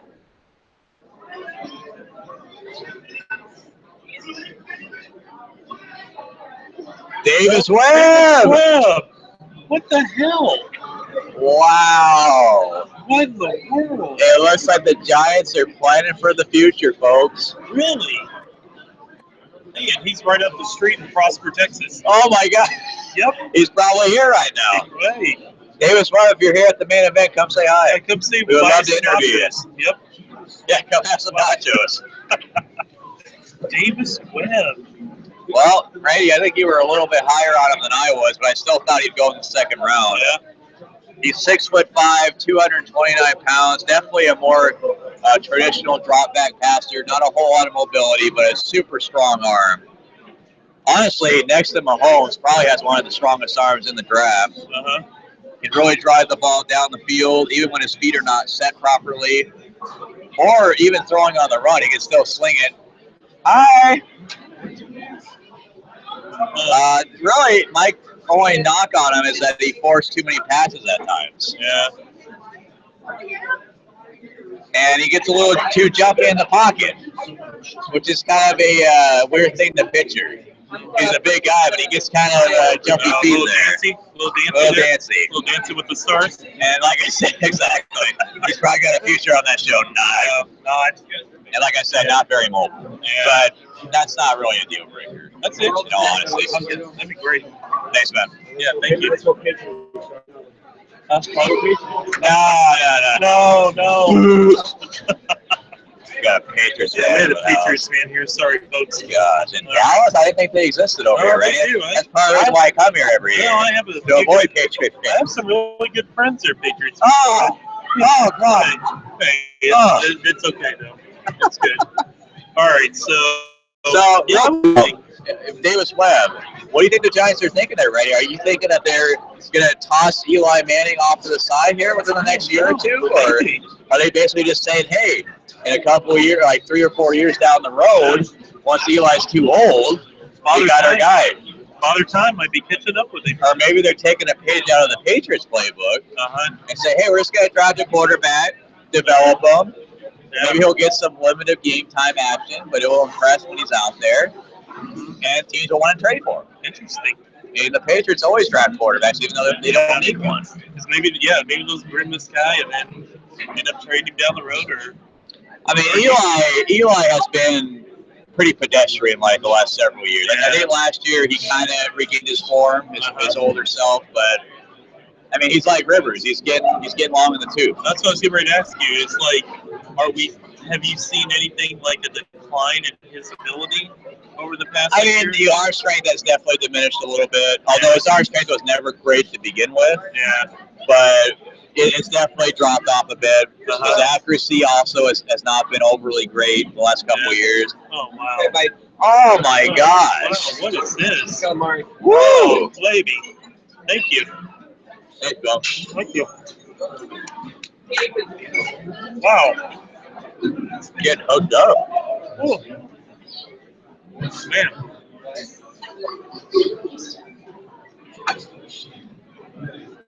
All right, so now we got the Raiders on the clock.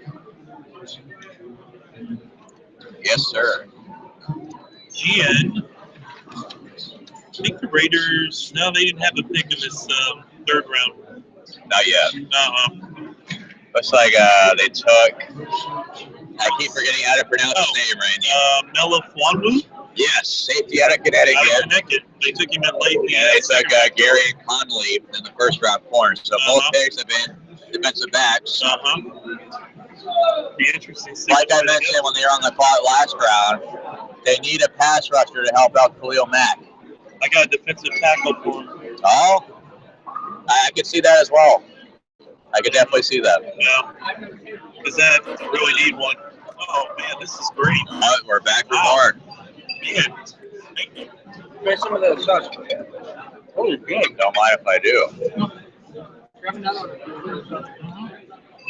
So wait, is Oakland picking Carson City? Is that what they're doing their draft pick on? Or is that already, oh, that was already decided. Thank you. Thank you. Those are good. Oh, yeah. Wow. Great food here at the main event. Oh, man. Just had some calamari. Delicious. Wow. Oh, my. What a treat tonight, right? Absolutely.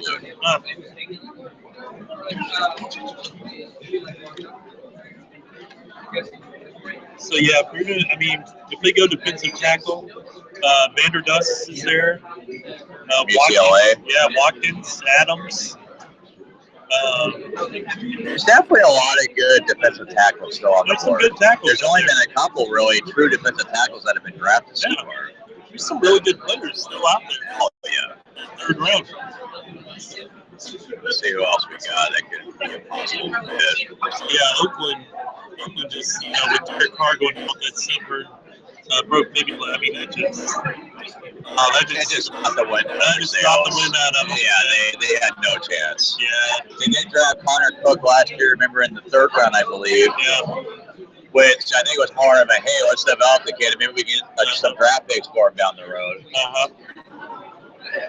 That's tough. But yeah, he was a rookie, so what did you expect? He wasn't going to be able to go out there and really give him much. And they also had Matt McGloin.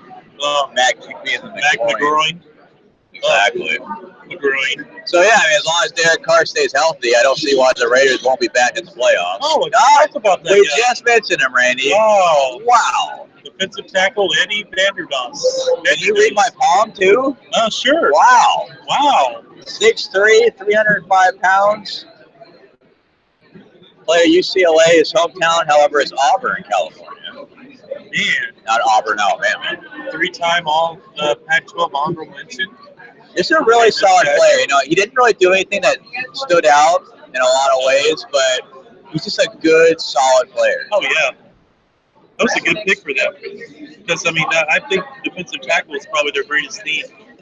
He did miss 12 games in 2015 with a torn ACL.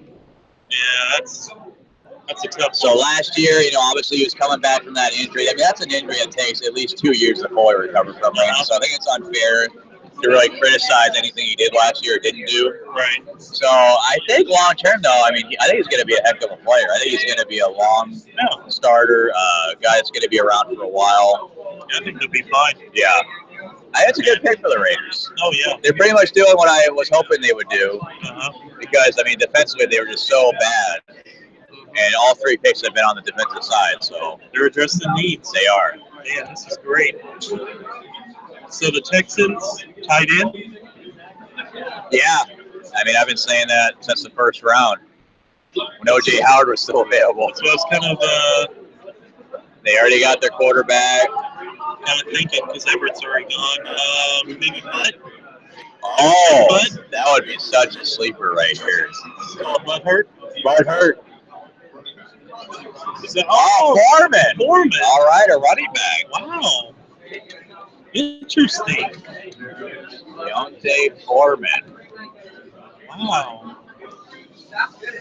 Randy, I know you're not a big fan of the Longhorns, but I'm sure you've seen this kid play quite a bit. He's a really good running back. 6 feet tall, 233 pounds. Moves great for a man of his size, honestly, Randy. I mean, he's got good speed, a good burst. It's sufficient to break off big runs. Even if he can't outrun everyone, he's still going to get his runs in there. Yeah. It's kind of like sneaky quick, sneaky fast. Like you look at him like, oh, he's a big kid, more of a ground and pound back. Well, but in the open field, he shows off a great burst. I tell you, I saw him against OU last year. Yeah. And man, he was shredding defense. Yeah. As soon as he hits the hole and he gets up in there, he's gone. Yeah. That's all he needs. He just needs a little bit of daylight. Yeah. Hell of a running back. My knock on him, Randy, is that for a guy of his size, he seems to be more finesse than power. Yeah. I don't really like that too much. Yeah. I mean, his speed is awesome. Yeah. I appreciate that, but he's not really the traditional back of let's throw him in the middle of the line there and get the short yardage. Yeah. He's not a bruiser. Not a bruiser at all. He doesn't really move the pile. And also, he only had 13 receptions in 3 years. Oh. So very limited in the receiving game. Wow. So, with that, I don't know. What do you think? How do you think his game translates to the NFL? I don't know, because him going to the Texans. They have a good offensive line there, which is good. And they've already got Lamar. You get him out in the open field. They got Lamar Miller, so he's not going to have to start, obviously, unless Miller gets hurt. All right, so if you take away Lamar Miller, let's say, and you put Watson in there, and you have Watson as your quarterback, you got Foreman. I don't know what I'm calling Freeman. Foreman as your running back. He can catch out of the backfield, and he can do those finesse stuff that we were talking about. But yeah, he's not going to be your third down back to get those. Yeah, I don't know if he's ever going to be a legit full-time starter. Yeah, I think it's more maybe what 20. He needs at least 25 touches, maybe. Yeah. 25, 30. I think he still has a chance to be an effective player. Oh, yeah. Don't get me wrong. Oh, yeah. I just wish that he was more of a ground and pound guy. Yeah. He's more of a just. If he was more physical, I would say he's probably more of a second-round pick than a third rounder. But, again, just a little bit too much finesse for my liking. Yeah. Man. Yeah, that was an interesting pick for Houston. Yeah. I really thought they might have went tight end. I mean, it's such a deep class. We still have a lot of guys. You mentioned Bud. I mean, there's a lot of other guys as well. I'm really surprised that we haven't seen more tight ends go off the board, Randy. Well, I tell you, we've got Seattle, the Rams, and then Dallas coming up. Dallas, I know they need corners and stuff, but maybe this is where they take Jake Butt. But Jake Butt, I mean, he's had some kind of injuries. Yeah, he's coming off of a torn ACL, I believe. Yeah, he tore his ACL in December, which means he might come back this year, but even if he does, you're not going to get much out of him. Yeah, so basically, his rookie year is going to be a wash. So this is where Dallas, like they took Jalen Smith last year. I think Dallas needs to take a player that they can go and plug in and play now. Yeah. And not get a guy that you're going to have to wait another year on. Yeah, I would definitely agree. So I think this probably a defensive. But with that being said, Randy, since Witten is still there, he's still going to be their starter next year. See? Maybe this would be a good time to take Bud. He gets to learn from Witten, sit out his entire rookie year, and then boom, sophomore year, he's ready to go. That's true. And have more involvement in the offense. Yeah. I don't know. Maybe the Cowboys go corner. Make another corner. That's very possible. I mean, you can never have to make corners. Especially with the Cowboys, man. They've had so many injuries. Oh, it's inconsistent play. Oh, it's so frustrating. Oh, do we already have? Looks like the Rams took John Johnson. What in the world? Did we miss one? I don't think so. We missed Seattle. Oh, we did. Well, I was just going on and on about your Cowboys taking a tight end. We're talking about tight ends. Sorry, folks. Oh, wow. Yeah, we got to get that. Oh, here, I got it right here. We got to get that Seattle pick in there. There we go. The Seahawks. They took Shaquille Griffin. Ah, that's who I wanted Dallas to take. Ah, Randy. Defensive back from Central Florida. Yep. 6 feet tall, 194 pounds. Oh, man. Oh. So the guy that Randy wanted his Cowboys to take is off the board. Oh, man. That's tough. Yes, the Rams. Their pick that they received from the Bills to the Chiefs. Oh, So many trades here. so many things. They selected John Johnson, safety out of Boston College, a guy that I did not anticipate us having to talk about tonight. I know. I had him more as like a 5th or 6th round pick. So once again, the Rams with a curious pick. The Rams, they just seem to take a lot of chances on guys that should be drafted much later in the draft, but they reach for them. Wow. He had 6 interceptions in his career, over 160 tackles. He's a physical safety, but not overly quick. He's going to get burned quite a bit in coverage, I think. Wow. But I think he will fit in with that Rams defense pretty well because the Rams love those nasty, hard-hitting, physical players. They do. And I think Johnson definitely fits the bill. Yeah, they like to punish you. Definitely. All right, so now we got the Cowboys. Take it away, Randy. Back to you. I don't know. Back, Larry Griffin, I'd mark him out. I'm going to stand by what I said a couple minutes ago. I think Jake Butt would be the perfect pick right here. If you're going to go, I know they have other needs, and I know that Butt's probably not going to play his rookie year, but I'm thinking long-term, Randy. You would save me in a couple years if I was the Cowboys general manager, and I took Butt right here. Well, I think Butt's going to be a Pro Bowler. Another thing I was thinking, too, maybe they take May, the safety from Florida. Yeah. I mean, that's a guy we thought would go in the 2nd round. They need a safety, too. Yeah. So, I mean, it's tough. I would be fine with either of those picks. Oh, I would, too. If I'm a Cowboys fan. Wow. Cowboys, of course, had a great season last year. They were the #1 seed in the NFC. Yeah. Finished 13-3, correct? 13-3. With a rookie quarterback. With the rookie quarterback, rookie running back. And unfortunately lost in the divisional round of the Packers. Yeah, we should have won that game. A game that I don't like to bring up in front of Randy, but... Yeah, we really should have won that game. Absolutely. But, a lot to like about the Cowboys. Yeah, it'll be interesting to see who... And like I mentioned last night, Randy, with Ron Marinelli as your defensive coordinator, you don't really need a flashy pass rusher. No, you really don't. Because he can plug in anybody off the street. He could probably plug in you or I and get some production. Oh, yeah. He just knows how to put every player in the right position to succeed. He's a mastermind in that. Yeah, he is. So, as much as I would say, they should take a pass rusher, I mean, I don't really know how much of a need that really is. Well, yeah, they do need a pass. They need an edge rusher. They need an edge rusher, and they need a linebacker, too. Did DeMarcus Ware come out of retirement? Jerry tried. Did he? He tried. I know he signed the 1-day contract to retire. Yeah, he tried. Let's see here. We still alive? So we're going to have to start up another Facebook feed. Oh, wow. We went 4 hours. We went over the time on it. Well, we're still on YouTube, I believe. We sure are. Yeah, we're on YouTube. Hi, YouTube. Hey, everybody. So I guess we just lost our Facebook viewers, but so, for those of you that stuck with us on YouTube, congratulations. Here we go. We're going to be back on Facebook here momentarily. Let's see. We'll be back in just a second. And the Cowboys, they haven't made their pick yet. Not quite yet. Well, Cowboy selection. Here we go. All right. Come on, Cowboys. Who do they got to announce? Is that DeMarcus Ware? Looks like it. I think so. Man, he's really slimmed down. Mm-hmm. Oh, no, that's Freddie James, the old linebacker. Oh, yeah. Thanks, bud.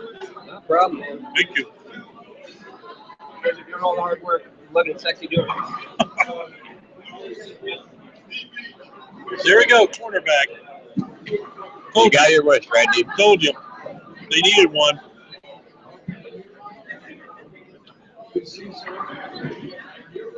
Jordan Lewis from Michigan. From Michigan. 5'10", 188 pounds. Ran a 4.5 in the 40.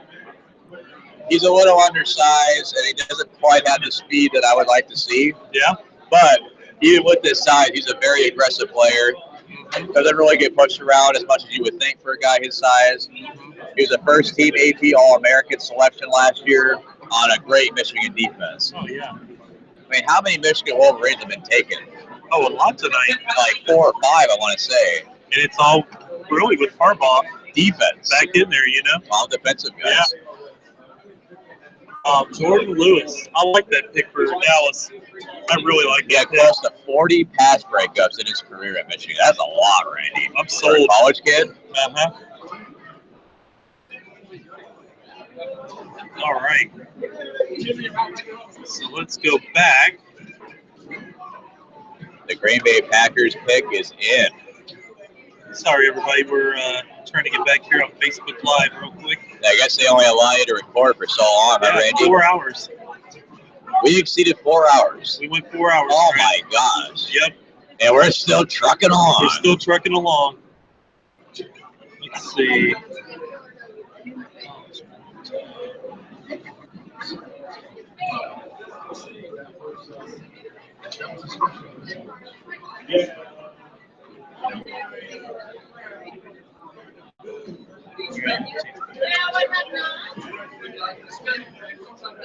All right, the Packers. Time for the Packers. Go, Pack, go. Not really, but you know.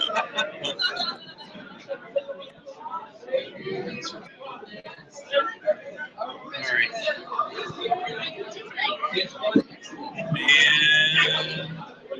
And here we go. All right, you ready? Here we go. All right. Back on Facebook Back on Live. Facebook.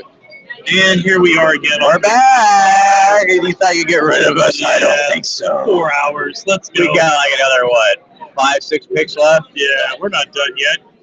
And We are so, finishing this third round, even if it's going to kill us. So when we got cut off there, the Cowboys had the last pick, and they took cornerback Jordan Lewis from Michigan with that pick. And we thought the Cowboys needed a quarterback, and they addressed Or the safety. need. Or safety, and they addressed the need. So that was a good move. So now we've got Green Bay, and they took defensive tackle Montravius Adams. Montravius Adams out of Auburn. Interesting pick.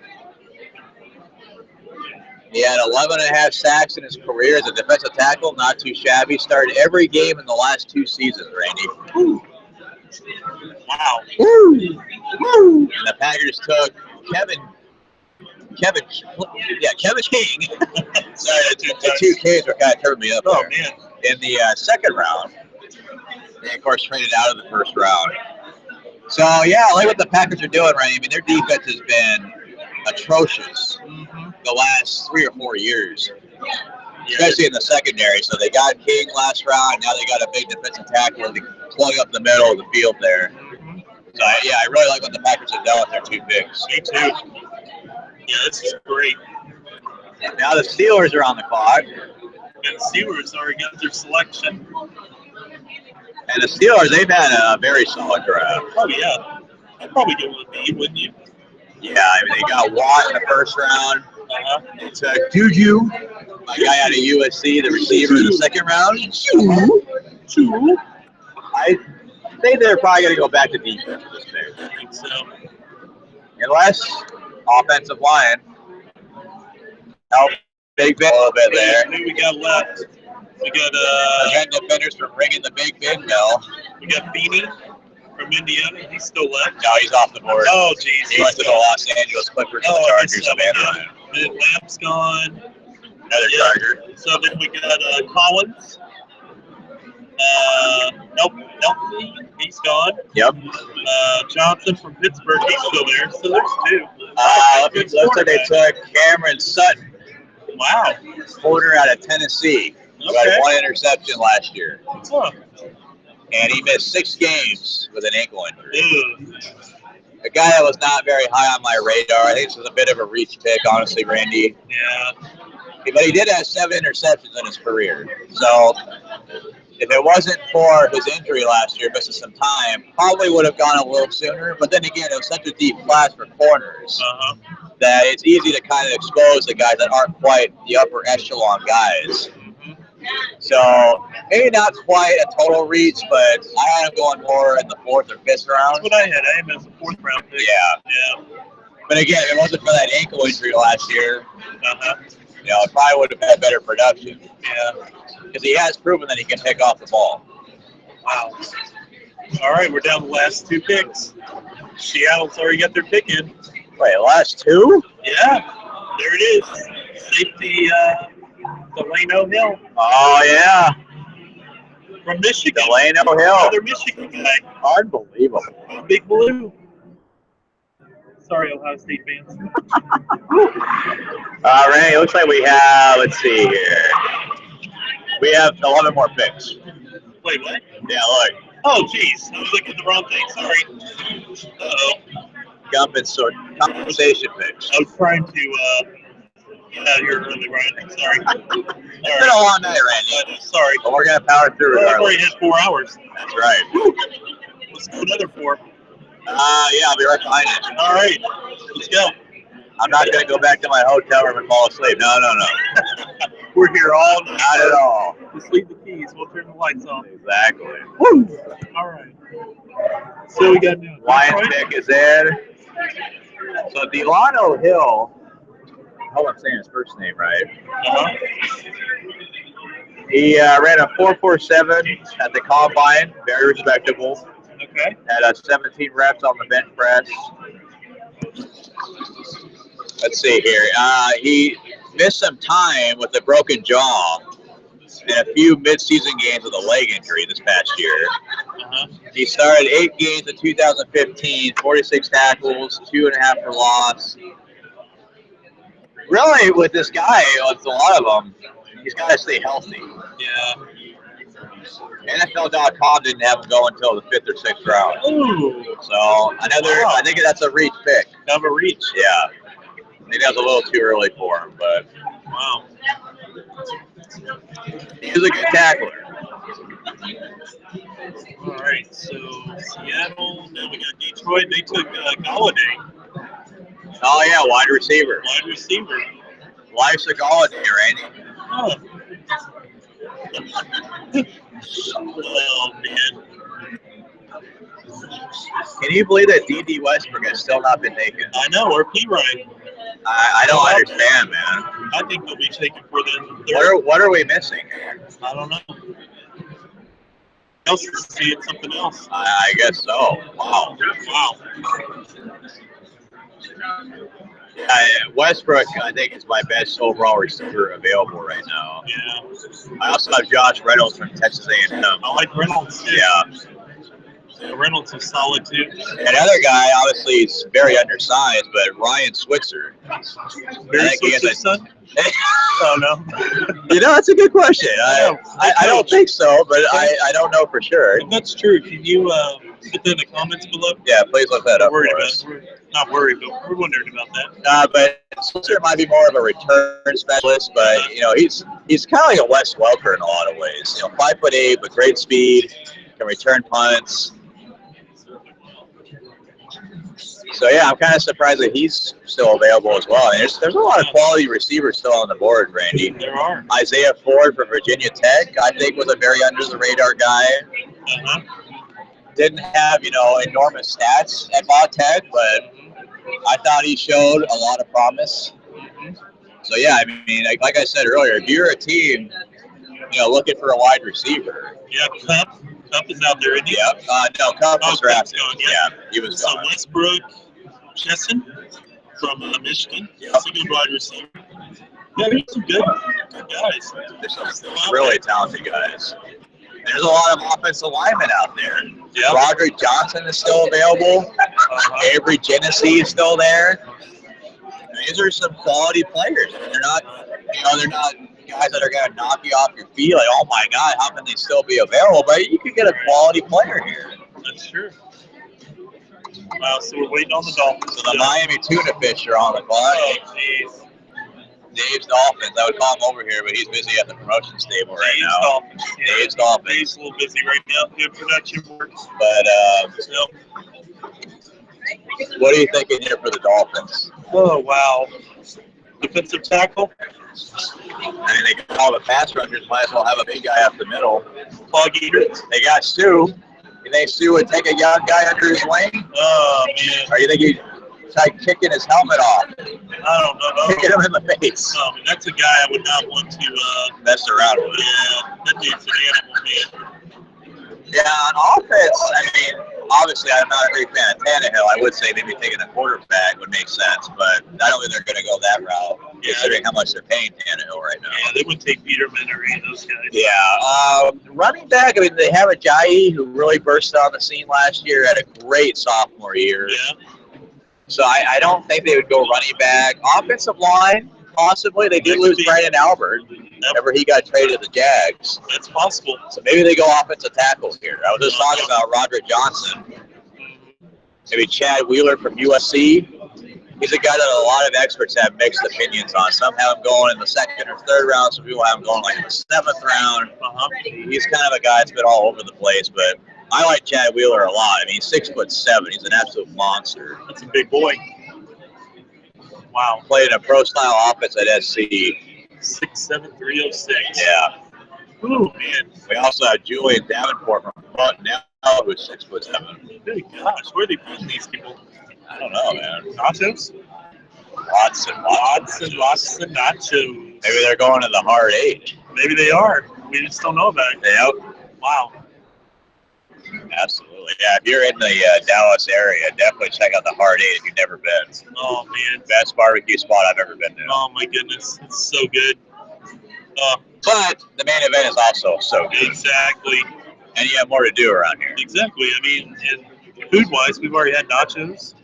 We've had a little bit of calamari. Calamari, yep. I mean, we've had some nice drinks, and we're well taken care of on water. And absolutely. It's nice. It's been great. Great time here. Oh, man. Great 2 nights here at Main Event. No question. Yes, indeed. All right, so clearly they're trying to drag out these last few picks as long as possible. I feel like the Dolphins have had their pick in for the last 20 minutes. Yeah, they're just sitting there, just kind of sitting in the back. Hello, YouTube. Hey, everybody. Are you still there? We got a couple people on there. Oh, man. Hang in there with us. We're almost there. We're heading home. We can see the finish line. Yes. No, really, it's right down there. I know, it really is. All right, here we go, Miami. Come on. Ooh, Chris Chambers. Remember him? Yep, former Charger. Yeah.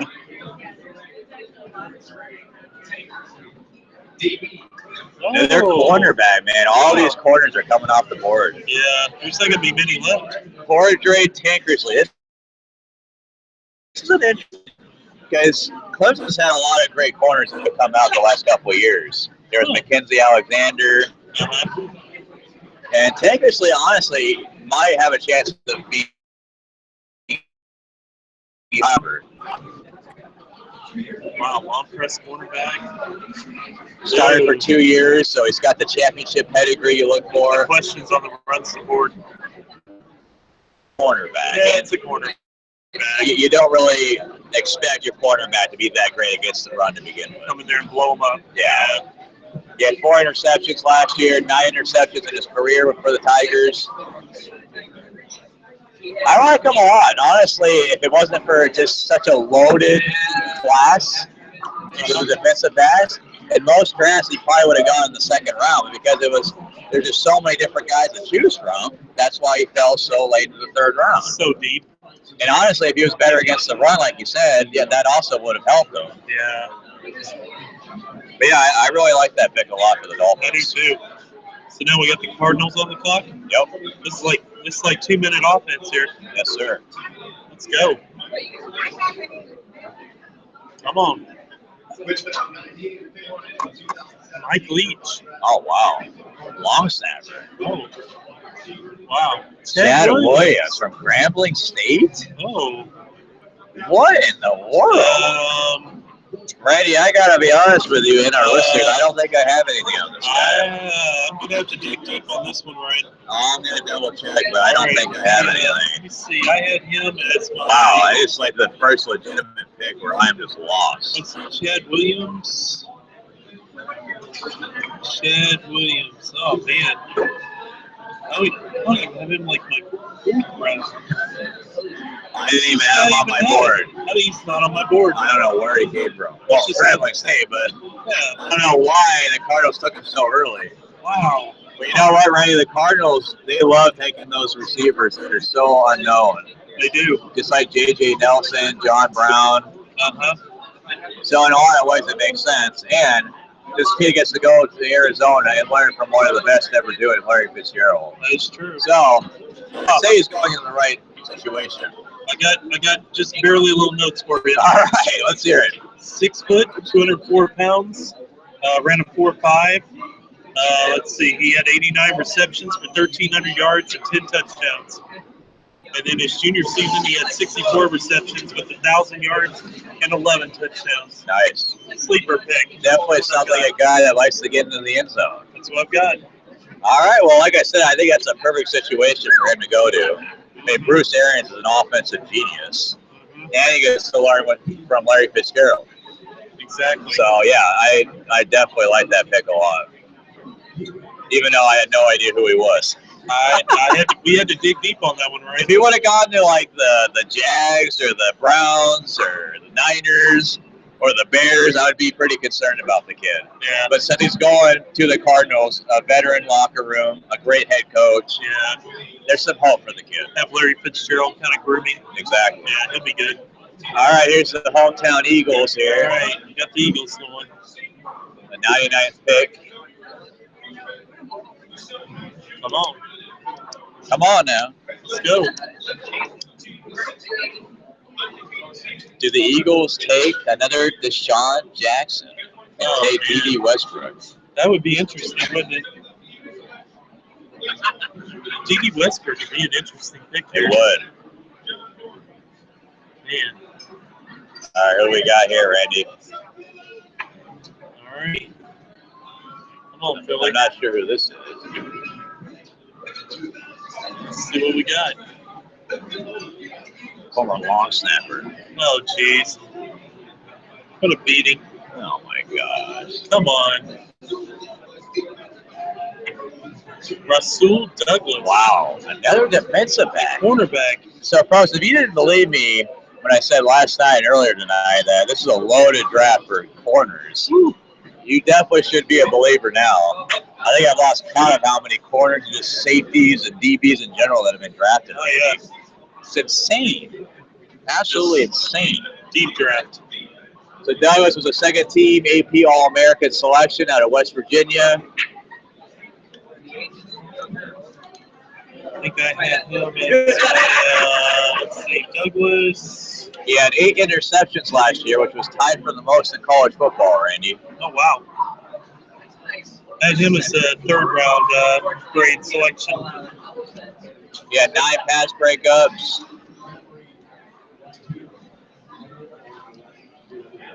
I mean, it's obviously encouraging to see that he had that many interceptions, Randy, but you also have to wonder why were teams throwing to him as often as they were. Exactly. He's 6'2", 204. Interesting. Had a 4.5 40. Decent speed for a guy of his size. I mean, he was tied as the nation's leader with 8 interceptions. Right. I've said that already. Yeah. Had 70 tackles and 8 passes broken up. I mean, it's pretty good. There's definitely the body of work that you look for there, which is encouraging. But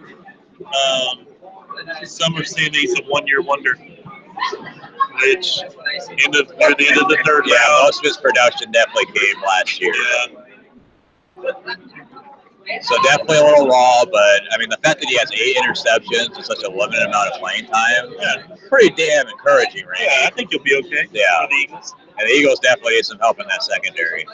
Yes, indeed. All right, the Houston Oilers, Tennessee Titans. Sorry, going way back there. Ouch. They are on the clock. Pick number 100. We have covered 100 picks now. We're at 100. Wow. 100 picks. Oh my gosh. It's a marathon, Randy, not a sprint. Remember that. We got, let's see, after this pick, we got Denver, Seattle, New Orleans, Minnesota, Pittsburgh, Seattle, and the Jets, and then we were done. And then that's a wrap. Adios. Wow. And I gotta get on a plane tomorrow morning. You just think you are, buddy. Fourth round. Oh, boy. I'm sticking around. Let's grab a pillow. Oh, God. Oh, man. Ooh. Having nacho dreams and thinking about that whole draft. Gosh. It's a creepy. I would say. All right. So while we're waiting for the Tennessee Titans to The Titans have taken 2 receivers in this draft, so I would say it's time to focus on the defense, Randy. I think so. That's where I would go with these picks. I mean, we've had so many defensive backs get taken here. I mean, I guess if you say, yeah, I think it's going to be a defensive back, your odds are definitely pretty high. Maybe a linebacker. Yeah, there's some good linebackers still available here. Let me get my board up. There's Kendall Beckwith from LSU. That's who I have. Inside linebacker. I kind of thought he was going to be drafted by now, to be honest with you. But again, I mean, middle linebackers, they don't get a lot of love sometimes. Right. How about JoJo Mathis out of Washington? Yeah. Oh, JoJo. I thought he was going to go in the 2nd or 3rd round, and the 3rd round's almost over. So might make a liar out of me once again. Oh, man. Wow. Oh, they're not going to commercial breaks. No, I guess the Titans. We're so close. I know. 7 picks. I can see the light in the tunnel. Oh, that's a sharp. I am pretty wait. I'm still waiting on this pick. On YouTube? 0. All right. It's been going back and forth between like 3, 2, and 1. That's all right. Yeah. Consistent. Facebook Live ended a little while ago because I guess we went over the time. Yeah, we had to restart it again. We went 4 hours, and now we had to restart it. Yeah. Really? We got over 4 hours in. So that's where you go. Once you get 4 hours in, you got to start over. And they're kicking you out. Yeah. They hate us. Yeah. Let's see TV. It is, man. Oh, man. Well, yeah, I think the Titans should definitely consider linebacker here. Yeah, I think so. I mean, a lot of the great pass rushers, Randy, in all honesty, they're not really there so much now. Corners. There's still some good corners, but yeah, we're definitely starting to get a lot more thinner than it's starting to get thinner. I think we could have imagined. At least this early in the draft. Holy smokes. Wow. Yeah, as far as pass rushers go, Randy, Carl Lawson has not been drafted yet, has he? From Auburn? I don't believe so. No, he's on my board. Yeah, I think he would be an interesting fit for the Titans. Yeah. I think he's probably more of an outside linebacker, which I think is kind of a need for them. I agree. So I'm going to go with Carl Lawson here. Okay. Oh, Johnny Smith. There's a tight end. Or excuse me, Johnny Smith. Johnny. Wow. Johnny Smith. Johnny Smith. Is that Florida? Oh, Wow. wow. That is. But still no bucket tag. Nope. Are going to be gone.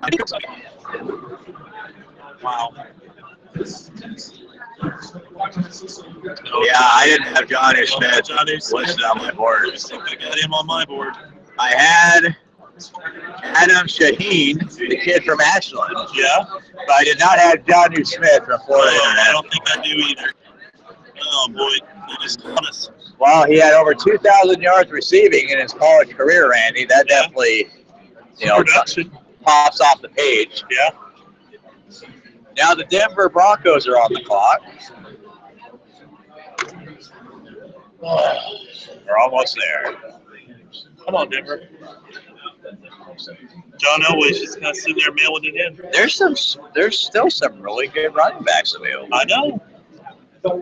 Jamal Williams from BYU, Kareem from Oklahoma still there. We've been talking about him all night. Yeah. How about my boy Donnell Pumphrey from San Diego State? Oh, yeah. I like him. I had him going in the 3rd round. I like him. Come on, Donnell. All right, now we're moving. Come on. Denver's taking Roddy Hillman. He was from San Diego State. Oh, a corner. Another corner. Wow. From Lamar College. Oh. Wow. Brendan Langley. He's from Marietta, California, right? That's pretty close to my neck of the woods. It is. It's right next to Temecula. Yeah? Yeah. Not too far at all from where I live. Nice. Interesting. All right. He was a first team All Southland. He had 6 interceptions last year, which led the Southland Conference. 18 pass breakups, 7 interceptions in 2 seasons.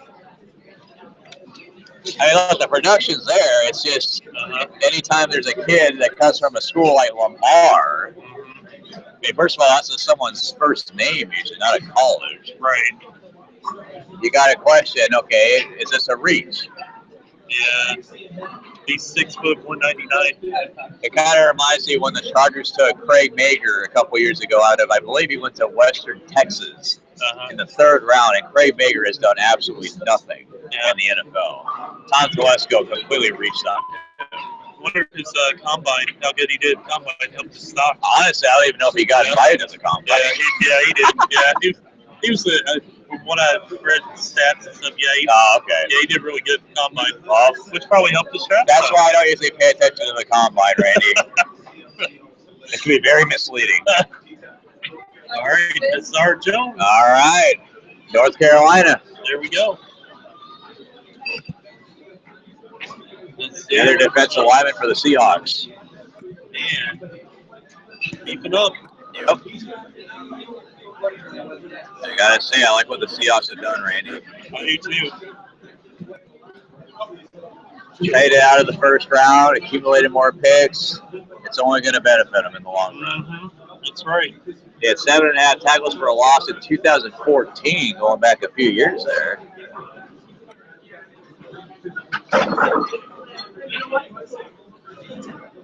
I think the Seahawks, I think they'll end up bouncing back this year and have a better year. Oh, yeah. You know? Yeah, they still have loads of talent there, no question. They see some help from Wilson like we've talked before, you know? Yeah. Interesting stat about Jones, he had 2 interceptions during his college career. That's kind of unusual for a defensive tackle. Wow. Kind of shows you how athletic he is. Here's an interesting tidbit about him, Randy. He nearly had to give up football after his junior year in high school, suffering from complex regional pain syndrome, a disease that made him unable to walk and caused him to lose 50 pounds in a month. Wow. That's all you can say, wow. That's an incredible story. Yeah, this kid has definitely overcame the odds. Yeah. Wow, what a story. Absolutely. You got to root for a kid like that. And Nasir Jones. I can remember that name. Yeah. Folks, Nasir Jones. Wow. All right, the Saints pick is in at pick 103. Come on, Saints.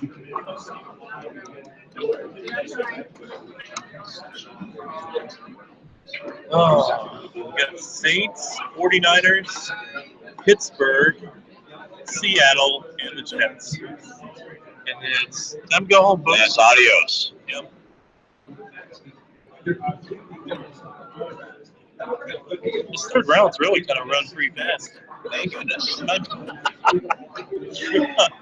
Yeah, well, luckily they only have, like 4 or 5 minutes to make each selection? Yeah. It's not like the old days where they used to have, like, 10 minutes. Oh, Trey Hendrickson. Oh. All right.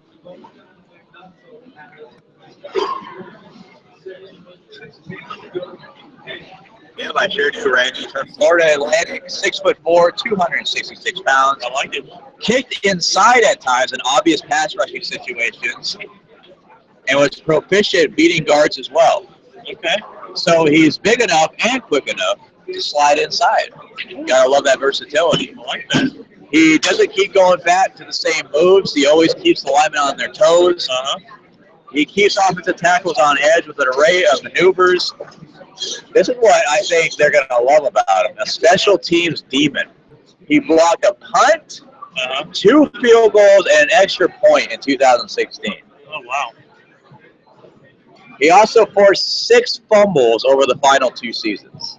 This guy's a baller. I like this. An absolute baller. I like this. So if he doesn't play for you right away on defense, at least you know, we can just slide him right into special teams. Yeah, I really like Which, this. of course, is super underrated.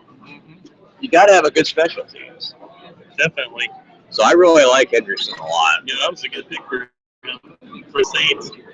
And it's like NFL.com is like always more of an effort guy than an athletically gifted guy. But when I see that he's blocked all these punts and he can play special teams, I mean, it doesn't say athleticism. I don't know what else does. Wow. Yeah, he'll do good in the Saints defense. And he can play inside and outside, like I mentioned. I love this kid. Yeah. Man, what a pick. The Saints, they're having a heck of a draft. All right.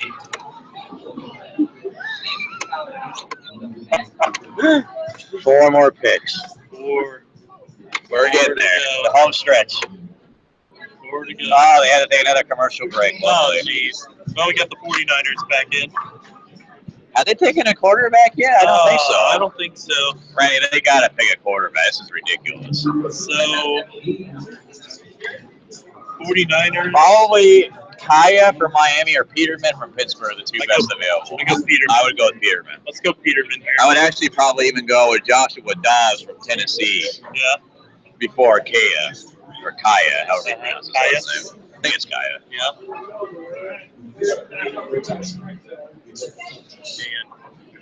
Yeah, that's. Yeah, I think they'll go quarterback here.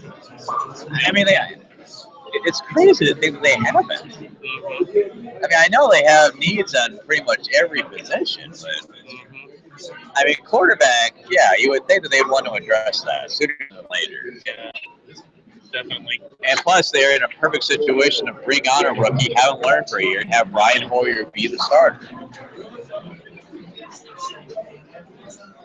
Yeah. Yeah,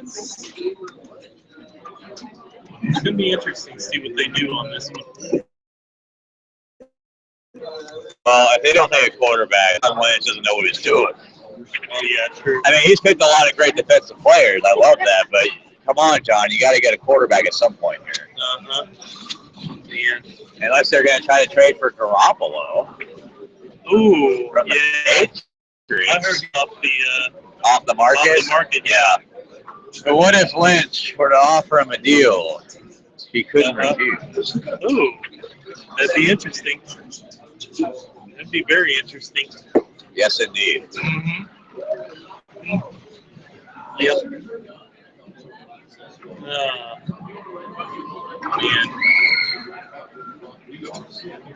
Oh, yeah, we're almost done, Ryan. Hang in there. I think we've been on there for about 5 hours. 5 strong. Woo! Woo! There's our quarterback, C.J. Beathard. Wow. I didn't have him going until like the 6th or 7th round. What a reach! Yeah, I have him a 6th round pick. Oh my gosh! I probably would take a Trevor Knight before I take a Beathard. I think so. Wow. I mean, look, I like the kid. Don't get me wrong. I mean, he's a pretty accurate passer. Yeah. He was a winner at Iowa. I believe he was 21-7 in his career. But he just doesn't have a whole lot of wow factor to him. I do not like. Doesn't have a very strong arm. Not overly mobile. In Iowa, you know that they like to run the football a lot more than pass. Third round pick on this guy. Yeah. I do not like this pick. I mean, I like C.J. Beathard. I don't like him as a third round pick. I like Beathard, but I don't like this pick. I think he's more of a career backup guy than a future franchise starter. Yeah. Man. Yeah, that's I can't believe that Nathan Peterman is still on the board. Woo. I mean, all I've been hearing, Randy, the last couple of weeks is, Nathan Peterman, he's such a great player, and he had a chance to start right away, and he's an intelligent kid, and he's still here, and we're almost done with the 3rd round. Yeah, that's crazy. Wow. I'm just shocked on that pick. Yeah. That was nuts. Again, I had him going in the 6th or 7th round. Yeah. Wow. I had Chad Kelly ahead of him. Well, see, I think I had Trevor Knight. I had, I did have Trevor Knight ahead of him. Yeah. Of course, we had Dobbs and Peterman and stuff. Jared Evans. Yeah. Man, that's. Who I don't think has much of a future as a quarterback. I even had him ahead of Beathard. Yeah. Wow. I depends on this. I mean, John Lynch. No, Yeah. But they saw what they liked, They had to, I hope so. For a third round. For their fans' sake. Wow. All right, so we got the Steelers pick coming in right now. All right, here we go. Arthur Moses. All right, current player. Yeah. All right.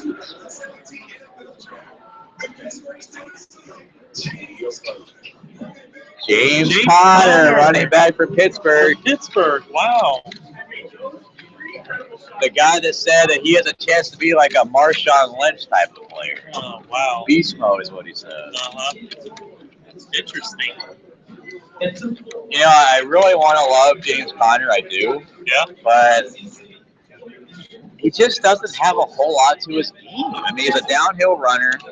Great guy and a team leader. Don't get me wrong on that. Yeah. He defeated Hodgkin's lymphoma in 2015, which is a tremendous story. Wow. Love to see that. Yeah. Have him get drafted. Definitely. He's got a nasty stiff arm, Randy. Keeps his body moving forward even after contact. Will be great for short yardage situations and around the goal line.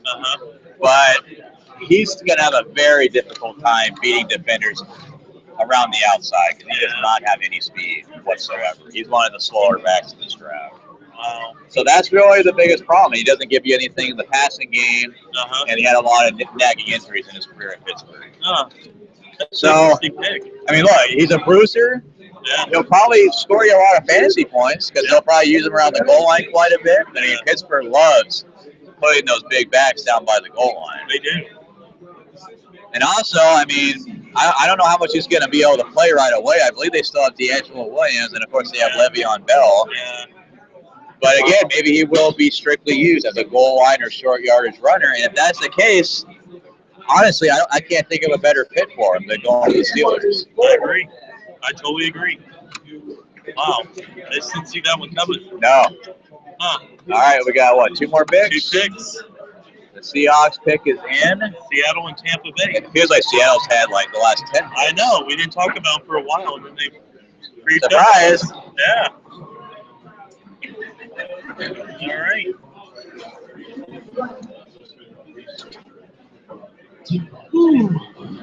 I think Seattle goes wide receiver here. Think so? I think so. Yeah. Maybe Westbrook? This would be a great place for Westbrook to go. Yeah. I'm talking about the guy. Oh, we got 2 picks. I know. I still cannot believe, Brandon, he's available. I don't think he's going to go to Tampa, so this would probably be a good spot for him. Yes.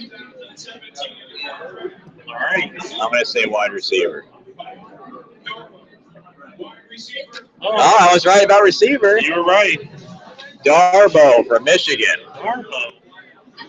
Amara Darboh. Amara Darboh. 6'2", 214 pounds. A very solid route runner, Randy, which is something that we haven't said much about these receivers. He's a very disciplined receiver. He consistently runs them well. Made a ton of highly contested catches and tight coverages, thriving in that area, showing ability to break a lot of tackles as well. A true team player, honestly, willing to throw his body around, whether it's blocking or taking shots in the middle of the field. I think it's going to take him a while for him to get somewhere on the field with his average speed. His speed doesn't really jump out on you. Underwhelming hands. Didn't show any improvement with drops over the last 2 seasons, which is just concerning.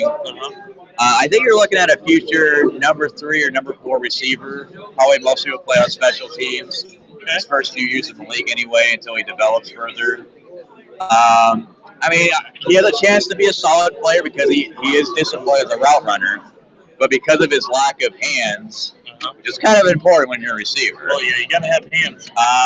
Yeah, I don't really see a very high ceiling for him. Yeah. Not a lot of potential. Wow, that's kind of tough on a 3rd round pick, too. It is. So, Oh, man. yeah, I think that was a bit of a reach. Wow. All right, is this the last pick, Randy? This is the last pick. All right. Yep. I am ready. Here we go. Tampa Bay.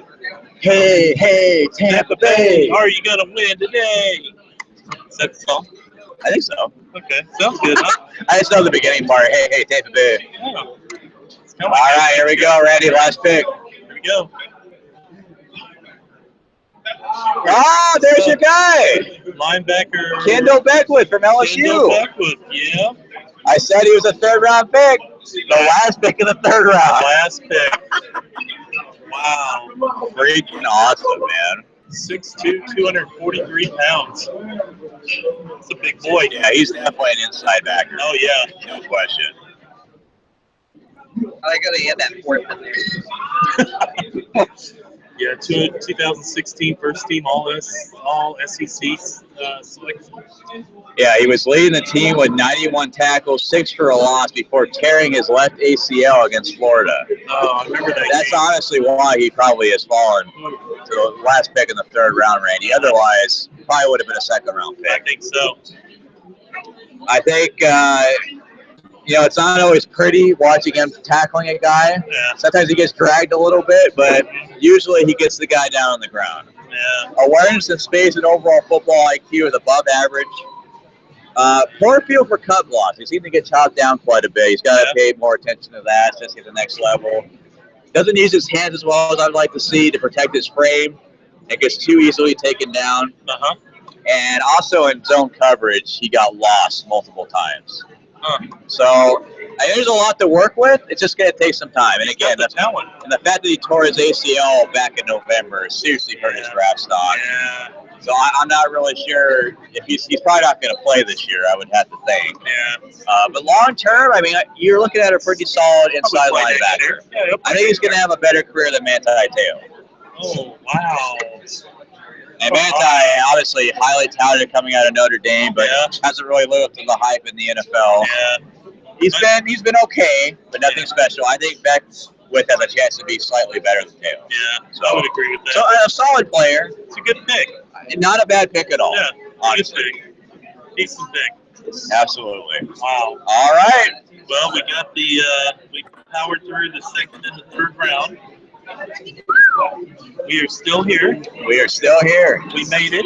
We made it through 3 rounds, folks. And I hate to break it to you, but we're not going to be here tomorrow night. No, we're not doing rounds 4 through 7. No. No, not going to do it. We love football, but not that much. Yeah, exactly. But anyway, I wanted to get Dave and Sean into the shot here before we sign off so we can thank them properly. Yeah, we'll have to get them over. Hey, Dave, Sean, we're going to wrap it up here. Yep, we wanted to give you guys some credit here. There you go. Sean and Dave helped us out last night and tonight. All these guys, promotion stuff. Dave hopped in a couple times when I had to go to the bathroom. They did phenomenal. Appreciate you always supporting us here at College Primetime Radio. There you go. We love you guys. Fanship and Thank you so much for your support. comments. Yep. Like us, follow us. You made it worth it. Yep. Stay classy, San Diego. That's right. And Frisco. And Frisco. And Frisco. Remember, if you're in Dallas, come to the main event. Yes, come to the It's a main great time. Great place, great people, great laser tag, a lot of fun. There you go. So much fun, they'll have to kick you out. Eat, bowl, and play. That's exactly. Three words. All right, that's going to wrap it up. Have a great night, We're gonna guys. wrap All up there. right. And we're going to wrap Take this care, up everyone. here.